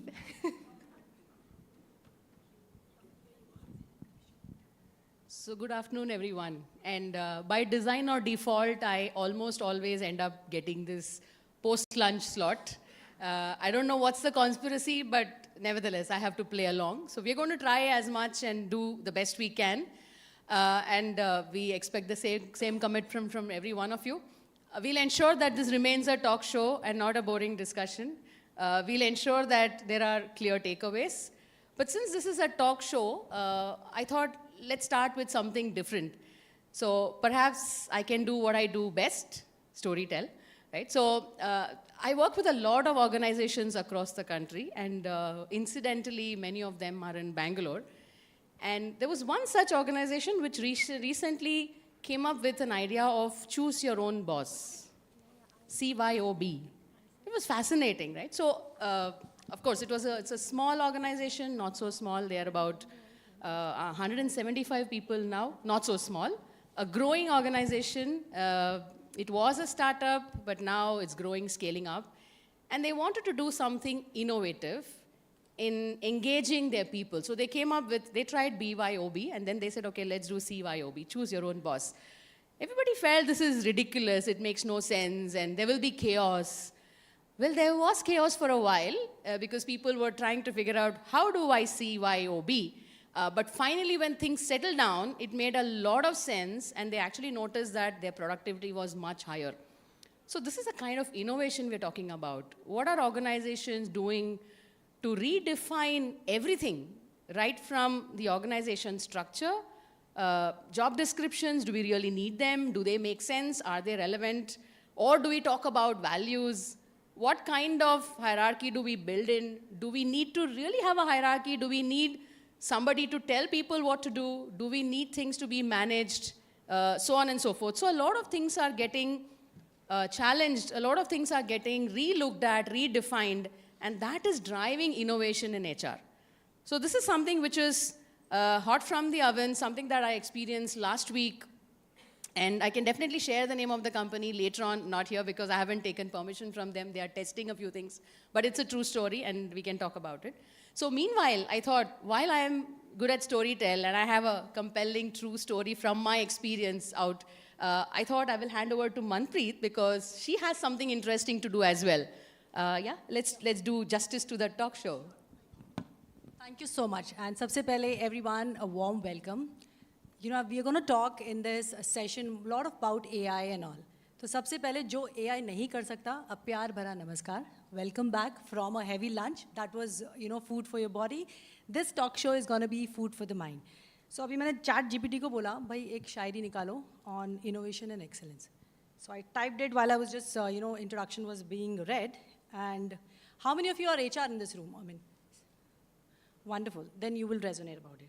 So ChatGPT ने मुझे बताया, सोच हो नई इरादे हो खास, सोच हो नई इरादे हो खास, HR के हाथों में है हर कल की आस, हर बदलाव में छुपी है एक कहानी, इनोवेशन और एक्सीलेंस HR की है निशानी.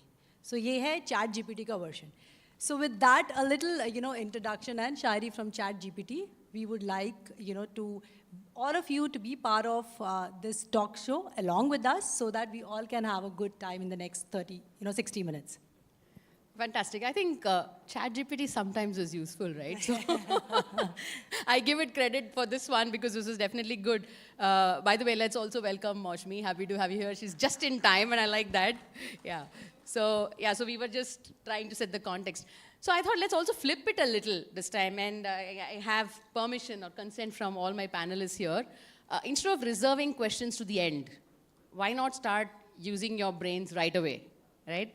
So anybody from the audience, what is it that you would want this panel to deliberate on? What's on your mind? Because ultimately what we want is a takeaway. Like I said, we don't want Gyan sessions. So while we do have some thoughts which we discussed and we want to convey, love to hear from you. Any thoughts? What would you want us to deliberate on? What would you want us to share?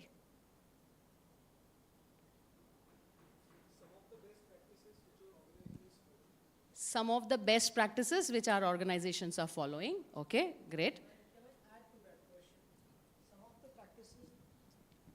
I'm adding to that question. Some of the practices that you stopped following and invented new practices, which are very different. Sure, definitely. Yeah. A typical standard mundane question, how to increase the productivity? As an organization, we all talk about it. Yes. Let's focus on what are the measures wherein we can, you know, check, and at the same time, how we can increase the productivity as an organization. Productivity as an organization, not productivity of HR teams. So HR is no different. HR is also one of the team, you know, like as a team, we all are working together. So your performance is my performance, sure. Mine is yours. Sure. Yes, we have another hand up. SWOT analysis of AI in the HR domain. Okay, that'll be interesting. Yeah. HR challenges. Okay, we'll take one more. So, resistance to change. Okay, how do you deal with resistance to change? Okay. So my question was related to that. I'll just put a little bit more on that. I think that we are getting a lot of young generation in the crowd, and most of the time the decision makers are, I would not say old, but more mature, and they are not very comfortable with the change. You can say they are old. It's high time people admit. Yeah, so they are very conservative to the change, but true, change is required. True. And how you guys as a HR are navigating to that, where you need to meet the people's expectation, but still have to manage the upper layer of the management. Very related questions. We'll go with this, okay? And if any of you have more questions, feel free. This is not a barrier, right? So we're just one large group of people. It's a talk show, so feel free to raise your hand and ask a question, or reserve some questions towards the end. We'll have enough time to do that. Yeah, okay, definitely we are going to cover that as well, right? They So, are taking revenge. अभी बढ़िया है मौका दिया तो चौका मारेंगे ही. So good, right? So let's go bit by bit. In our minds, we actually broke this down into a few themes. We are talking about productivity in the new age organizations, in the structures, how things happen, what do you manage to do with productivity. We'll also be talking about AI and its presence, etc. So several of those questions should get covered there. And we are also going to talk a little bit about how do you manage culture in the new ways of working, because things have changed. The playground has changed. The game has changed. The rules also have to change. We can't play cricket in a football ground. We can, but it won't be football, right? You can't play cricket with a football. You have to change, right? So we are going to talk about all of those. So to give some structure to this conversation, there are a few questions. So I'll go with questions, but yeah, we will be agile and fluid. So I'll start with Preeti. We're talking about innovation in HR, and obviously innovation in HR includes everything from ways of working. So when I say ways of working, we would take a step back, look at what we were before. Earlier, everybody used to come and sit in an office, and now when COVID happened, work from home started, and now it's back to work from office. But still, there are organizations which choose to remain hybrid. Now, even if they don't choose to remain hybrid, sometimes they're forced to go hybrid, at least for certain things. Maybe certain meetings still have to be hybrid. So with all of this in the context, what innovations have you seen or implemented in your own workplace to balance flexibility and productivity? The reason I'm asking this question is very often when I talk to CXOs about flexibility, their first question is, nahi, there will be chaos. Productivity ka kya hoga, right? So there is definitely a gap in people's minds about flexibility and productivity. Can they coexist? And Preeti was very happy to share some of the experiences and some of the things that she has seen or implemented on this. So over to you, Preeti. No, thank you so much for this wonderful question, and it's a pleasure to be here.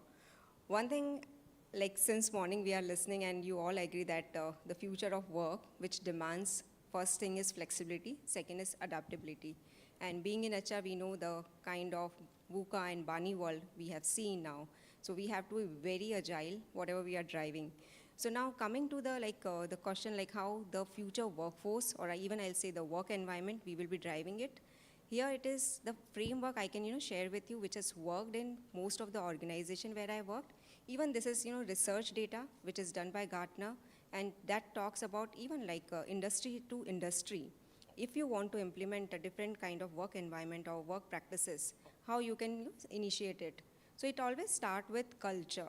Like even I'll say if it's a startup environment or a MNC or any kind of establishment, first thing is start with culture. So when you are designing any kind of policy or workplace hybrid culture or remote working, the way of working environment, look at the culture of the organization, how you want to drive it. And that has to align with your leadership team. So again, it starts from top, that your culture, your values, and leadership has to be, first thing has to be aligned very much when you're looking at what your future you are driving it. Second comes definitely, collaboration and communication. As though we all work in different work environment today, must be like you must be working in a remote environment today, and you have your peer group who is in a hybrid and different geographies, because again we have moved into not limited to one time zone. If you look at the global expansion, today people are working different geographies, different time zone, but what is making them work together is collaboration, and for that we need a technology. So when I say technology, it is more about the project management tools. And again, it differ again. So it is not, I'll say, one size fits for all solution. Again, you have to decide what will work for my organization today, looking at the scope and scale of the organization, and then you decide which tool will be effective for my organization. For this, having a very frequent communication to track the progress, to look at the project management status. But it is, again, your team has to be ready. In the third point comes upskilling your team. How much your team is ready for this kind of environment. So sometimes what we have seen in when we replicate some of the best practices, we have to look at the maturity level of the organization plus the skill set of our current head people, because then only you can implement something which is you want to get a result out of it. And another point come as a performance management, as we are talking about efficiency and productivity. So again, when you say your working environment is completely different today, it's hybrid or it's remote or work from office, there are multiple way of working environment, but how will you ensure that you are getting results now or the outcome? So you have to drive a very strong KPI-based performance management system where everything is designed by outcome. Because now we don't have punch in, punch out, or we are not tracking hours today. It is more about people are delivering results on time. And that has to be, lead to your productivity, efficiency. Then a lot of things like in this working environment, we also talked about well-being. And this is, again, from the framework, or even you must have seen in your organization that employee well-being also drive efficiency and productivity. And that is linked to your culture and values again. So that's how I link everything start from culture, because your culture should define how people are getting work-life balance, what collaborative tool you are giving them to reach to the full potential, what kind of development opportunities you are providing them, and then comes your technology, because technology becomes the enabler for everything what we are driving today, and your digital infrastructure. So again, look at current ecosystem of your organization, whether we are ready with the digital infrastructure, or people have that mindset and skill set to change, because otherwise will come with new tool, people will not use it, they will not upskill themselves, then you will not be able to see the productivity or efficiency what we are talking today. You have to either train, you have that detailed model framework, that how you train also your people. So it's again go back to very detailed framework of talent management also. So it's, even though we talk about work environment today, hybrid, remote, it is everything linked to your ultimate organization goal to what results you want to drive it. So it's not, I'll say, a silo thing which is driven by HR. It is from the top. You have to define whether it is aligning with our organization goal or not. Then move into your working environment, working model, and then defer to your generational working force which is there in the organization. So put together, this is the framework which has worked for us.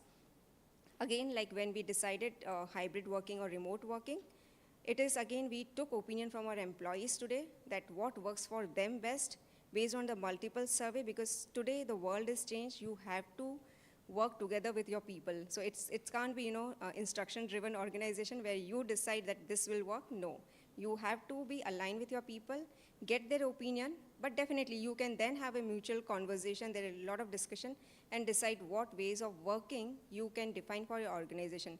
And that is one of the retention strategy, what I'll also say, because today we have to work together as one team. That is the only solution we have. Actually, one very big takeaway from what Preeti said is start measuring outcomes and not outputs. And sometimes it is easier said than done.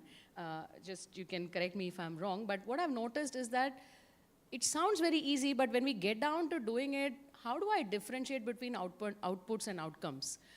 So at some point when we were trying to do it in some of the organizations that I worked with, I figured out that, yeah, if we ask this one question to people as they are defining their roles, if we ask them this question, why are you doing it and what is it leading to, it helps them redefine and write it as outcomes, right? So for example, when a talent acquisition leader writes down a KRA saying, hiring the right talent at the right time at the right cost, right? And when you ask her or him that, what is this leading to? What outcome are you driving? That is when they start noticing the connection with the organizational KPIs. And I think that is of profound importance, what Preeti said, that the best or probably the only way to break silos is align every function to organizational KPI. Gone are the days when people used to say that top line bada nahi to main kya karu, I am only HR. Gone are the days when a junior trainee would say, I'm just a trainee, how can I contribute to EBITDA? Gone are the days.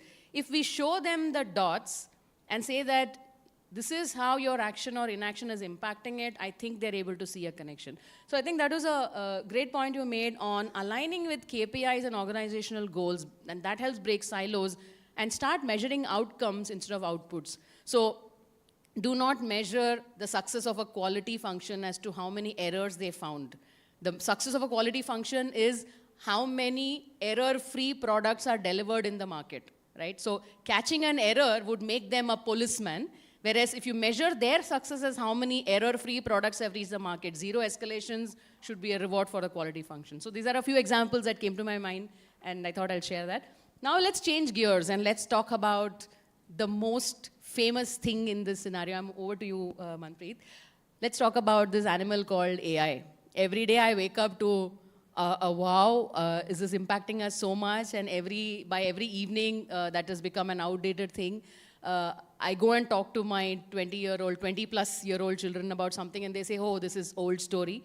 So AI is overtaking us, and it's very much there in the HR space. The entire HR landscape, you see AI, hire to retire.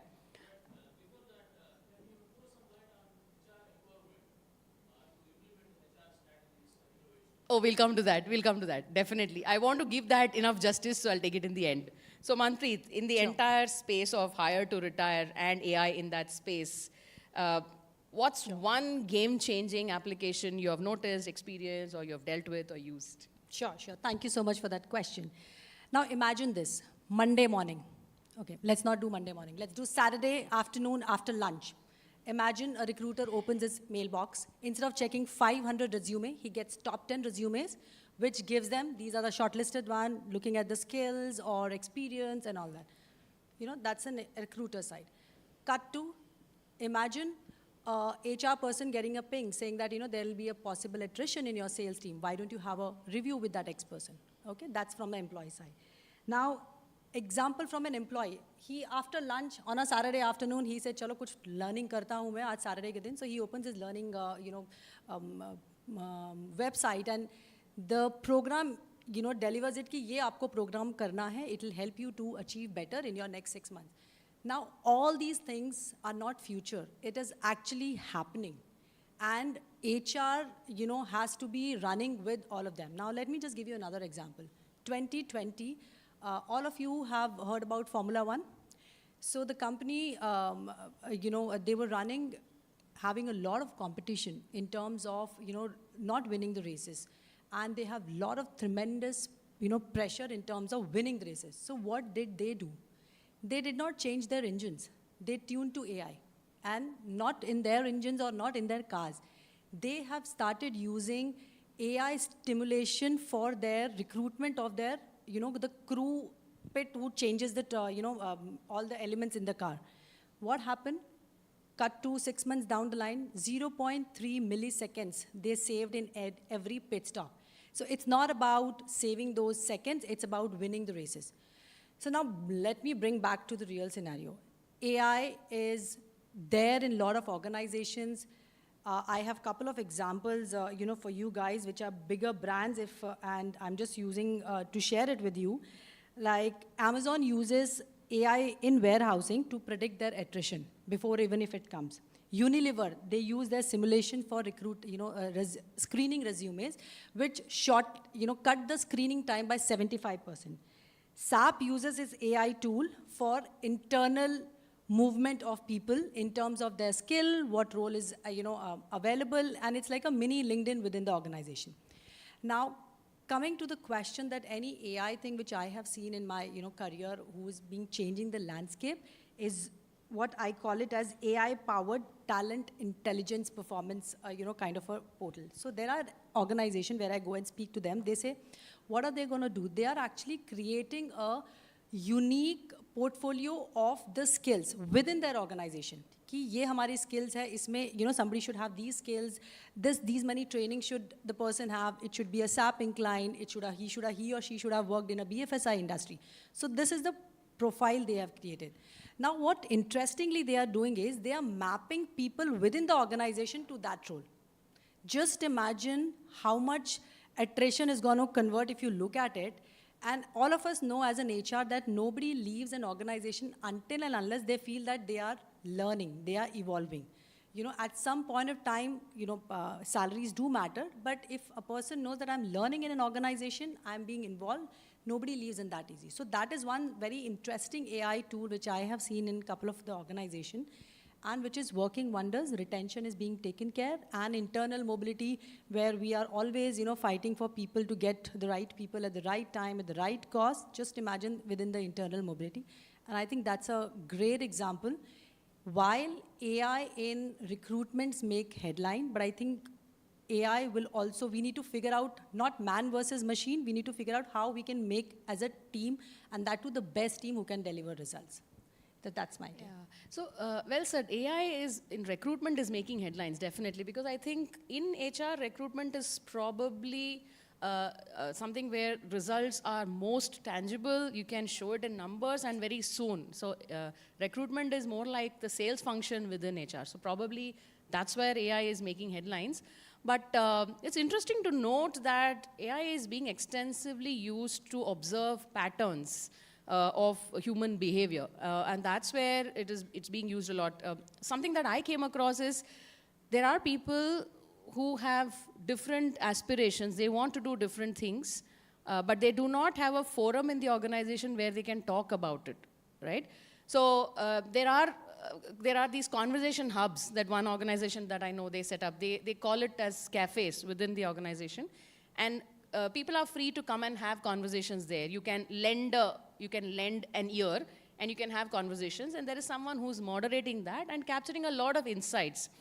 And what it threw to the management at some point is, it actually threw it was almost like each of those cafes was a dipstick on the culture of the organization. What are people talking about? And I felt that was fascinating because it did come up with a quick feel of what does your internal customer think about the organization. So that was very useful. So just like AI can be used in a big way in recruitment because things are tangible, I think organizations are slowly letting it sweep into other areas, understanding patterns. AI is so useful for psychologists. It slices and dices data, a huge amount of data in a beautiful manner, and it's definitely very helpful. So I've seen that happening. So we can keep talking about AI till the cows come home, and we'll still not be bored. But I again want to now move to Surya.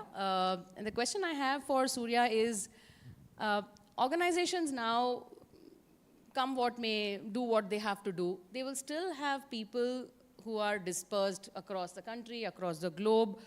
There are numerable situations where it's very difficult to get in-person moments. I was talking to my father this morning, and he was generally talking about how meetings used to be run in those times. He's 89 years old, so you can imagine what generation I'm talking about. And I was just thinking, meetings no longer are like that, right? We cannot, it's almost impossible to get all the people required together in a room at a particular time and ensure that we have a conversation. We have very few in-person moments because we are all multitasking, doing different things, working out of different places, all of that. So with such few in-person moments, what do you think should be, what do you think these rituals should look like? What do you think, what kind of tools we should use? Definitely there are tools like video conferencing, which we all know. We have done all of that. But my question more is on what kind of rituals we should have, what kind of meetings we should have so that we are able to compensate the lack of in-person moments. Okay. Thanks, Harini. I think recently after the COVID or pandemic, we started talking about hybrid environment or maybe work from home. But I felt the problem is not that we are experiencing this now. The problem started sometime long time back, and it across the organization, across various industries. You can take an example of an industry where 60–70% of the people are sales force who are dispersed across the region, globes, and the country. There are companies where 50–60% of their employees are deputed at a client side. And you can also imagine a kind of challenge the HR people or HR team has to engage them and make them feel that they are part of the organization and they are not part of the client organization. I have experienced that in my one of the organization that I worked with, where majority of my workforce were deputed at a client side, and after a few months when you met them, you realize that they are more of a client employee and not your own employee. And then you have to start reminding them that no, you are not client employee, you are my employee. Please be back with me and please follow what we want you to follow. Be engaged with us. So it's not something new that we are experiencing, but yes, I believe that COVID has reminded us and it has put us in a forefront that yes, this is something that everybody should be focused about. Now, if I talk about the rituals, digital rituals specifically is helping now. And I believe most of us sitting in this room have tried our hands in some or the other things during the lockdown pandemic, whether it is a morning stand-up, weekly chats, maybe virtual coffee but discussion where you are just connecting for a informal, casual discussion without any work-related discussions. Maybe the virtual town halls, focus group discussions. But the challenge with everything else is that while these all comes with the pros that it will engage your employee, it will connect with the employees, it will bring that sense of belongingness in the virtual space, but it also comes with a lot of cons, because we all realized that during the pandemic and maybe during now also during hybrid and remote workplace, we have so many meetings, we have so many virtual interactions, and after that, if you come across an email coming from HR or somebody from your manager for another meeting of virtual coffee, then you feel like, okay, let me take a break, because that's the last thing that you want to again get into a discussion, digital interaction. Not all of us are very comfortable in opening up in a digital workspace. Not all of us feel that connect. That requires a lot of time, lot of space, and genuine intention from both the parties to connect and build that bond over a period of time. And it takes time. And that's why we all believe and we all know that culture just don't happen. It requires a lot of nurturing over a period of time. You have to put a lot of effort. You just go and implement something because it's a best practice. Somebody else is doing it without realizing that's whether it is in line with, it is meaningful for your organization, whether it is aligning with your company's culture, whether it is the need of your employees. And like somebody asked that, what all we have started and we have stopped. So I believe, I recall that we have started a lot of clubs within the organization during the pandemic, that okay, there is a football club, there is a maybe a cultural club, there is a runners club. We see a lot of momentum and interest from the employees to join those clubs and participate, but eventually we lose the momentum during the journey. And now, if I recollect, nobody even joined those clubs, nobody is participating, nobody putting any messages in there. So it's very important that you are agile and you understand what is the changing need, what you are doing or digital ritual you are following few months back or few years back may or may not work right now.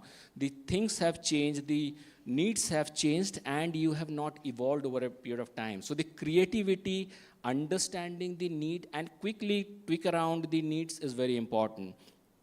If that is not done, then it will be disengagement for the employees, and you will not be able to attract people, because at the end of the day, whether it's a virtual, maybe a reward system, which often work very well. There are multiple organizations, vendors coming in like Advantage Club or Zozo Day, which has a platform, and you go and you recognize the big wins, milestone, anniversaries, birthdays, or maybe wins from the employees. There are opportunities that everybody will participate, they will they will comment on that, congratulate, and people knows that these are known to everybody in the organization. That's a big boost to the employees.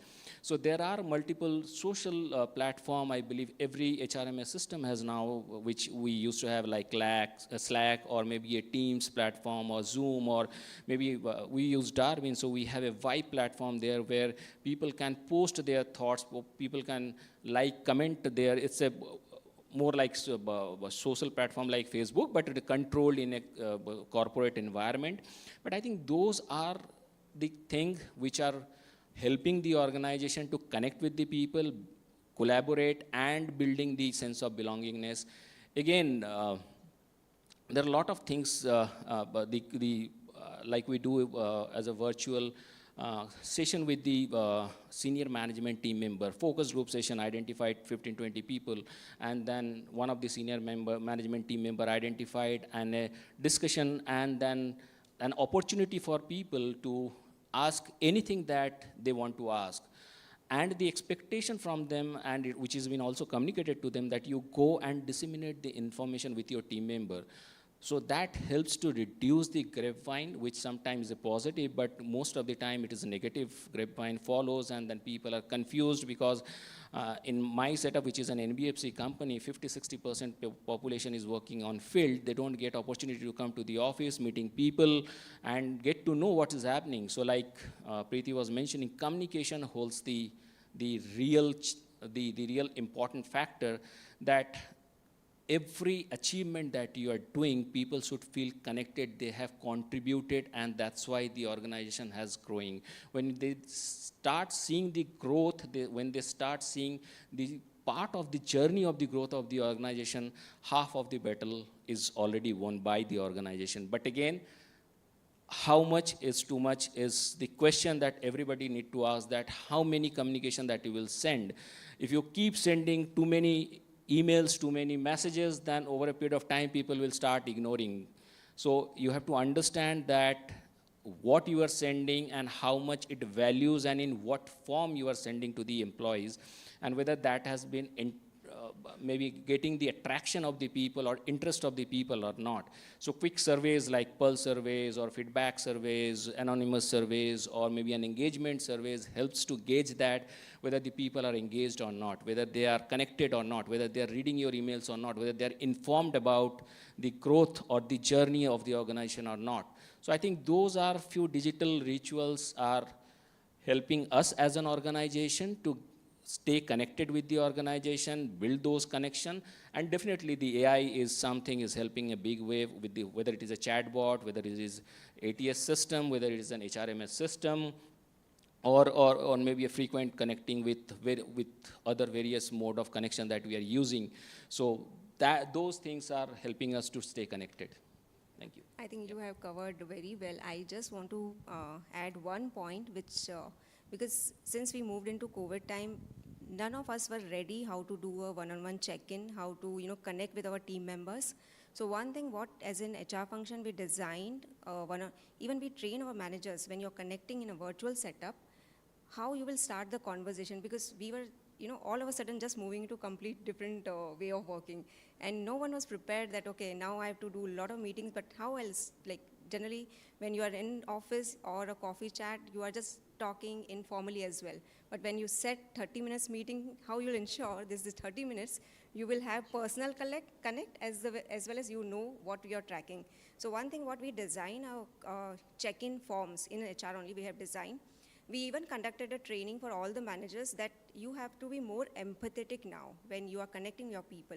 So it is just not, just understanding what the work has been done today, what is the progress. It has to be first well-being check-in. So 5 minutes, spend time with the individual, try and understand how was the individual day was, is there any personal level problems the person is going through, then move into your day-to-day operation. And that has, we are, since today, we ensuring that all managers, whenever doing a check-in, they do 5 minutes well-being check-in for their team members. Because that is the personal connect you can build even you are in a virtual setup or in person, because that is something we have to imbibe in the culture. Yeah, thanks for sharing that. And for me, the takeaway from what Surya said, more from a productivity perspective, is that yes, there is meeting fatigue. So, when people are suddenly called into meetings, okay, we are anyways doing it virtual, so we have run out of track of how many meetings we do. So there is meeting fatigue. So a good call out there to take care of meeting fatigue is that, can we make our meetings in a rhythm? Can there be a particular, you have a recurring meeting and you know what is the purpose of each meeting. So as leaders, sometimes we recommend leaders to fix a rhythm of governance, that these are the meetings I will be doing. For each of these meetings, this is the purpose. This is the duration, this is the frequency, and this is the kind of things that will be discussed in that meeting. And if we stick to that rhythm, your meetings become a lot predictable. And that goes a long way in addressing meeting fatigue because you know what is going to happen in that meeting. You know what's going to get discussed, right? So meeting fatigue becomes very, very easy to handle. That's something that I have tried and worked. And I'm glad Preeti brought out this point of check-in. And another thing that works is, so after COVID, when you continue to do a check-in, well-being check-in, sometimes people have come and told me that it is infringing into privacy. People do not want to share. So you could do check-ins of a slightly different way. Ask a non-work related question as a context in a meeting, like an icebreaker where everybody answers, right? And when you notice certain behavior where people are not answering, not up to the mark in terms of their enthusiasm, it gives you an understanding of maybe something is not well, and then you could have a private conversation. So that's something that I tried where you can balance infringement into privacy when you're doing a check-in as well. So yeah, Maushbi has been really patient, but I had one question which is crafted very specifically for her. With all this that is happening, AI and automation and chatbots and the whole gamut of things, on the one hand, which is helping a lot, people are also demanding personalization, hyper-personalization, right? So what are those practices that you have tried where you're giving employees a great employee experience? Now, when I'm saying employee experience, definitely I'm not talking about how many beanbags we have in the office or how many fun Fridays we do. But beyond that, what are those things where we live in an automated world where everything is so predictable and goes by the clock?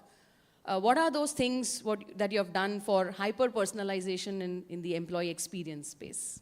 Thank you, Harini. And I would rather say you guys have been patient. If there was an AI tool there saying people coming after 2 p.m. shouldn't be allowed, then I wouldn't be here. I think that's the difference between AI and human beings. So thank you. By the way, beanbags have their users. So when I was in Ola, when Ola was very small, working directly with Bhavesh, we didn't have chairs, we had beanbags because we didn't have rooms. So you have a meeting, you carry your beanbag, sit there, start working. They have their users. But thanks for this question. I'd like to mention this, and I'm sure you'll all agree with it. What gets tolerated or what gets rewarded is what gets repeated in terms of behavior, be it among the leadership or among the human beings. So if we want to give a good employee experience, we really need to be careful about what is it that we are putting it as an input so that we get the desired output. Our organization, or for all the organizations that I have worked with, I always believe, and in tangent with what the leadership also agrees with, that technology is not just a tool, it's also a mindset. It basically stems from scientific mindset, as opposed to unscientific, ambiguous thought process, wherein we are testing a lot of things. Science gives us a fixed point of deliverable, and through that, technology brings in actual experiences. So that's how the correlation is. So some of the things that I have done in my current organization, as well as in my earlier organization, in fact, my current organization hired me to do all of those things.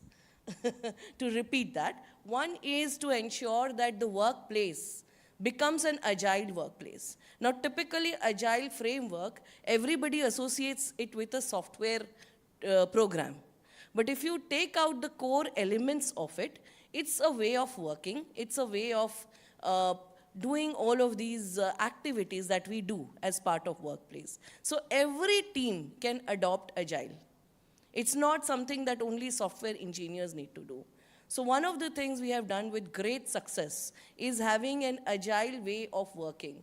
Take away all the concepts of agile, remove the technology part of it and the conceptual part of it. So what happens is agile talks of breaking a big goal into very, very small specific goals.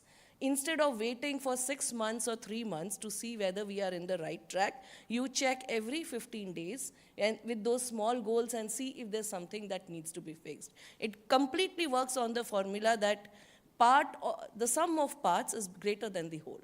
So earlier there was a waterfall technology framework which talked about doing it till the end and then checking whether it's right or wrong. So agile framework of working is what we have executed, be it for HR, be it for marketing, be it for the tech teams, be it for any team, you can become agile. That really works, and that really works in a hybrid framework, because you can be in any part of the world. You can be anywhere, working from home, working from office, working on the field. Agile framework is just about putting your things in place and the others will do their part. So it becomes like a shared way of working. Instead of everybody collectively participating at one place and one time, which creates a lot of bottlenecks of infrastructure or timing, it's you do your bit, I do my bit, so it's like a goal sharing method. So that's one. The second is, I have been part of a small team which has worked on developing an AI tool which is magnificent from an HR perspective.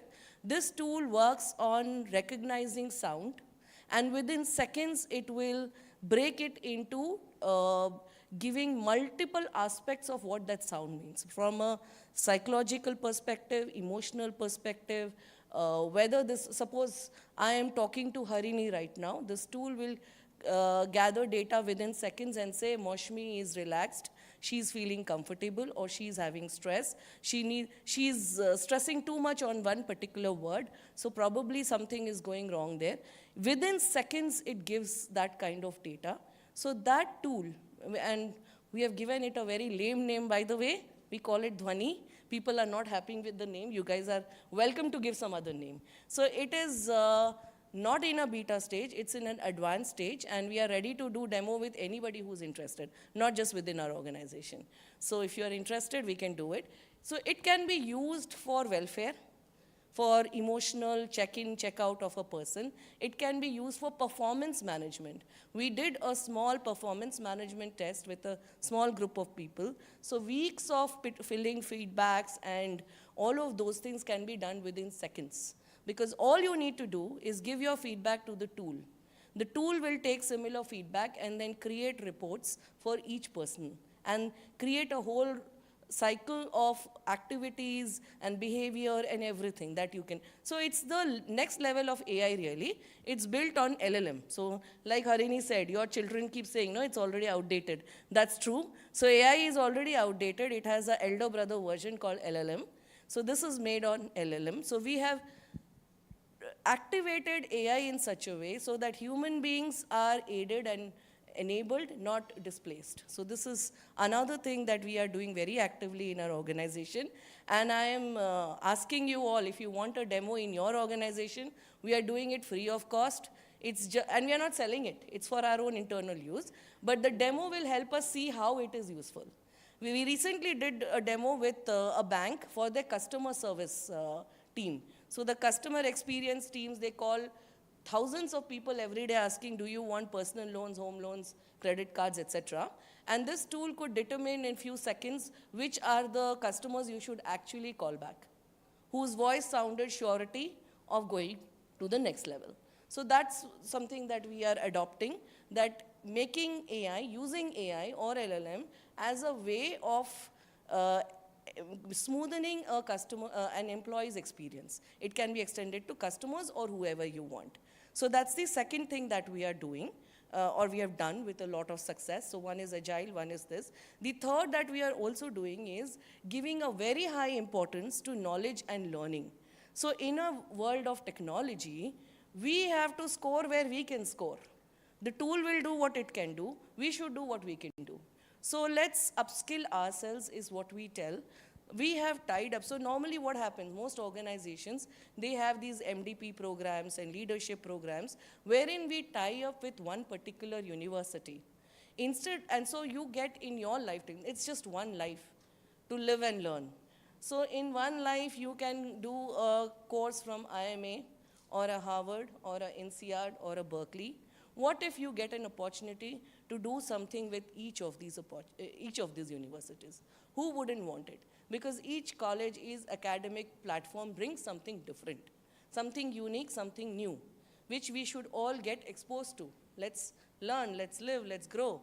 So we have tied up with groups which gives us access to different study material and program and certification courses for various universities, which will cost an individual less because the organization is paying for it. So one individual can get a certificate and learning. It's not about the certificate, it's really about the learning from Harvard also, INSEAD also, Berkeley also.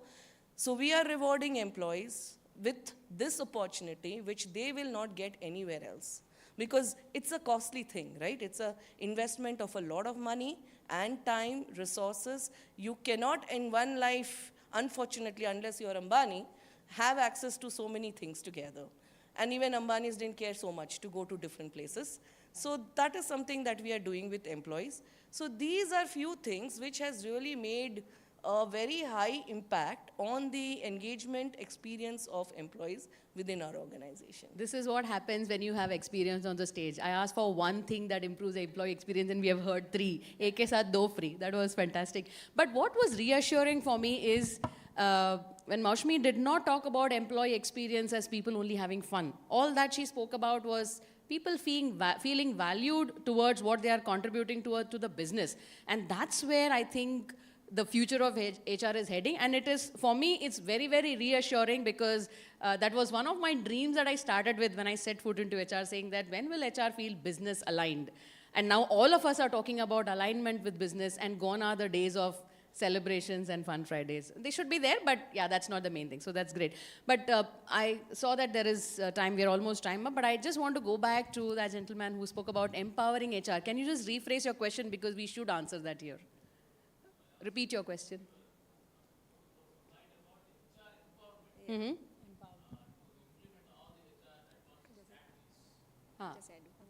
So, yeah, any one of you can. I think thank you so much for patiently waiting for this That's an answer. important question, so I wanted it to be given space, and yes. Yeah. Now, so my views here, it will be like how you build a credibility in the organization as HR function. Because with my experience, what I've seen, if you are sitting with your business people and you become an advisor and a consultant to them, understand first their pain point area, and then guide them and support them. And how, that I'll tell you, like, so I worked with one of the organization. It's a vice versa, because see, we partner together. So business and HR, I don't see now a separate function also. It is working together because ultimately we have to look for a longer vision. Everyone is working for the organization vision. So when you as HR function look at the organization vision, what we ultimately, the growth, what is the vision for the entire year? Because we are first as an HR, first to understand the business is very critical today. And one thing sometimes it is still lacking, that we don't try to understand the business, we just try to fulfill our roles currently. And that is something the gap has been, now still like I see a lot of improvement we have done because of this new roles and ensuring that everyone is going through the learning curve and understand first business. So even the HR induction, what we ensure, everyone is going through a month, first understand the organization, business, what are our products, offerings, how we generate profit. And sometimes, again, being in HR, we sometimes don't touch the financial aspect of the organization. That is very critical for everyone who is working in this function, that what we mean by top line, how we support adding and bottom line as well. So something it's just not limited to our own functions, talent acquisition, talent management or something. It's more about look at our vision, what organization want to drive, the business teams, what are their challenges, then work together with them as an advisor. Then only you will build a credibility that yes, this team can support me to drive my business as well, can support me in getting the results. And how? Because they need talent, but you have to, as an individual, we should know what the talent definition is for my business manager today, and then support them, and then continuously drive that entire process. So this is like one thing, empowerment will come when they see that, yes, this team is driving the results also. So then 100%, because I have seen these practices where I'm working with my CEO. Once he has built that confidence, yes, you can drive a lot of function, they give empowerment. Everyone is ready to they are ready to delegate the task. But when they see the credibility, yes, this team can run it, they can challenge the ecosystem as well. Because sometimes HR is not asking questions, not challenging. So that is also very much important, that how much we challenge and how much we are aware of the best practices in the industries. Because you have to put forward those pointers during the meeting. This is what is happening in the industry, what we are aligning it, or we should change. And that has to be very with the data, with the facts, and with confidence. So just to add on this, which has worked for me, and in the answer to some of the questions, is data analytics, not data science. If you are able to convert data, have logical arguments with your business and your CEO, that be it impact on the leadership training, be it DEI matrix or attrition analysis. If you back your conversation with data, asking logical questions, you would have a say on the table is what has worked. So data influence, and you should be able to understand data, speak data, so that you have that power to negotiate on the table. That has worked. Just to summarize what the two ladies have said here is, building credibility is not easy. Reason is, HR has lost its seat at the table due to whoever, our ancestors, might not have done our job well. So winning a lost battle is tough, and that is what we are trying to do. And therefore, what Preeti said is building credibility. And like Manpreet said, starting with sharing data and aiding decisions based on data. Starting small, build the muscle, and then do. If you go big bang, they are also coming with certain biases that HR is not capable. And we also go with the bias that we won't get a seat at the table, but it's important to build that credibility from the scratch. This is a great question. We will need more time, but we're really running out of time. So yeah, any quick questions so that we wrap up before we get thrown out? Sorry? Large language models. So basically, it's like another version or a higher version of AI. I'm not a tech person. What I understand is when AI can be utilized at a smaller level with small amounts of data. But when you need to use that same concept and expand it to large scale thing, then you need LLM. So LLM can convert large amounts of data very quickly into some intelligent output.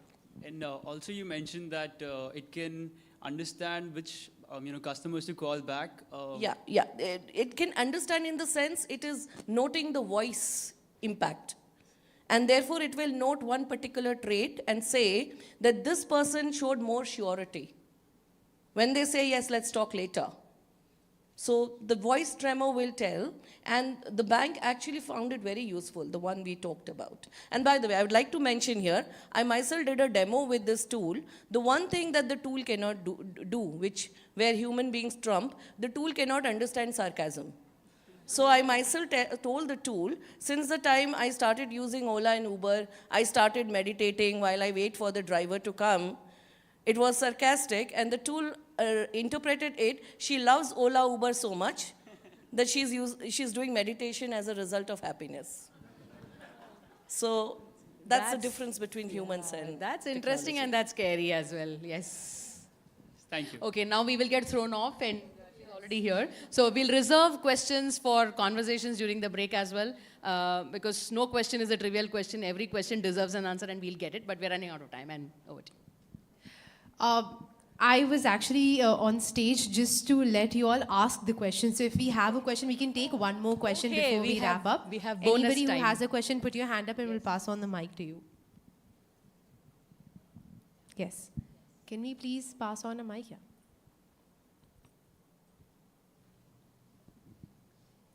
Hey everyone. So on the subject of using AI in the HR space, how do you all prevent biases from taking place in that? Because it's HR being a very, like a personal opinion forming kind of science, right? How do you prevent biases from taking place? In fact, last month I spoke at an event and the topic was exactly that. And I'm just taking an example for that from there. 2018, Starbucks actually have run a recruitment drive which faced a backslash because the AI was, getting biased over, some set of people, and they immediately stopped it. Now, what is AI prediction? It's what we feed in. जो historical data है, उसी के ऊपर based होके वो अपना information बताता है. Now, where we, as a human, makes a difference is we need to be conscious enough how we are taking that information, how we are kind of putting it back into the system so that the next time it doesn't come. So AI is not going to replace what we are trying to do and what we are going to, it is just, it's like a mini GPS. You know, it tells us fastest and a convenient way. It tells us where to pause, like the traffic signal, but like the GPS, it needs a human intervention. It need a human driver. So that's where humans can make a difference, and that's how we can eliminate biases. That's my take. Anyone wants to? All right, I guess with that, we will culminate this session. Can we have a huge round of applause for our speakers and our beautiful moderator?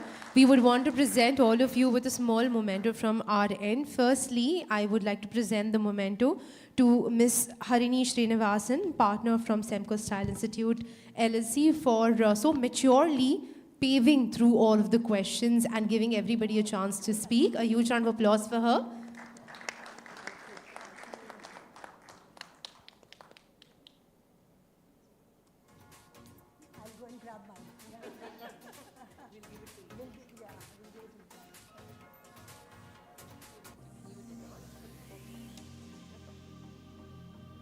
Ma'am, I think there's a misplacement with your memento.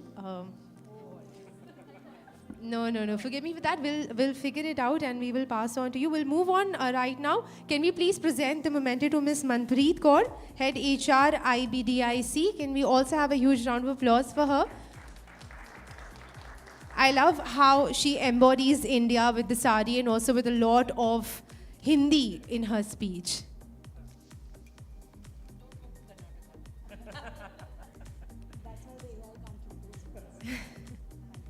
And now we would like to present a memento to Ms. Preeti Ahuja, CHRO, Husk Power. Can we also have a huge round of applause for her?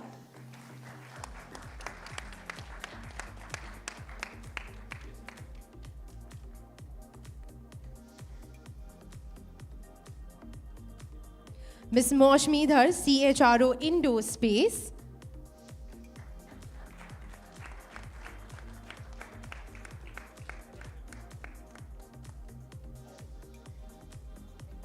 And Mr. Surya Mukherjee, VP HR, Incred Financial Services.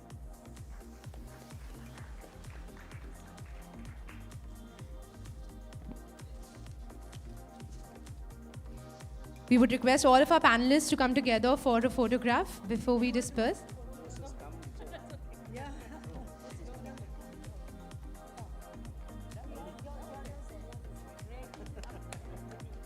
A huge round of applause for Ms. Harini and apologies for that misplacement.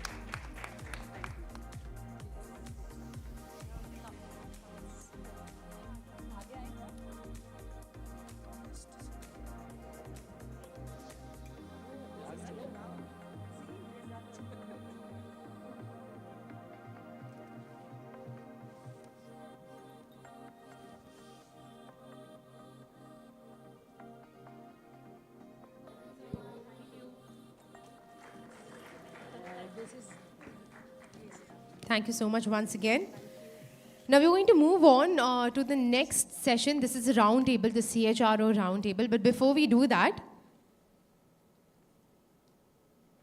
you all remember how I, like a teacher said, so behave. You know, I was trying some reverse psychology over there because the fact is that all of you are so well behaved. Throughout the session, not even once has a phone rung. Like, not even once, like, suddenly, loudly, nothing like that. All of you are attentive. There are few people who would open their mobile, but the ratio is like really less as compared to what we've been seeing. Nobody walks out for constant washroom breaks. You all are so attentive, so obedient. I actually wish that you just misbehave a little for a while. So I think it all comes from the positions that you are at, that you are always asking all of the employees to behave so much that it's so inculcated in your mentalities. But right now, what I'm going to do is I have this small little gift, and we've got the lucky draw. We thought that we'll do the lucky draw with all of you in a slightly twisted manner. So here's what I'm going to do. I'm very randomly going to walk up to someone and stop by. Now, I love about this game is that when I walk up to people and they don't want to talk to me, they look up at the sky like, shayad isko nahi dekhenge to chali jayegi. That doesn't work, sir. I'm going to walk up to you once again. I promised you last time that I'll make you meet the Ambanis and Adanis and Bachchans. Have you met the Khan here? Because that's all I can offer right now. I have Salim with me, but no Anarkali. All right. So there's a very simple thing I want you to do. I want you to pick the lucky draw for me. We've got these business cards. I'm going to open them up, but no, not now. If you've placed it already over here, it's there? Right. And I want you to pick it with your eyes closed. Okay? No cheating allowed.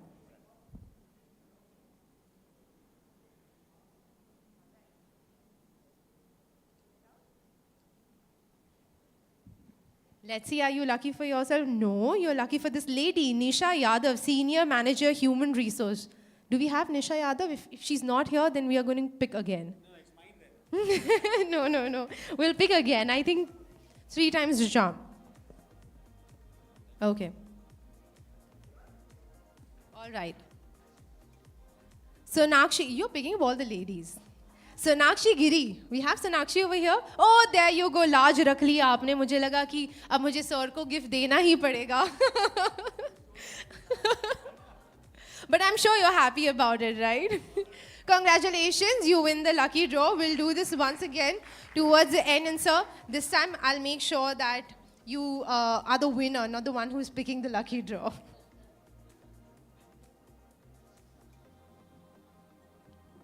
All right, with that same enthusiasm, we are going to move on to one of the most awaited roundtables, which, like I mentioned, is the CHRO roundtable. But before that, I just want to talk about our silver partner, Retire 100.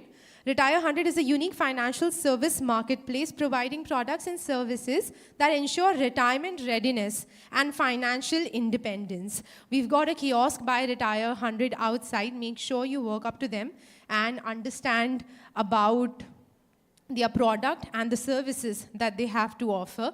I also, was thinking, there's this beautiful book, and I'm sure a lot of you must have read it, Psychology of Money. Put your hand up if you've read the book. Oh, not many.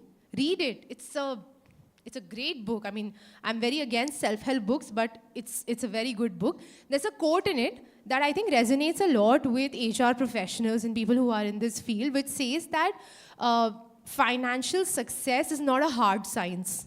It is a soft skill that you have to acquire, and it has a lot to do with the way you behave as compared to what you know.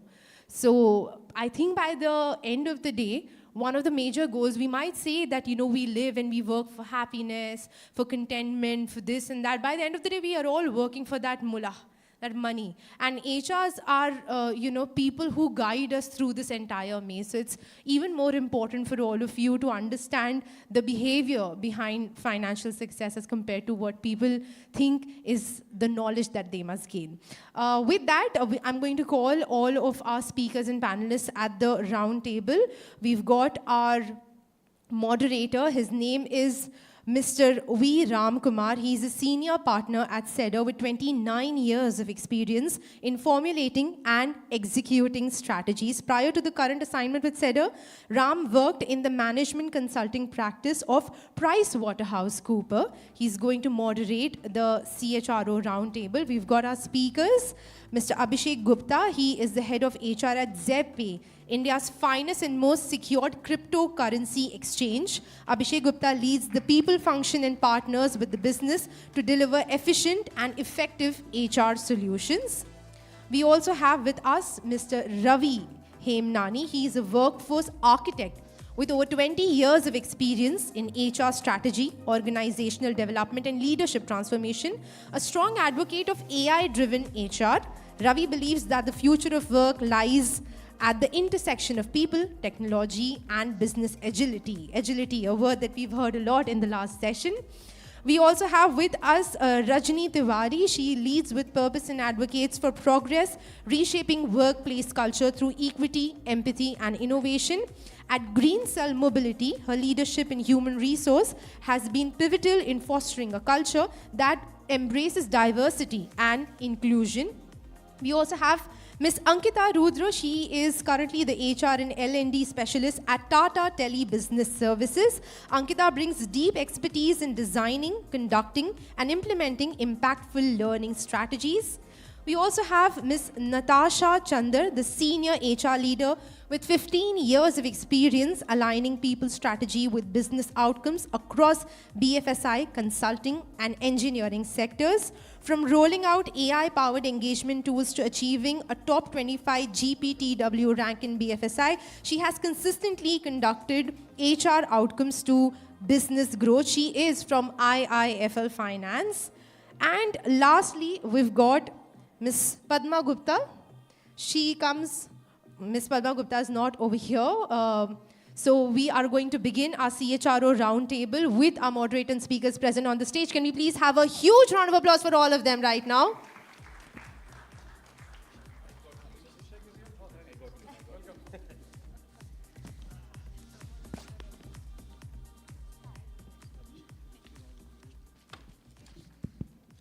You did the intro of Abhishek? I would also like to, Abhishek has joined us. Maybe you should Yes. I would also like to take this opportunity to introduce Abhishek Gupta. I'm so sorry. He is the head HR at ZepPay. Can we have a huge round of applause for Abhishek as well? Over to you guys. Thank you. Thank you so much. Well, actually, to be honest, a lot of what we are supposed to be covering in this panel discussion has been covered by Harini. She's leaving the room. Well, your talk show actually, kind of stole the thunder for most of what we're going to talk about today. So I don't know if you actually have, I really feel that you guys had some hidden camera out there to figure what we guys are going to talk. But honestly, it was a wonderful session. After that interesting talk show, I think this discussion is going to be a little more, should I say, deeper, because the dimensions have already been drawn in that discussion, right? In fact,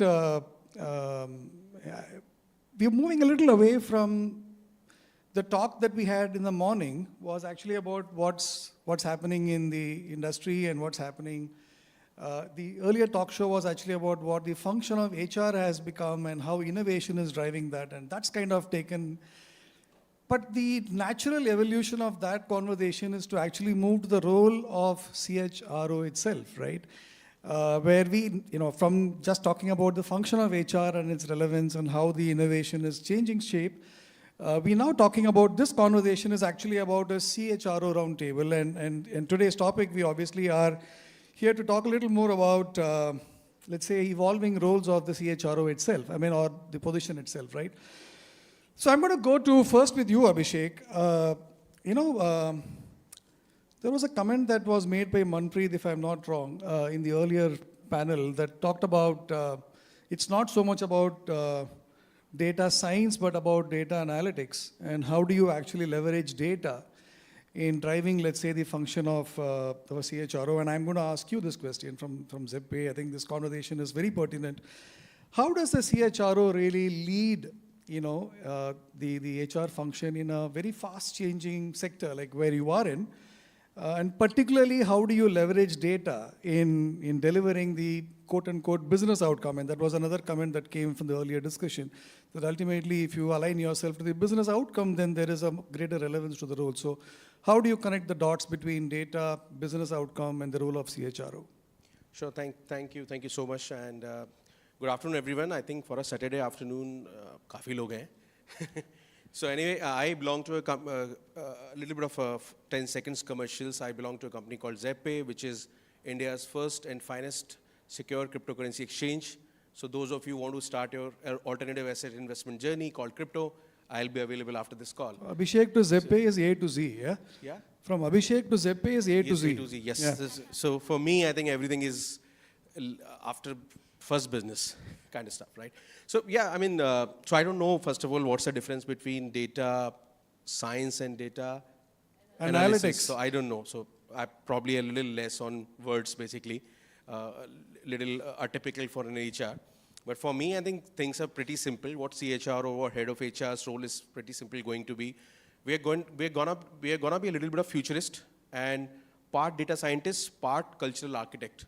We're gonna for sure create the ecosystem. And the ecosystem I'm talking about, I'll give you few examples. For example, in this room, and I'm not gonna ask for show of hands, it's kind of waste of time, but at least few of you know about agentic AI. At least few of you may know agentic AI. If not, then please read about it. At least few of you must have seen Google I/O Meet last week? If not, please say about it. That's important. It's not given that, okay, मैं तो manufacturing में हूँ, भैया तुम होगे data वाले, I don't care. No, nothing is, things are changing like anything. We are just talking about AI and recruitment in last, I think, if I'm not wrong, data is AI basically. I'm just taking that liberty right now. Data is AI right now. And in fact, I don't know, but I put this topic into ChatGPT before coming here. So that वो बताओ भैया कुछ बोलने के लिए है, मुझे बोलना है तो ChatGPT को भी तो पूछना important है, life है, ritual है. The earlier panel, if you missed, actually had some shire from ChatGPT. So you're doing अच्छा शायरी भी हाँ नहीं वो नहीं मैं अभी कर रहा हूँ. That's important. LLM is an AI model itself. By the way, somebody asked on LLM. LLM is large language model. Is an AI model only that is designed by designed for creating human-like responses. Somebody asked this question. ChatGPT has its own LLM developed by OpenAI. GPT का नाम ही LLM का नाम है Generative Pre-trained Transformer Model. GPT stands for that. Just wanted to clarify. So I was telling all these things we should know. So for example, use of AI in the recruitment we were talking about, it's actually now, it's old now, right? Because वो हो जाता है 30%, 40% तो आपको top में message आएंगे, वो top 10%. I'm using a little bit of Hindi, which is, I believe is okay. So AI models can give you that top 10% of talent intelligence. I think this is छोटा सा simple. अभी अच्छे से हो रहा है that there are a lot of models. In fact, 2 years back, rather, not 3, we in Zeppe have employed something, is an AI chatbot. I'll not name it because they have not paid me to do this, but an AI chatbot which we call Chief Listening Officer, CLO, because थोड़ा सा C लगा देते हैं तो अच्छा लगता है. तो हर जगह के आगे C आप लगा देते हो थोड़ा सा better लगता है. Chief Listening Officer, and she used to reach out to people and ask about what they are feeling using the AI generative model. Meaning by there's no predefined questions कि वो ये पूछेगा कि आपको 3 साल हो गए तो भैया ये सवालों के जवाब दो, कैसा लग रहा है, अच्छा लग रहा है, नहीं लग रहा है, मैनेजर से बन रही नहीं बन रही, all that stuff. But they will talk to you. She will talk to you like, okay, how are you feeling?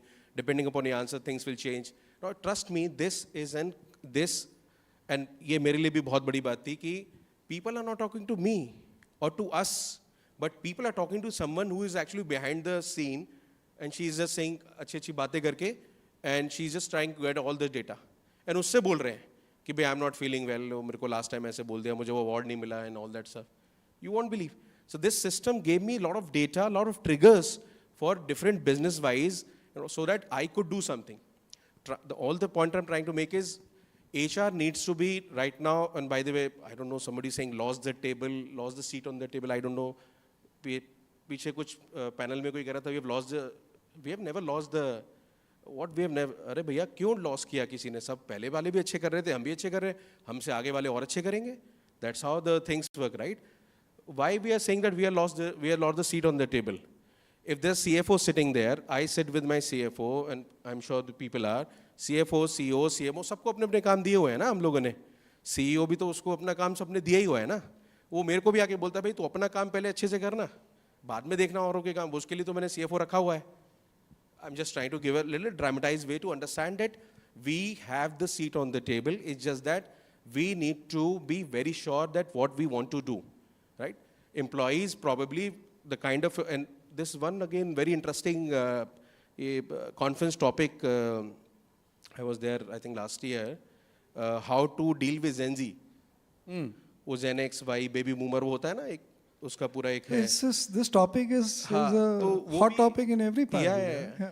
But as a human resource function, why don't we create a multi-model architecture in our companies that everyone can survive? Like Mumbai, right?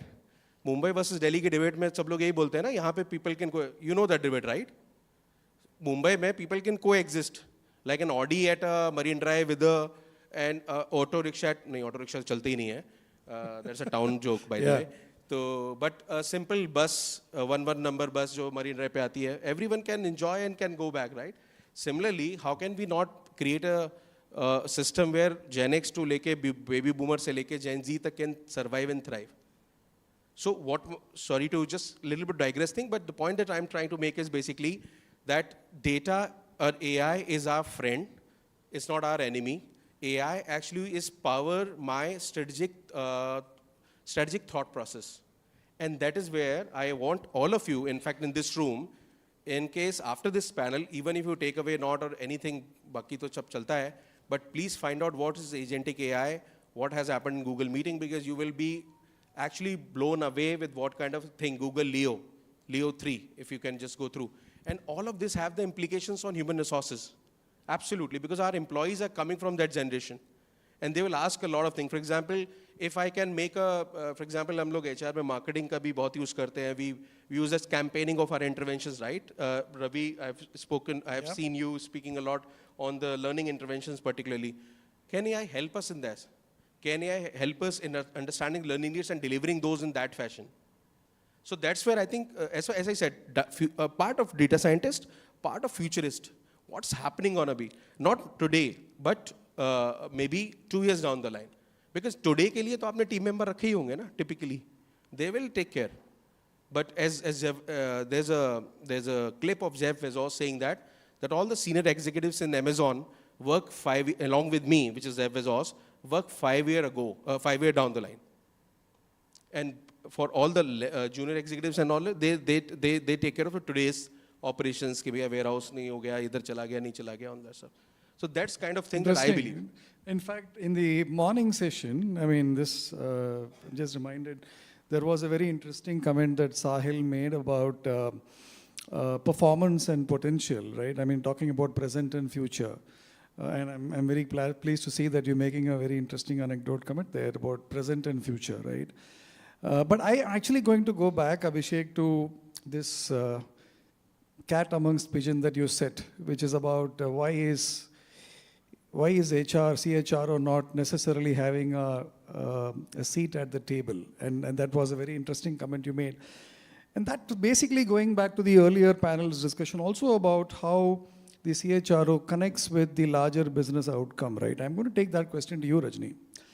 And if I was to take this perspective about, particularly with very investor-driven organizations like yours, right?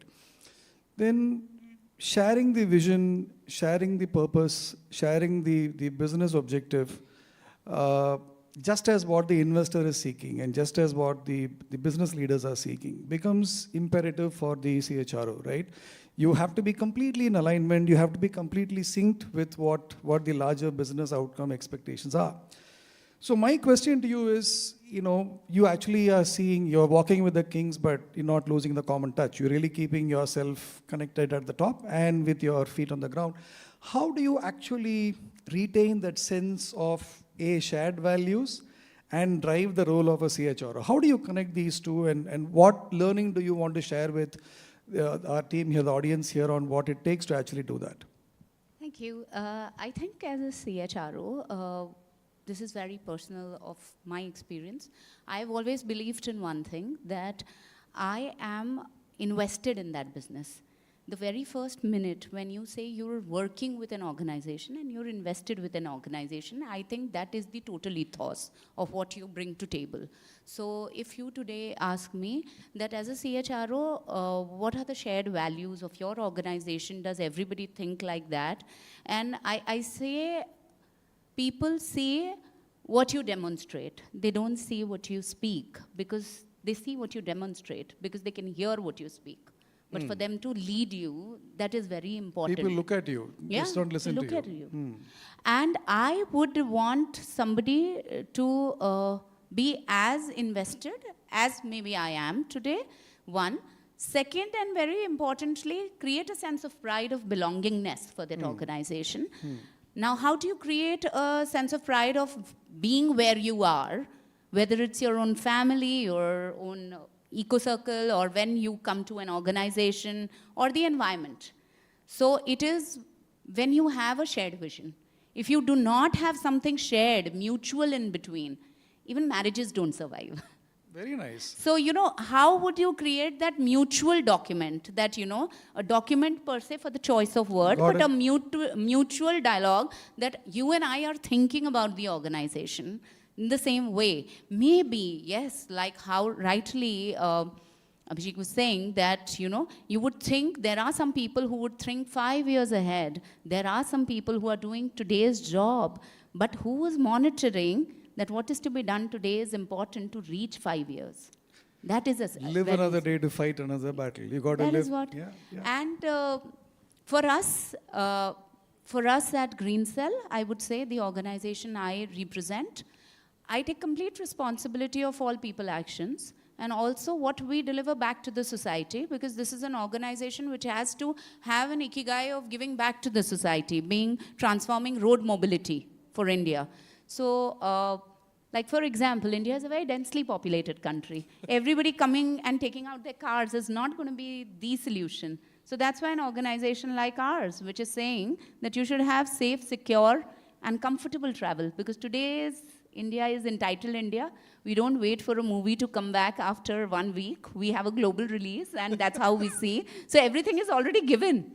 So why should you wait? That is there. And as a CHRO, see, we like it or not, people, that is one role which is always the most dissected role by the lowest person in order. Because you are somebody who are supposed to upkeep the, so to say, moral ethos of the organization as if it was not everybody else's domain or expertise. But I would love to say expertise, yes, because yes, we are experts in taking that baton ahead, because we are here combining everybody together. We are taking everybody along. There are leaders, they may want to say, I'm leading a group, I'm there. I'm saying I am working with an organization and I'm working towards a common goal. And that narrative itself is self-explanatory. And like you were asking, Abhishek, just want to add to data science and data analytics part of it. I always believe that there was a lot of data available. There was no science to capture it right, because science was for geeks, now it is for everybody. So data analytics and science just marries that two things there. And that is where it is.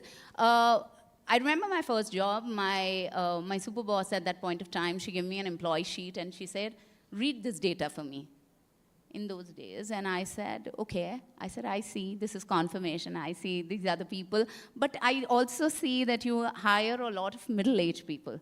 So she's like, okay, you are hired. And that was like the first job. So because there is that same data, how you view it is the strategic horizon you have and also the in-depth knowledge of that business you have. Because if you are speaking from the 30,000 feet view, you will see, I have 4 dashboards. But when you are in that, you will say what that 4 dashboards give you. You got to see the forest and the trees. Correct. In order to actually be delivering on what you just said as shared values and vision. But you also made a very interesting statement there, Rajni, which is you almost going back to, I think Moshmi was making a comment about sarcasm is not being picked by AI so much. And so you got to read in the tone, and that's only a human's ability to do that. And that actually is about dealing with conflicting priorities, right? I'm going to take that question to you, Ravi, right? As CHROs, we actually deal with the dichotomy. There's always a fork. There's always a conflicting priority. I mean, it could be a very operational one. It could be a very strategic one. It could be about driving ESG and digital at the same time, making sure that you're not losing out on the immediate priority that may be sitting in place. Something would be short-term, something would be long-term. You have to deal with the objectives of the leadership as well as what may be a conflicting priority of your employees. You got to deal with something which is tomorrow's priority versus what could be something which is long-term and you're going to violate it. So there's always going to be this challenge, and as Rajni rightly pointed out, the one role that is always dissected, viewed with a magnifying glass throughout the enterprise, right from the top to the last employee, is what the CHRO does, right? I mean, you're always under a constant lens. So my question to you is, how does the CHRO role evolve as we move ahead? And there was a nice question from a gentleman there about empowerment that comes along with it, and I'm probably going to lace that question with that objective also. How do you see the role evolving? What amount of diligence is required to deliver on all of these conflicting priorities? That was a long question, I'm sorry, but I wanted to set the context. I'm just trying to digest first. But good. I think good question. So maybe I have some thought process I'll build from that, right? If you look at your organizations, or any organization for that matter, and reflect on which is the most powerful position in the organization. More often than not, you will say the MD or the CEO, right? That's what you would say. But which is the two positions which can influence this role? Any thoughts? Come on, guys. I think. Which are the two most influential the lunch is getting positions? digested now, maybe.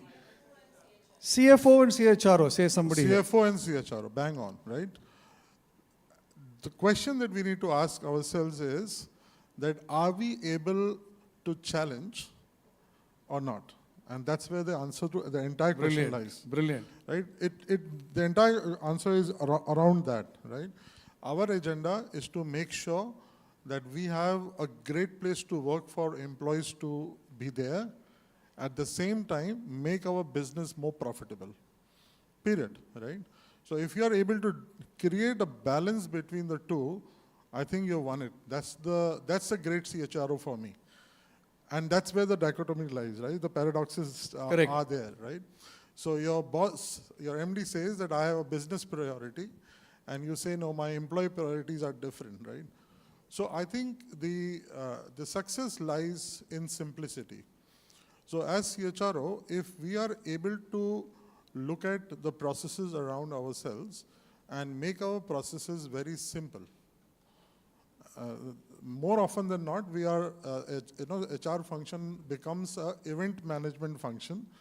We have appraisal timing, then we have goal setting timing, वो खत्म होगा तो फिर we have a IDP timing, वो खत्म होगा तो फिर training calendar timing, and then the mid-year comes, and then you have talent appraisals and assessment. So something or other is going on, right? Saturday afternoons are meant for round tables. Round tables, right? And then morning, and I'm not even talking about those rangoli and all that we do. That's over and above that, right? But more often than not, HR is doing more event management, if not administration. So look at HRBPs around us. Maximum HRBPs their jobs are more administrative jobs than strategic jobs, right? How much of consulting are we doing? So if you go back in the history of HR, we were more PR, right? From there we said we want to become partners, business partners. We said we want to consult with the business, but the true success lies on being futuristic, right? Are we able to anticipate what's coming for us in the future, and with our CEO, CFO, and the entire board, be able to put our point across? And the point across not only from human capital perspective, but also business perspective, right? Are we party to the decision, the business decision that the CEO and the CFO are making? Do they consult us, right? I think these are very important. And you brought a point of digitalization and ESG. I think maximum times we confuse ourselves on the topic of digitalization, that मेरा एक online manual process था, मैंने उसको digital कर दिया, वो digitalization हो गया. No, sorry, that's not digitalization. Digitalization, which I think Abhishek and Rajni very beautifully articulated, it is how do you make sense out of the data using these technologies, right? It can be AI, it can be anything else. And how do you make sense out of the dashboards? Do you really know what you want? Or is your MIS team just churning dashboards after dashboards after dashboards? And then you have somebody in the plant making dashboard, somebody in the corporate making a dashboard, somebody else making a dashboard. All of them are looking at the same data and making 10 different dashboards. So are you making life simple for people or not? So I think the success of a CHRO, again, I'll boil down 2-3 things. One, are you able to influence your MD or CEO, whatever you have, call it, in decision making, influence them in decision making? That's number one. And can you make processes simple? These are the 2 success mantras. And getting your leadership future ready. That was another phrase. Absolutely, absolutely.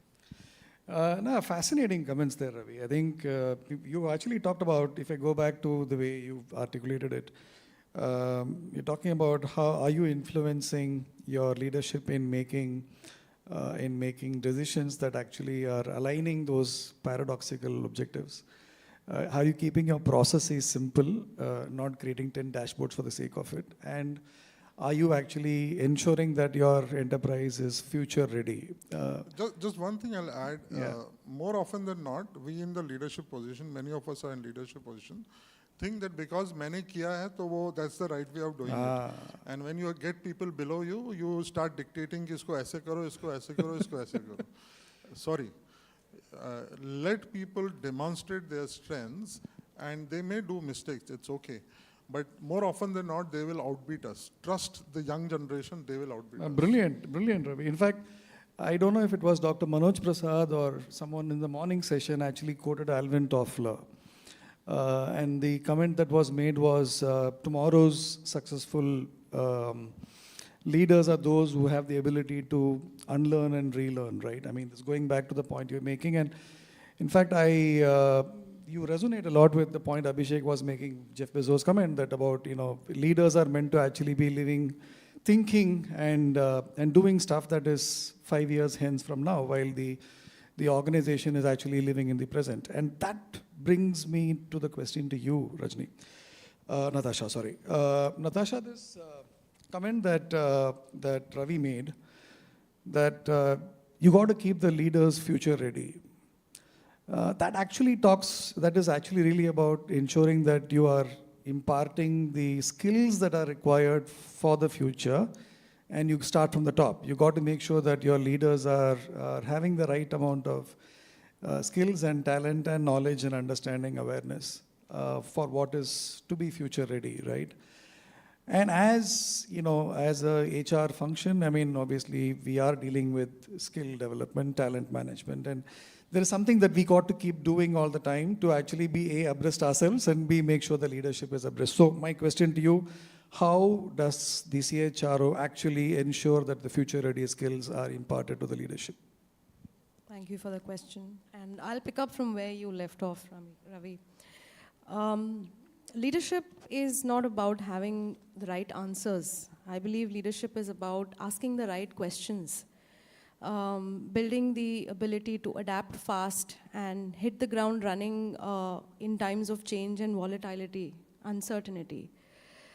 L&D function for us is not merely just a function, it's a force where we build talent with resilience, those who are relevant and stay real in the industry that we are in. Ladies and gentlemen, good afternoon. My name is Natasha Chandar. I represent an organization called IIFL Finance. That's India Infoline Financial Limited. We're an NBFC, a fast-growing one, and we're almost 19,000 employees pan-India, spread across 4,000 odd branches. So it becomes essential for us to build capabilities, especially leadership capabilities, sales leadership capabilities. So some of the things that become important for us is recognizing the need for personalized journeys.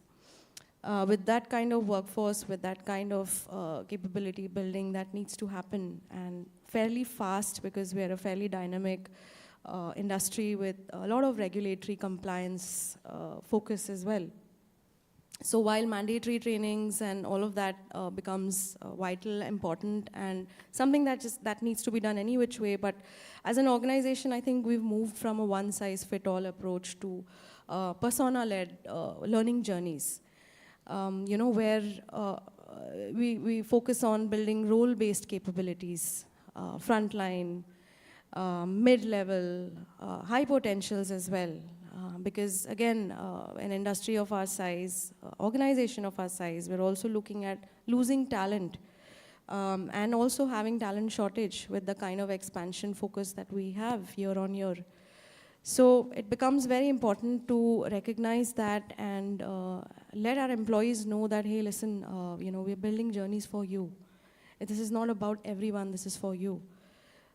So whether it's first-time managers, many of us have grown through the ranks. I myself and have struggled with understanding leadership as a first-time manager when I was one. Similarly, I think for our sales leadership, becomes important to put them through certain role plays, simulations, etc. Another thing that becomes important is to leverage data. I think a couple of our panelists here have also spoken about, and of course I missed the first part of the event today, so I'm sure AI has been discussed. Leveraging data and technology, again, with this kind of a workforce becomes important because that's how you identify hotspots. That's how you course correct, and that's how you plug leakage. Right? Like how we plug a leaky gut. Similarly, we plug our leaky areas and hotspots through leveraging data and analytics and insight-led platforms. One of our panelists here mentioned a lady bot. So that's also something that we use. Again, I'll not mention the name, but I think most of us out here know about her. So she's the one who interacts with our employees, right to the last person on the ground, to the leadership team sitting out of our corporate office. Importantly, gets the right insights, and that's what we use to kind of build journeys, to kind of build learning capabilities, and also course correct from time to time when we see something's going wrong. I think another important, I'd say, important insight that I'd like to share is how to equate learning with recognition. Because now gone are the days when it was just a tick box, a tick mark activity. While mandatory trainings, even there, we ensure that we use some level of gamification, we use some level of leaderboard recognitions, and just to keep people motivated, keep people going, because it's boring otherwise. Going through BRSR, going through your mandatory stuff. But it's something you need to do anyway, otherwise you get pulled up. So, otherwise you're pulled up. Who pulls up? I guess we all know it. So having said that, trying to bring capable platforms, again, technologies, again, what I personally leverage, and also say that that's something that our employees look forward to. Last but not the least, I'd like to add the element of branding. Because today, again, what the HR function does, from a CHRO downwards, it's not only about administrative capabilities or about organizing events or the regular employee life cycle. It becomes important to brand yourself as a function to earn that seat at the table, and there are enough and more opportunities to brand. So that's again where I feel that certifications today for employees are also a matter of personal brand. You take it, whether it's People Matters, it's Jombe, or some of the other prestigious, certifications which people actually aspire to, earn. That's again something that we leverage, that is part of our persona-led journeys to enable appropriate internal and external recognition. So I think, all in all, I think these are some of the important things which are industry relevant and keeps us on top of things. Very fascinating, Natasha. I think you're making some 2 or 3 points that I am taking away here. I mean, clearly the whole angle of recognition and certification and branding that comes along with it, and sharing that sense of pride that an employee will have in having gone through that. So you're lacing the whole journey of learning with something that the employee looks for. It's almost like, a chocolate to the child to eat also, what could actually be a difficult lunch for the child to, making sure the process is beautiful. But the larger point that you made, right, which is actually about making learning personalized, making sure that it's more appropriate for the role, making sure that it is actually not one size fits all, but something that is customized. It focuses on the competencies and skills that you're seeking to actually build for that role, for that individual. I think that's a very important message for, particularly in today's context, right? And I'm going to take that question to you, Ankita. The skill demands, the business priorities, the context of what is actually to be delivered as learning, and going back to the point that Natasha made about ensuring that it is relevant to the role, it's relevant to the not just current role, but also the future role, keeping the future requirements and skills that are to be built. How do you see the alignment of L&D in that context? You've been in, you've been specializing in L&D for many, many years, and you look after that function again, even at Tata Tele, and something that you may want to share with all of us on what those secret sauce that we should be keeping in mind. Sure. So before I deep down into the question, first of all, thank you. It's a very interesting question. I would like to talk about the fact that L&D is not the agenda of capability team only, or HR for that matter. I come from a background wherein in the last 23 years I've been doing sales, which is a core business, HR and L&D both. And from that lens, I'm telling you that it has to be a mutually owned up agenda. Otherwise, the organization will not be able to success. You have taken a reference of chocolate. Trust me, how good a wrapper looks like, I'll be able to convince only once unless the chocolate really tastes good. You can only convince once. Yeah, fabulous. So now comes about the alignment. So we have coined out something in our organization. You can call it a frame or a tool, which we say dialogue. And I'm going to explain what we are doing there. In dialogue, first we are trying to dissect the problem which the business, which we are trying to solve. So first and foremost, we are trying to identify what is that we are trying to solve, rather than just allocating a course, because there are numerous number of courses, be it online or the classroom sessions. Trust me, if it is not resulting into something, business is not interested, neither the HR. Second step after the diagnosis phase, what we are doing, we are identifying what is the GTBT. Now, GTBT is a very known terminology which sales generally been using. We are hearing, trying to understand what is that the key deliverables of that particular role. And to do that, what is that we need to do from the capability HR per se.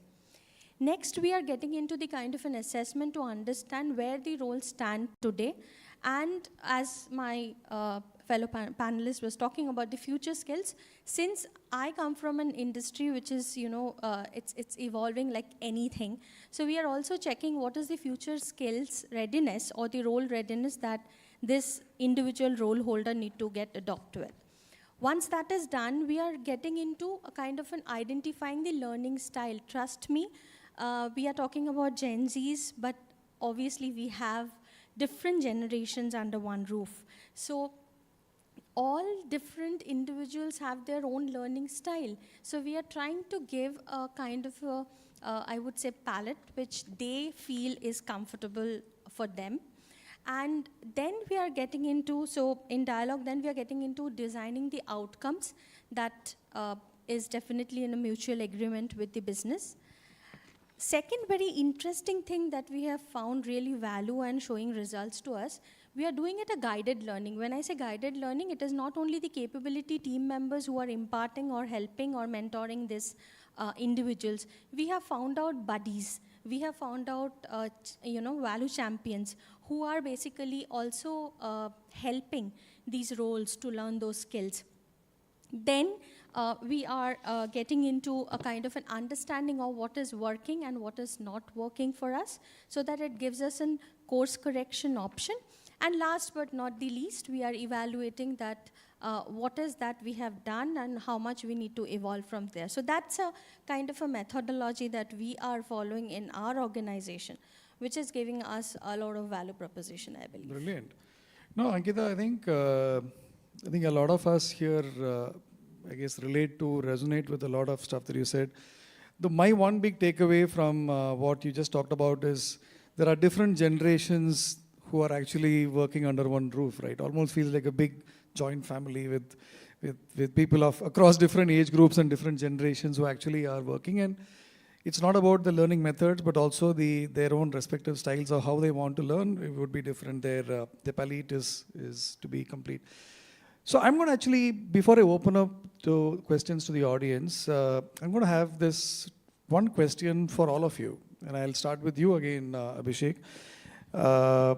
And I'm going to take this question from what Ankita just talked about, which is we actually are dealing with a new generation that comes up every 5 years, by the way. So we literally are dealing with different expectations, different audiences we're dealing with. You talked about how digital and what it means in terms of its implication. You call it analytics, you call it science, you call it by whatever name, but bottom line, it's you got to embrace the technology. And we talked about implications of ESG and everything else that's happening around us. So if I was to ask you with the one long question, a very short answer, what's the one, just one, mind shift change that as CHROs we need to make to embrace, to adapt, to be able to deal with this change that is happening? Thank you. By the way, timer comes on the screen as well. So next time maybe you can use the screen. So that it was for them, yeah. Dr. Siraj, I think it's a very interesting feedback. And Yeah. HR के conferences में is very, very mandatory to have this.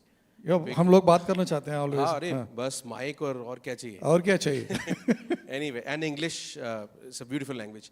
So in my, I thought you were actually going to give some Hindi shayar, but go ahead. Okay, so in my view, I think one thing that probably we need to change is shifting mindset from service mindset to ecosystem architect. Building on what I've actually talked earlier, we need to, we just not need to anticipate the future, but also orchestrate it as an HR individual, and not about CHRO, more of a CHRO, अगर ऐसा आपको लग रहा है तो. But more importantly, we need to orchestrate this future. Brilliant. Because otherwise, what will happen is we will lose this space. And here it's not about how you keep up with the pace. This is where you set the pace.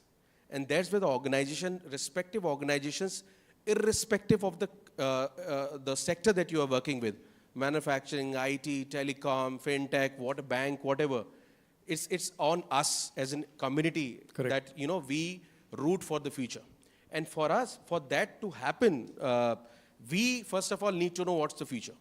We need to crystal gauge, and we need to have the design. We need to design the thread that binds together people, purpose, and technology, all three together. Otherwise, in my view, probably there is a game of catching up. And then again, probably all these questions of justifying your presence, justifying your roles all the time under the lens. In my view, this is what the HR can do. And couple of things, because I know the other people also, if you can do 2-3 things for me from tomorrow as an HR individual, not CHRO, everyone, use less jargons, talk straight, just dish the jargons. हमें मजा आता है HR में. I come from a MBA background also, one of the finance institutes also in this country, but नहीं करना है ना. आपको सीधा CEO से बात करना है, उसकी लैंग्वेज में बात करो आप, या एम्प्लॉय से बात करो. Lose less jargons and make yourself more accountable. Get back to me नहीं है, आज ही बताएंगे शाम तक आपको. काय को अपने ऊपर अपन को जोक मनाने देना है, right? Brilliant. People have jokes on us, right? Get back to me, and typically those jokes are, हर कोई हमारे को ऐसे बोल के जाता है. And I'm assuming all our HR are sitting here, right? Most of us at least. Most of us, yeah. Do 3 things, and third thing, crystal gauge. Prepare yourself, your organization for the next 2 to 5 years, and then आप बताइएगा कि कौन आपको table आपको share नहीं देता. दिखते हैं. Thank you, Abhishek. Move away from being a service provider to an ecosystem player. Villan. I think as CHROs, to me the core is managing experience. So like I rightfully share that with my teams as well. That is both business teams and HR teams. Managing experiences, keeping good customers, good stakeholders, and happy employees. And it's all related. So if all the 3 are happy, efficiency is But what's will come. the shift in mindset? So the only shift in mindset is that you're not the smartest one. That's the only shift. Accept it. Accept it. So, and it stems from one word which you asked for, security. Be secured. Be secure.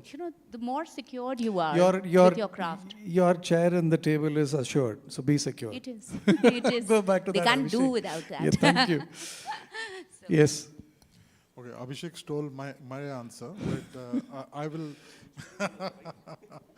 So I also feel we need to move towards an ecosystem way of thinking, and rather create ecosystem and orchestrate it. But I'm going to just build further on that and say, just not orchestrate it, create network effects and co-create solutions. Co-create solutions. Right. So biggest challenge that in HR is that we think we know it all, but we don't know it all.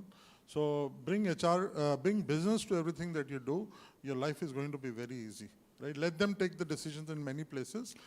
they will not take wrong decisions. Trust them. They are also human beings. They know how things work. Jahan laws ki zarurat hai, you can give your knowledge. But largely, I think if we co-create solutions, it's going to be a lot more easy. Facilitate the co-creation, essentially. Saying don't create it yourself, but let business make the decision along with you. Purely co-create. Sit with them. Make sure that they are sitting with you in your topics. Yeah. Then only they'll bring you in their topics. Well, good point. Thank you. Yes, Natasha. Thank you. I think a lot of points are... That's the irony of speaking towards the end, right? I won't say stolen. I would say I would also resonate with them. But I think 2-3 things that come up for us, come to my mind rather, are one is move towards agility, an agile design thinking mindset, where you hold strong accountability for delivering projects and keep your word. And more than that, again, building on what I said about moving away from a one-size-fits-all to a more persona-led approach. Agile, persona-led, and keep your Agile word. design thinking and persona-led approach is what I... Thank you. Ankita. So I have two, I would say two shifts which I would like to talk about. One is I hate when HR themselves feel that we are cost center. So I would talk about the shift from seeing things from cost to value. That is very important, that lens. And second is that when we say that we are HR business partners, I see an extreme pressure in couple of HR heads that, oh, I need to learn about this business. Trust me, you know HR best, and that should you be proud of. And as you should know business, business should also understand HR. So if you talk about partnering, I believe this is one of the major shift of focus that should happen. You're there to complement business, not to substitute them. Yeah? Absolutely, and it's about partnering. And बाकी नज़रिया बदली है, all good. And I would like to say that हम तो दरिया है, हमें अपना हुनर मालूम है, जिस तरफ चल पड़ेंगे कारवा बन जाएगा. That's what I believe about HR. Thanks. Thank you. I can see you're waiting there. Sorry, I need to let this gentleman speak. Yeah. Just one last point. For those who study psychology and other areas, there is something known as ontology. If you heard about it, it's science of human beings. And if you know, there is nothing like animal being. It is human being. Because we have the act of being something, right? And human resources as a function is to manage this human being, right? So more often than not, we are too busy in meetings, right? So I think, and this happens to me also. I mean, I am not able to a lot of time give time to my own team sometimes. So I think one thing that we should definitely do, जितना भी हमने बात किया, we should spend more time with people. वो नहीं होता. I have not seen many HR leaders do that.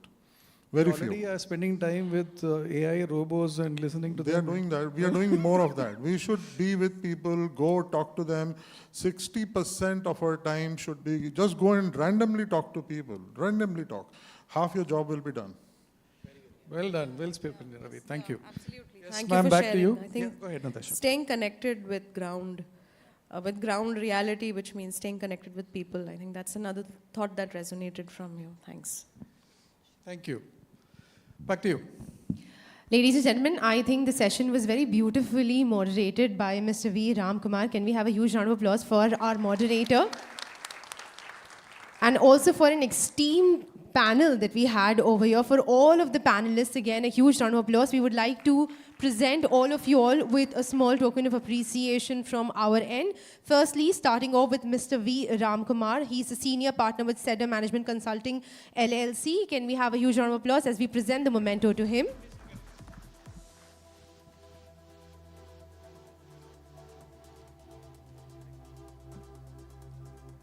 For Mr. Abhishek Gupta, the head HR ZepPay.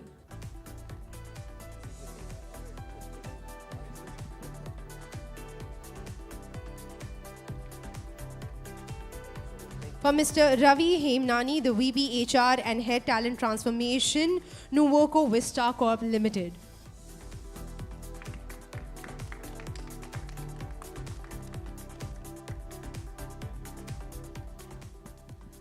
Dr. Rajni Tiwari, Chief People Officer, Green Cell Mobility.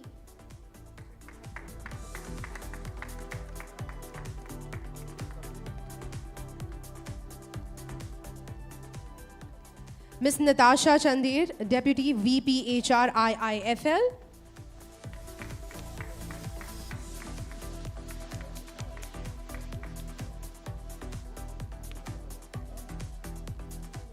And Ms. Ankita Rudra, HR and L&D Specialist, Tata Telebusiness Services.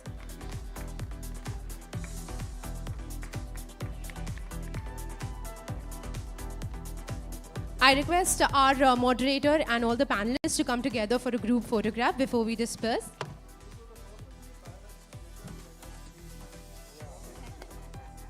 I don't know why I'm focusing on gender diversity. I think it's just for my eyes.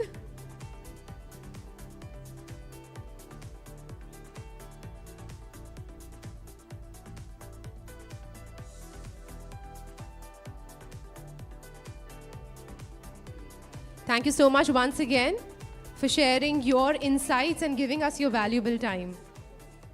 Well, I do believe that there are some streams that see women dominate them. HR, I believe, is one of them. This is my personal opinion, that I see more women in the field of HR.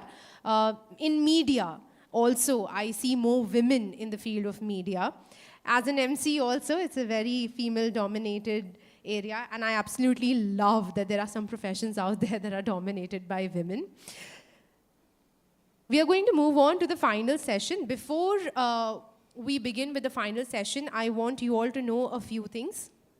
Firstly, please stay with us. I know it's been a long day. I know there has been a lot of information, and in some manners we can call it information overload.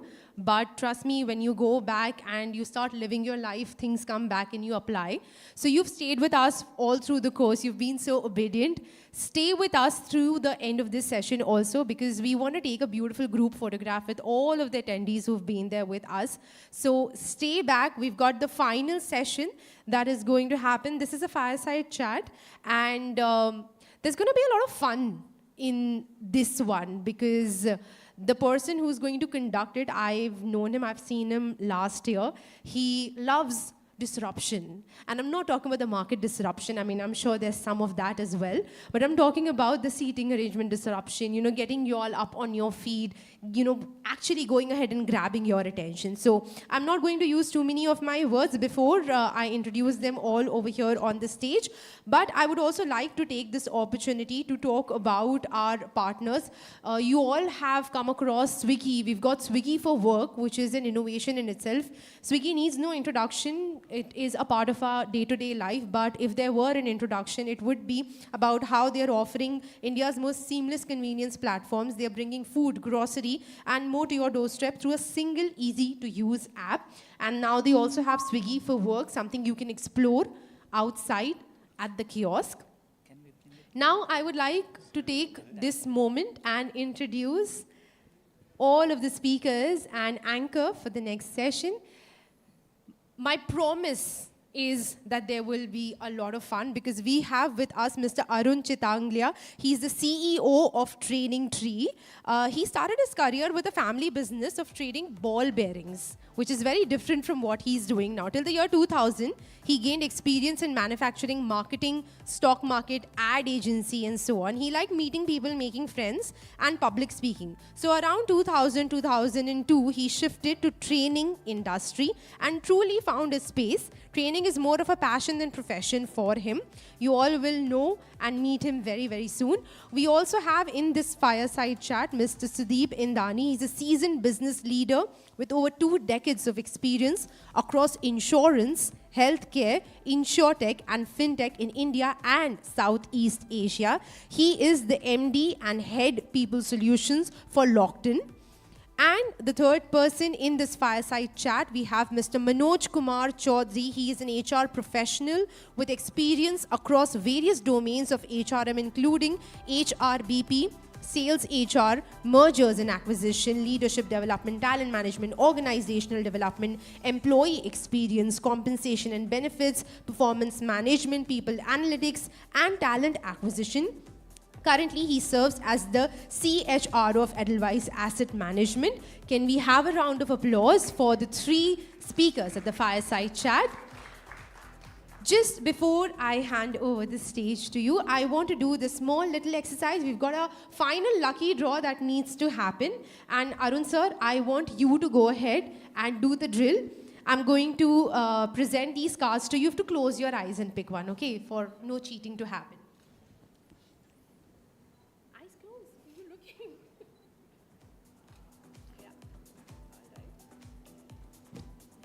Now All right. I can see. Yeah, now you can see. We've got Miss Farzana Sadriwala. Miss Farzana, are you here? She was here just now. No? All right. So we pick Second. once again. One more chance. Again, I close. And here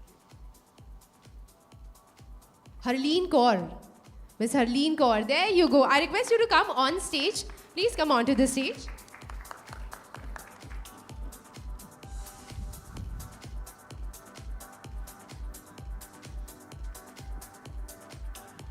Here. Congratulations, Harleen. Your business card got you a gift.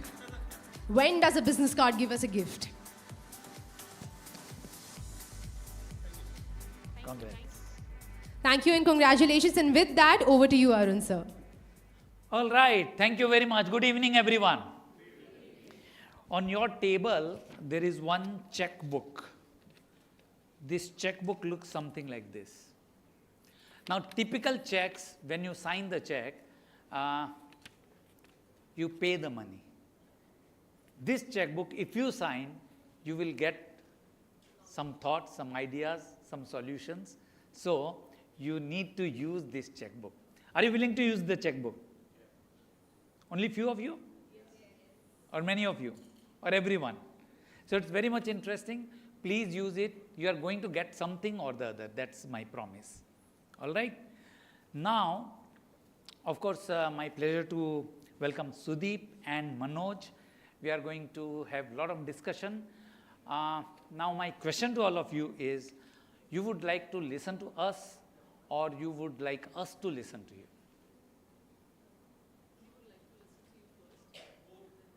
Okay. Both? Are you sure? Great. तो थोड़ा आपको मेहनत करना पड़ेगा. And what effort you need to do is, everyone needs to get up. And she has already told you something, so I have to live up to that standard. So everyone needs to get up. Find a person who is at the maximum distance from you. Go to that person, shake hands, and stay there. I will give you further instruction thereafter. So everyone, please get up. Please find a partner. The person who is at the maximum distance. No, please. You also want to participate? Your pleasure. It's a pleasure. All right, everyone, please find your partner. The person who is at the maximum distance from you is your partner. If you identified someone and someone takes the person before you, bad luck, but then go for the next available choice. And believe me, that happens in real life also. So everyone got a partner? Great. Now, share with your partner. Okay, then you are lucky one to be here.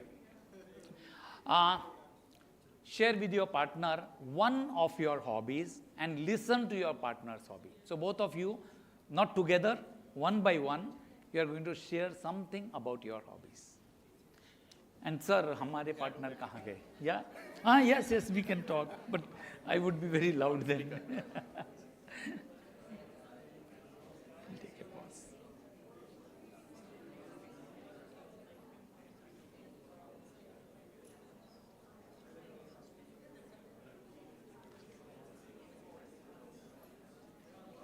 You have 90 seconds for this activity.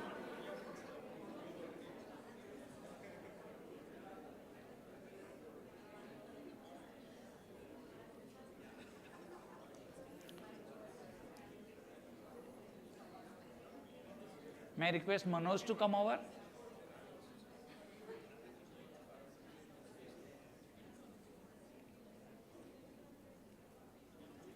So Sudeep and Manoj, all of them are having that conversation in private. That means only the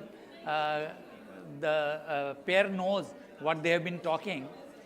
You will do the same activity, but the entire world is going to listen to you, right? So, ladies and gentlemen, are you willing to listen to both of them? Sudeep and Manoj are going to do the same activity which you did just now. They are going to talk to you. I mean, they are going to talk to each other about their hobbies. But here the advantage is that all of us will get to listen to them. So here you go.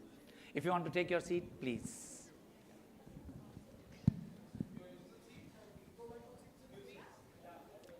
So both of you are going to talk about your hobbies. Your choice. I will not come in between. Please have a conversation between two of you. The good question, and I think it connects to the what you as a human being, I think. I spend a lot of time with my plants, garden, to nurture them.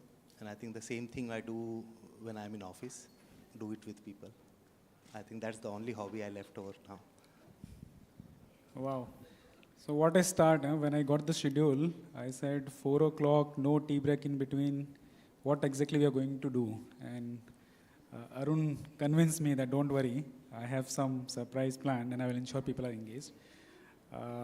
Coming to my hobbies, I think I was just speaking to Ravi in the end. So my hobbies is good food.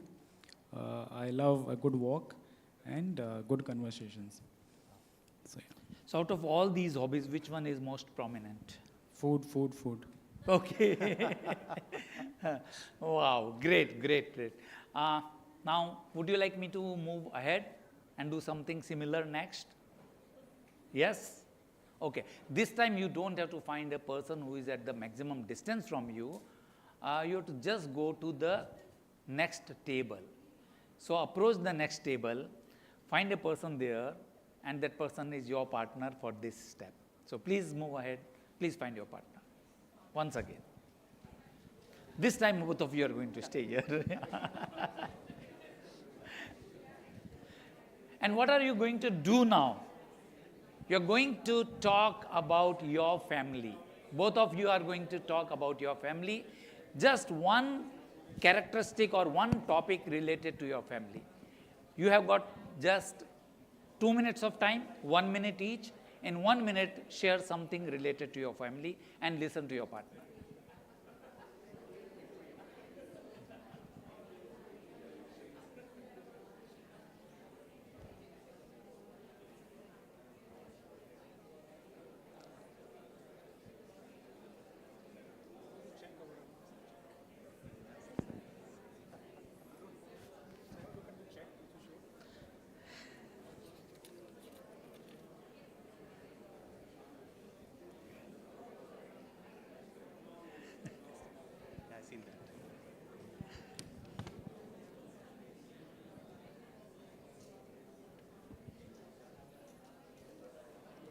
First round, time up. Ask your partner to share.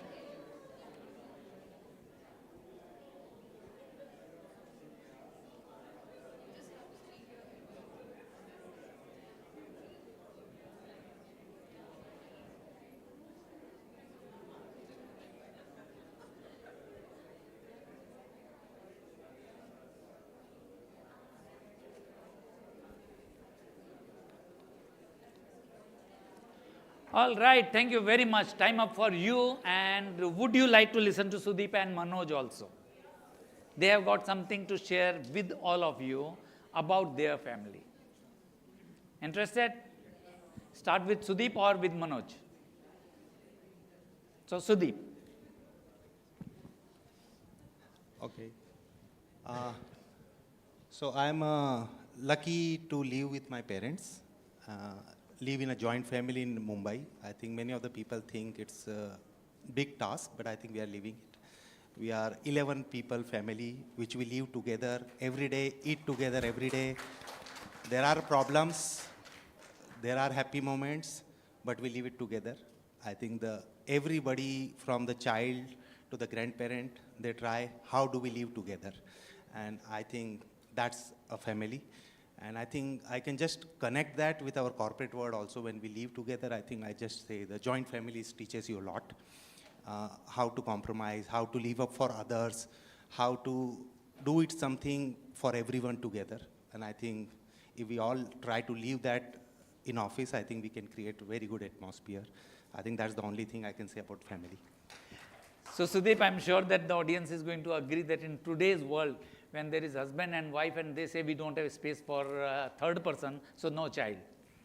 As compared to that, having 11 people in the same house and living with them together and be happy about it, I think it deserves one more round of applause. Yes. Well, Manoj, I'm sure that you will have some different story, but we would like to know about your family. So, in my family or in my life, if you see, I have 3 CEOs. One is obviously the CEO at the office, and then I have 2 CEOs at home. One is my wife, Akshya, who ensures that the house is in place and ensures that everything which I do goes well.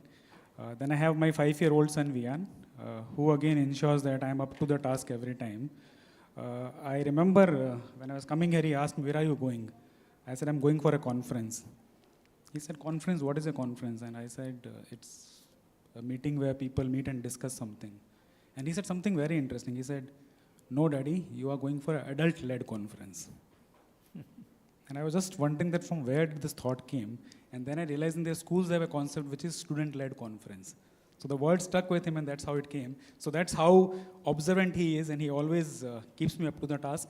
Apart from them, I have my entire Edelweiss family which stands with me. So it's a large family spread across India, and it's always a privilege to serve this family. Wonderful. Thank you. Thank you so much.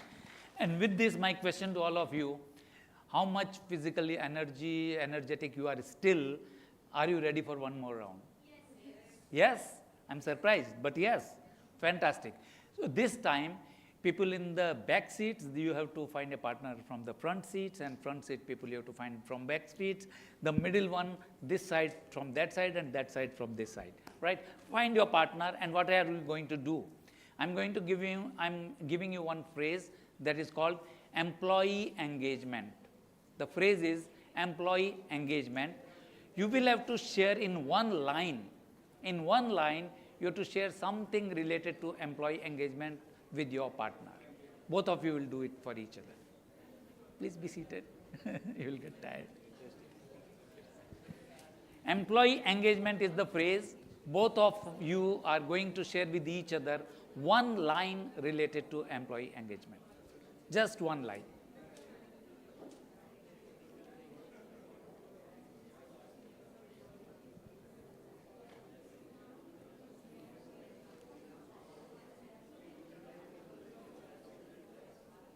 "30 seconds more."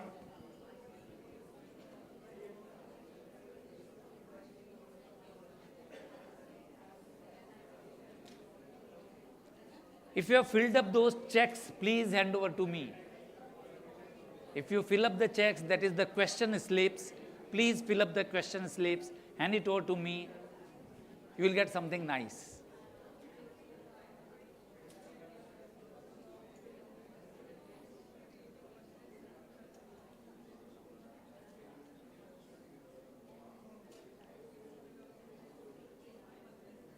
Time up for round 1. Allow your partner to speak now.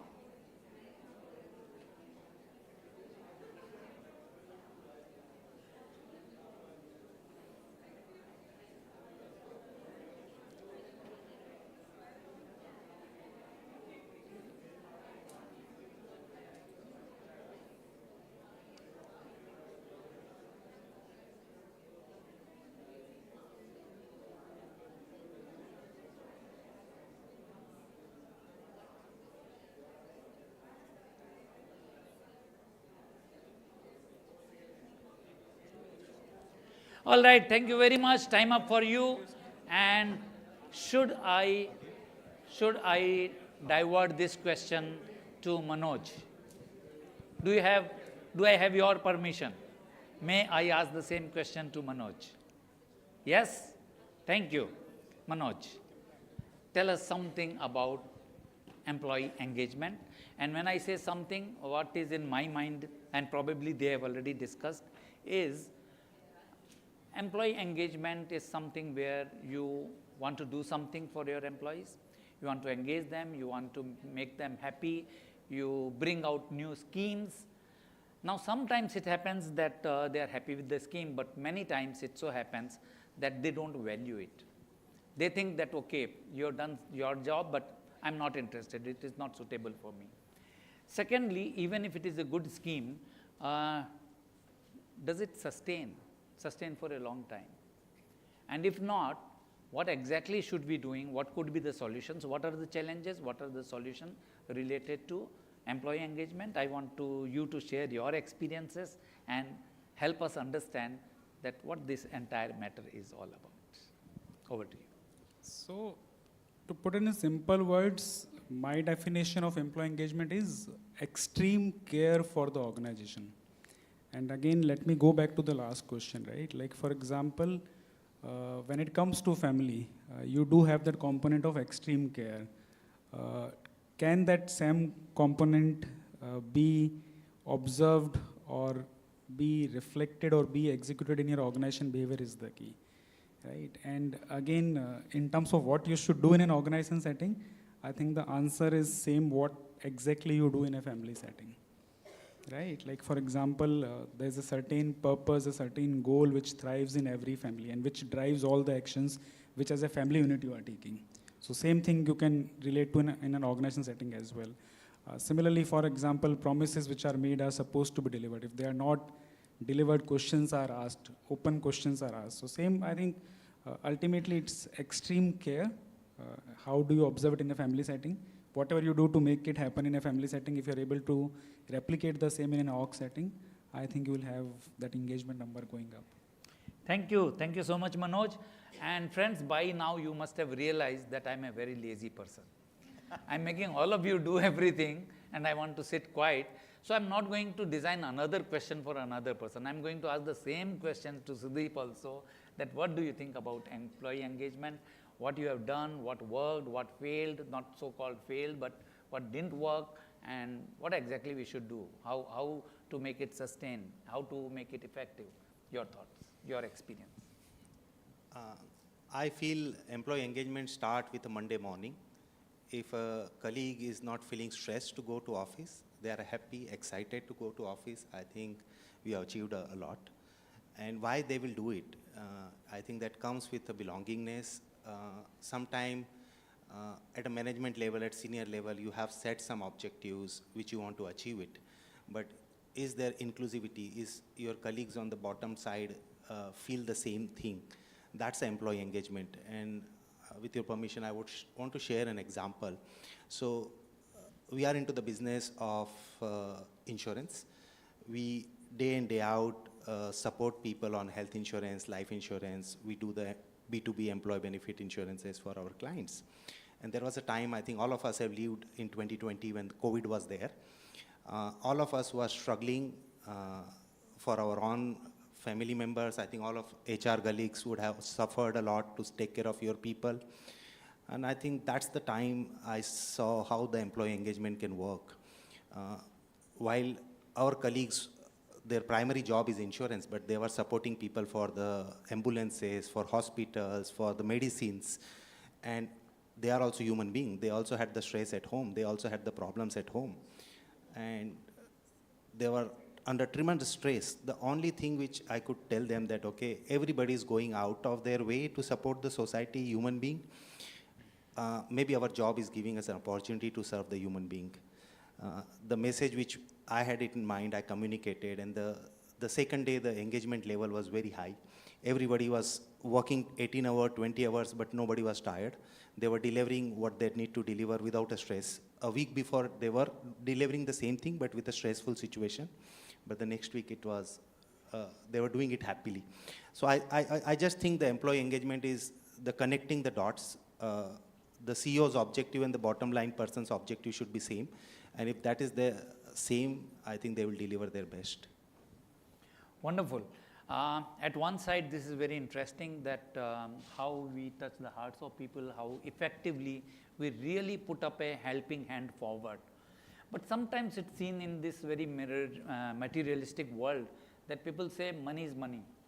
So to what extent this employee engagement or any other welfare scheme or anything will work, and to what extent it is like, ultimately it is about money? Money is like salt in a food. I think we can't avoid it. Yeah, that's the primary factor, and that is a comparable. Everybody can compare what salary I'm getting in my current organization, what salary I will get in the future organization. What people, I think we say, how you make the people feel, I think that makes a difference, and that's definitely makes a difference, because salaries everybody can compare very easily. The way you make people feel, the kind of organization you provide them, the kind of support you provide them, you value the people around you, I think that makes a lot of difference, I feel. So I think there was a Bollywood song that was like, "Pyar chahiye ya paisa chahiye," right? So here also in HR also this is a constant question कि पैसा चाहिए या behavior चाहिए या engagement चाहिए या ये सब चाहिए. And I'm very happy with your answer that we need actually a blend of both. Both are important in their own places. How we deliver, how effective it is, and I think with a lot is being talked about AI and technology, automation, everything. The expectation now is more about individualistic approach, because every person is different. Every person's requirement, aspirations are different. Can we deliver them exactly what they want? And connect similar to this thought, we have a question for Manoj which speaks attitude, skill, knowledge, which is the most important attribute for HR, CHRDs to look into the employees. So we have talked about it, but I think it's a very specific question, and I think there may be more additional thoughts on this. I will request you to just share with us. So I think the answer is loud and clear, right? Attitude beats everything when it comes to choosing between these, right? Because if you have the right attitude, skills and knowledge can be gained. And I would see like there are a lot of examples, like if I look at my life throughout, I've seen so many examples, right? Where when you hire people or when you evaluate people, ultimately it is attitude which determines your long-term success in life, right? I remember somebody we just hired like a year back, right? And again, the person coming from a very humble background, right?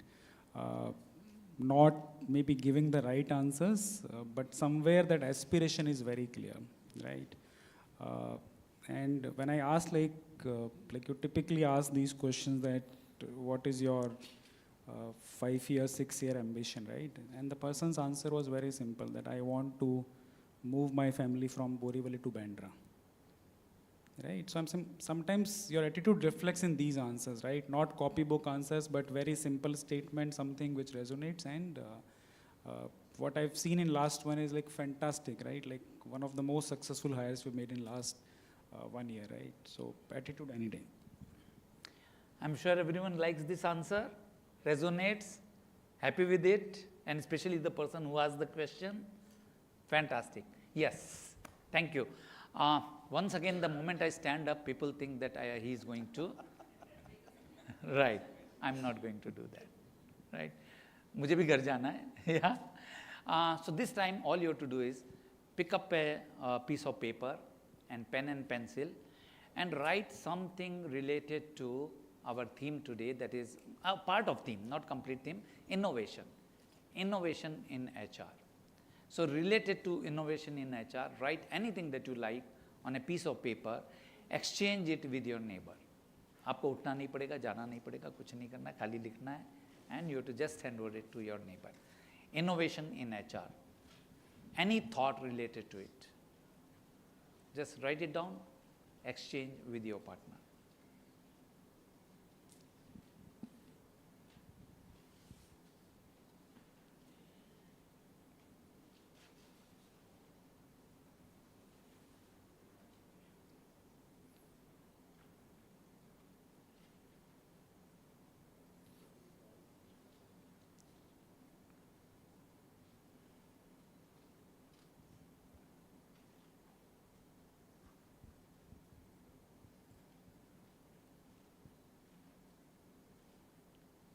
One or two lines are enough. Complete essay is not required.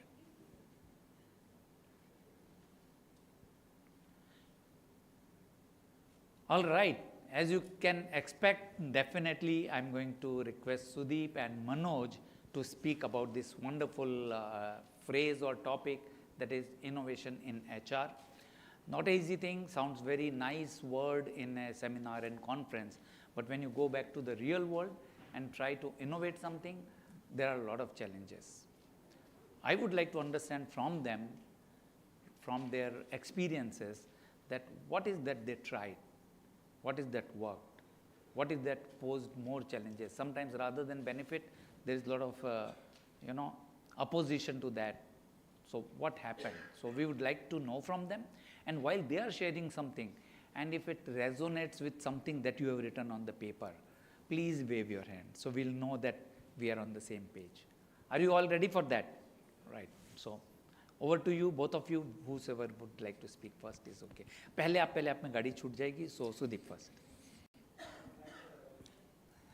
I think many of our previous speakers have spoke a lot about the way HR world is changing, and I think we all agree it is one of the fastest change we as a generation going to see it, from the typical IR related work to the admin work to the future of work. I think it's a tremendous change, and AI is everywhere. I think the earlier days, even if the HR used to help them settle a provident fund money quickly, employee were happy. But now everything is automated. I think HR need to add the real value into the people's life.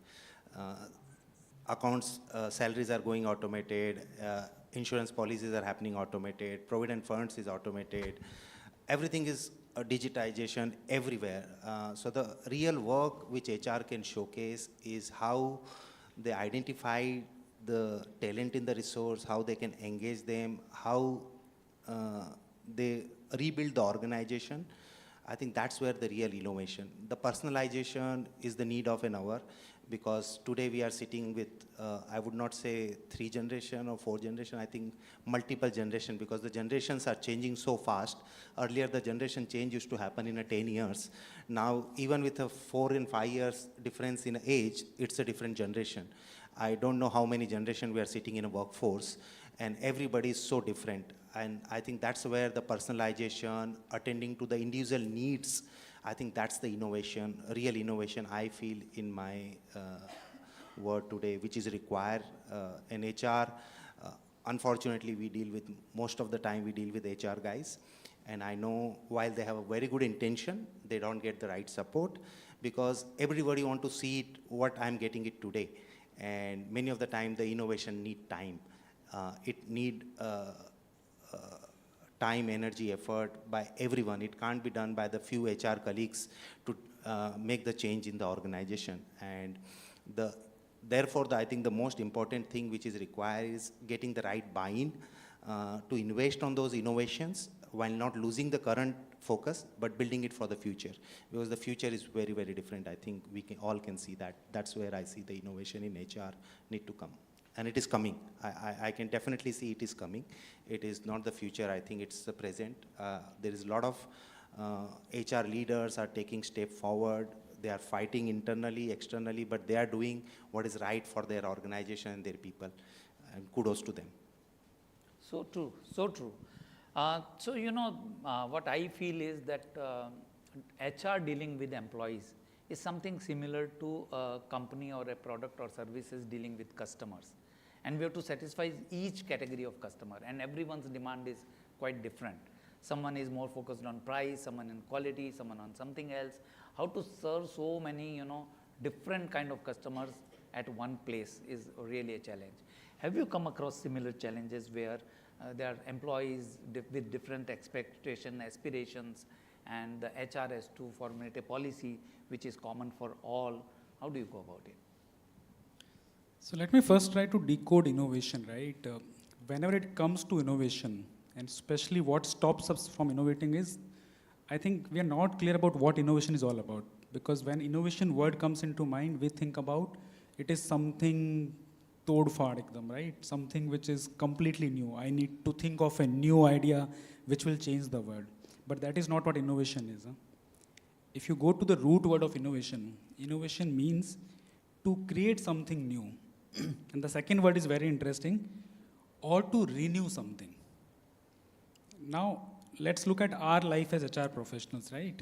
And a lot of things which are mocked about, I think what Abhishek was also alluding to, right? Like we do these simple things like celebrating birthdays, your Rangoli, Diwali competitions, right? Now, I see all of them as an opportunity to innovate something. And it starts with finding the purpose or the problem statement or the context. Now, the moment you reflect on all these aspects, right? Like for example, if you're looking at a simple element like birthday, if you're just cutting the cake, then it is cut, copy, paste. You're not innovating anything. But if you start thinking that why exactly this birthday celebration is happening for this particular person, what is the objective, what purpose I'm trying to achieve, I'm sure the way you deliver it, there will be some aspect which will change. And that is what innovation for me is. Let me give you one example like which we tried in advice and which worked really well, right? We thought that ultimately, and we spoke about like what employees need from an organization, right? You want to learn, you want to have a good environment to work with, you want good money, ultimately you want to evolve in life. And we thought that normally like how do we target? Like if we say when it comes to learning and growth, immediately the answer comes to our mind is we are going to talk about training. We are going to talk about training programs. We will talk about on-the-job training, right? We thought that is there any other way to target this element? And that's where we brought in the entire element of org structure, org design in first place. And we felt that right now, like for example, the stage at which we started, that there are 12, 13 departments. Can we create a structure where 3 or 4 of these departments start interacting more with each other? So we created structure which is more of a cluster structure, where people, 3-4 department people are sitting with each other and they are discussing stuff, right? Now the way it helped, like you're not only restricted to learnings of your department because you're working with at least 3 more departments in close coordination, fantastic learning happening, right? People were able to learn skills and grow into other departments as well, right? So a simple element of org design contributing to it, right? Now challenge is obviously the moment the idea was introduced, a lot of fear, right? How exactly it is going to work, right? There were obviously reporting changes happening, right? How do you deal with it? But again, for me, as I said, innovation and the way we should think about it is simple. What is the problem? What is that one piece I can move to achieve that purpose? The moment you start thinking like this, trust me, we will do brilliant innovation across. And I humbly accept this also, right? As HR fraternity, we are not that great. Huh? Our 9-box still exists. It's I think almost the model came in 90s if I'm not wrong, right? 30 years, but no evolution. Still, if you look at our concepts, right? And I'll take a couple of minutes more, don't want it to be monologue. We talk about seat at the table. I say it's about seat in one room, which we are missing right now. How many of you invest in stocks in this room? How many of you invest in markets? Now, who are the experts in investing in stocks? Generally, if you see, and if I talk about fund manager, research analyst, they all come from finance background. Let's talk about our HR science. First statement, why do we do employee engagement surveys? Because the statement is, or the science is, that employee engagement determines productivity of an organization. A productive organization will be an organization with more value, which will give high returns in terms of stocks. Why don't we have a single HR analyst? We have a people analytics team, but we don't have a single HR analyst sitting in a fund management room. Why are we measuring employee engagement scores if ultimately none of the fund managers is going and talking to a CHRO in a company? A fund manager, when he goes to evaluate a company, and I have spoken to so many of them, I've never met a single one who asks what is the employee engagement score of your company. So unless and until that metrics become more powerful, and again, as I said, the question we need to ask ourselves is, whatever we are measuring, whatever frameworks we are using, are they actually solid enough? Is the science behind robust enough? And whenever it comes to science, we need to question our innovation ability. Thank you. Thank you so much of information, knowledge and value. I'm so happy that both my panel speakers are having wealth and treasure of information, knowledge, and experience. But time is running out. We have to stop somewhere. Before going, I would like to test not you, I want to test them, what they have done to you, right? So repeat after me. I will be speaking something, I will be saying something, repeat after me. 1, 1, 2, 1. 1, 2, 3, 2, 1. 1, 2, 3, 4, 3, 2, 1. 1, 2, 3, 4, 5, 4, 3, 2, 1. 1, 2, 3, 4, 5, 6, 5, 4, 3, 2, 1. 1, 2, 3, 4, 5, 6, 7, 6, 5, 4, 3, 2, 1. Wow, thank you, my panelists, you are passed because they are still alive, they are still awake, they are still having the presence of mind. Thank you very much for this. Thank you.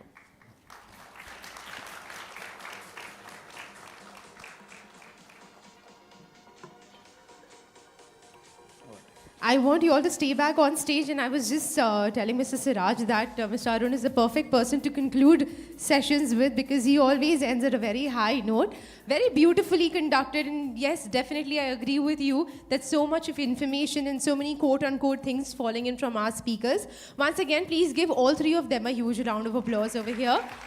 We all know the drill. We would want to felicitate our anchor and our speakers, starting off with felicitating Mr. Arun Chitlangia. Mr. Arun Chitlangia, he's the CEO of Training Tree. So all of the training that you all went through, all of the revoking of your emotions that happened, that's what he's an expert at. Thank you so much for doing that, sir. Always a pleasure to have you over here with us.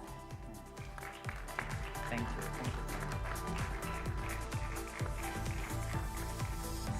Thank you. Mr. Sudeep Indani, MD and Head People Solutions, Locked in India.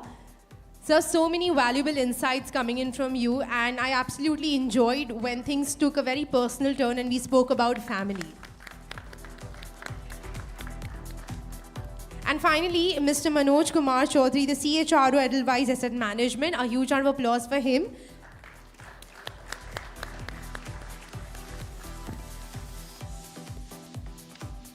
Now, I want all three of you to stay back on stage, because what we want to do over here is we also want to take this opportunity to felicitate all of our partners. So I'm going to call our partners, I'm going to call the companies, and I want the representatives from those companies to one by one come onto the stage and receive a small token of appreciation from our side.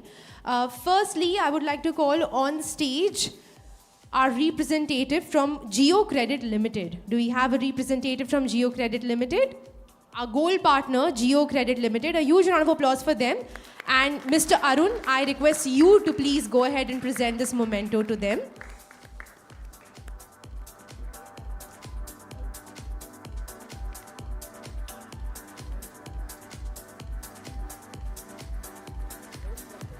Please come.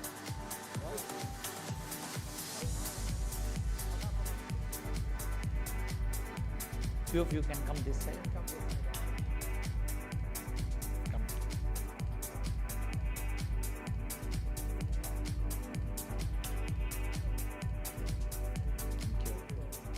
Thank you so much for your support. Welcome. For the next memento, I request Mr. Sudeep to kindly step forward as I call on stage the representatives from Aparajita. This is a corporate service private limited. We want the representatives to please join us on stage.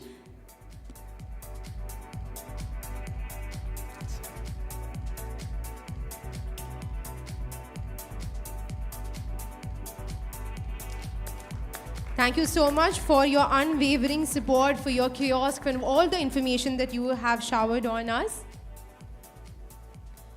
For the next memento, I request Mr. Manoj to please step forward. I'm going to call on stage representatives from Retire 100. Do we have representatives from Retire 100 over here? There we go. Okay.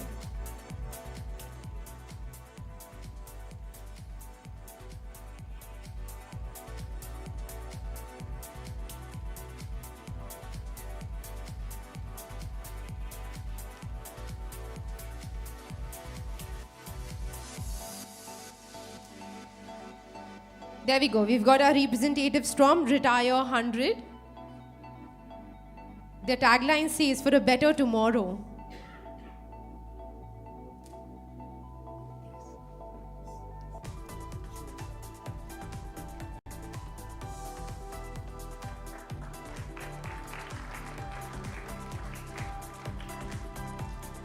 And once again, for the next memento, I request Mr. Arun to step forward. I want representative from Lockton to come forward. We have someone on stage already, but yes, please join us over here, representatives from Lockton. I request all of you to please come over here.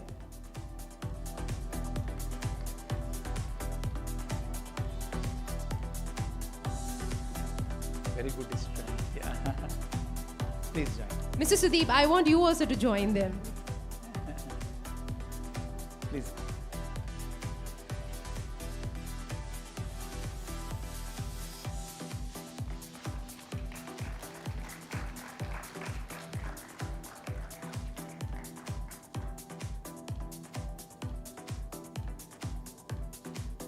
Thank you.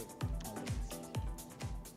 And for the next memento, Mr. Sudeep, I want you to step forward. Do we have the representatives from ProLite over here with us? ProLite Entertainment Private Limited. I've met their entire team, so I can actually see that they're not here right now. If they are outside in the lobby, please call them in. Meanwhile, I request the representatives from First Advantage to please come forward. Our representatives from First Advantage. First Advantage is a leading provider of global software and data in HR technology industry. They are enabled by their proprietary technology and AI.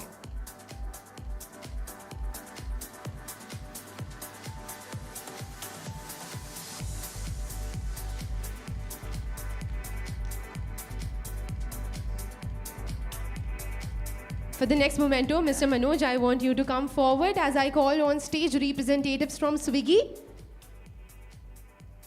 Do we have our representatives from Swiggy? I guess they're outside at the kiosk. I did meet their team also. All right. All right. So with that, also a mention to our knowledge partner, Cedar, and our event partner, Evento. A huge round of applause to all of our partners. They facilitate all of the great things that happen at the summit, how we make it bigger and better. And also a round of applause to Mr. Arun, Mr. Sudeep, and Mr. Manoj for their valuable time and so many insights and also personal stories for that matter. Thank you so much. Thanks a lot. Thank you.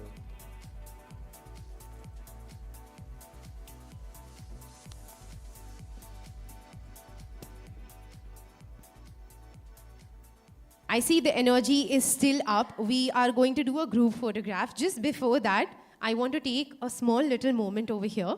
I read one line from my poem, and a few people came and very generously told me that they loved that line. So I thought it's only obvious that I should read the rest of the poem. It's a poem of 2 paragraphs which leads to that line. So do I have your permission? Yes? All right. So the name of my poem is Belong, and it goes, where do I belong? To the nation into which I was born, or to the tunes of the religion's song? To the gender that came along, or to the race that placed me as a pawn? To the hand that'll hold me strong, or to the baby I'll protect from wrong?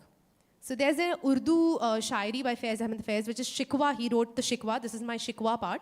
And then he gives a Jawabe Shikwa. So now my Jawabe Shikwa in the poem comes. I'm passing through the world, and the world is passing through me. The absolute sky, the swollen sea, all flowing inside me free. The dirt of the earth, the roots of the tree, all nourishing, but waiting to feed on me. I cannot belong. I cannot confine. It was never a part of my design. So this was the poem I had written. You can clap for me. I'm an artist. I thrive on your applause. All right. With that, ladies and gentlemen, please keep the energy up as we thank all the people who made this event possible. We've got our beautiful people over here at the console. A lot of hard work has gone into seamlessly making this happen. We have our camera people who have made this session live and have not only made it reach the national audience, but also the international audience. We've got all of our partners, right from Geo Credit Limit, Aparajita. We've got Retire 100, Lockton, ProLight, First Advantage, Swiggy, Cedar, Evento. Every single person who came forward and supported us seamlessly. A huge round of applause for them as well.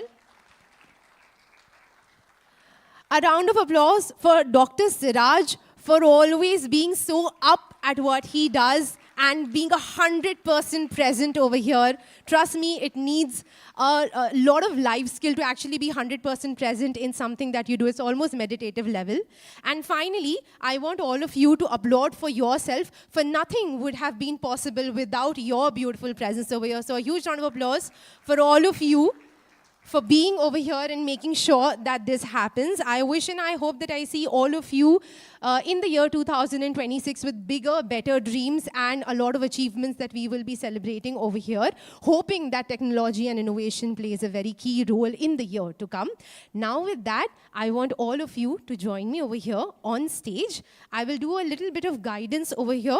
We want to take a group photograph and we are a lot of people. So, yes.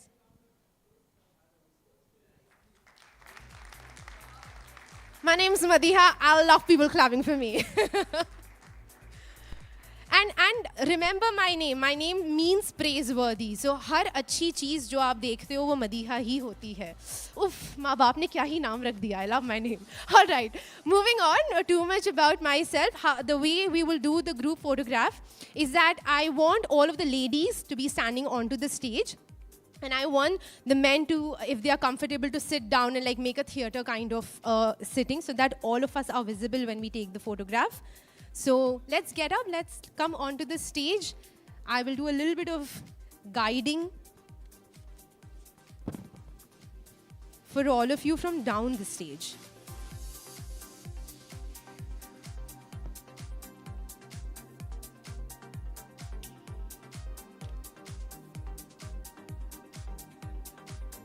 Yes, everybody, please join all the ladies. We can go up on the stage.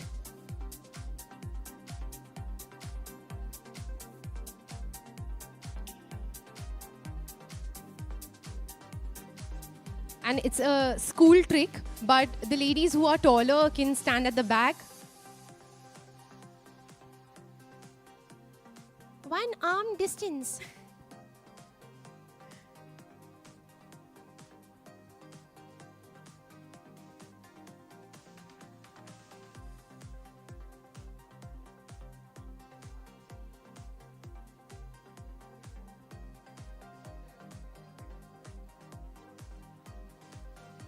Everybody. If there's anybody in the lobby outside, please call them also in. People at the kiosk.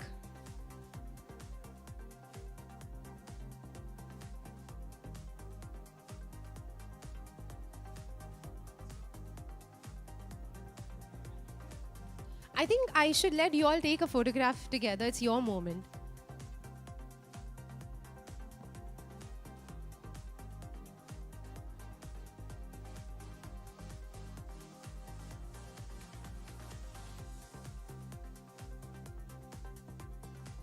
Why are the ladies sitting over there? Why don't you all join?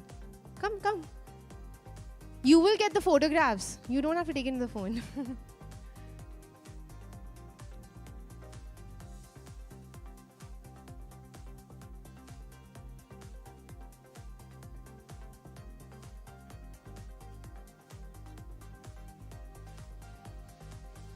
Okay, where are we clicking? हम वहाँ पे click करें.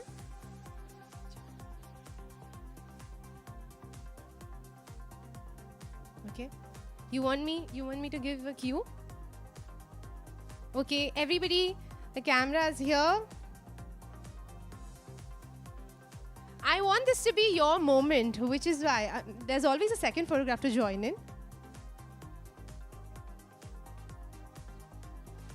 All right, we do something crazy. We do like a hip hip hooray, and on the count of 3, 2, 1. Sir, you're ready? Okay, so on the count of 3, 2, 1, you all go hip hip hooray, okay?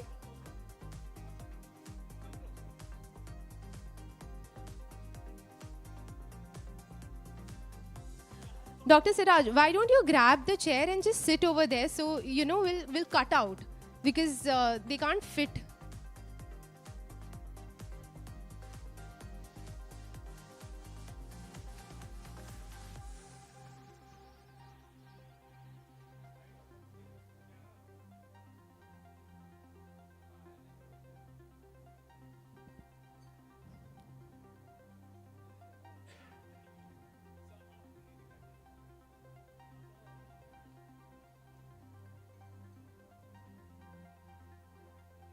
Right.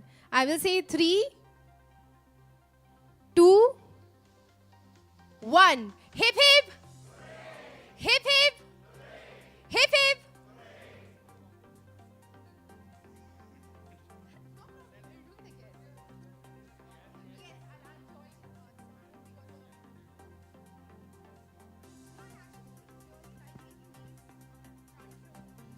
Okay, sir, are you ready?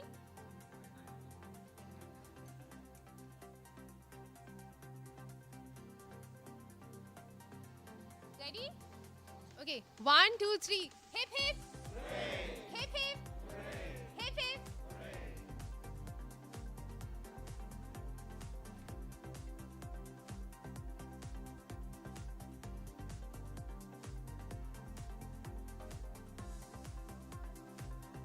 Thank you so much, everybody. We have high tea that is being served outside. Make sure that you proceed towards it. We have feedback forms. I hope that you've filled all the forms. And we've done a lot of scattering around, so make sure you collect your belongings before you move out. My name is Madiha Khan, and thank you so much for having me as your host for the Mumbai HR Summit.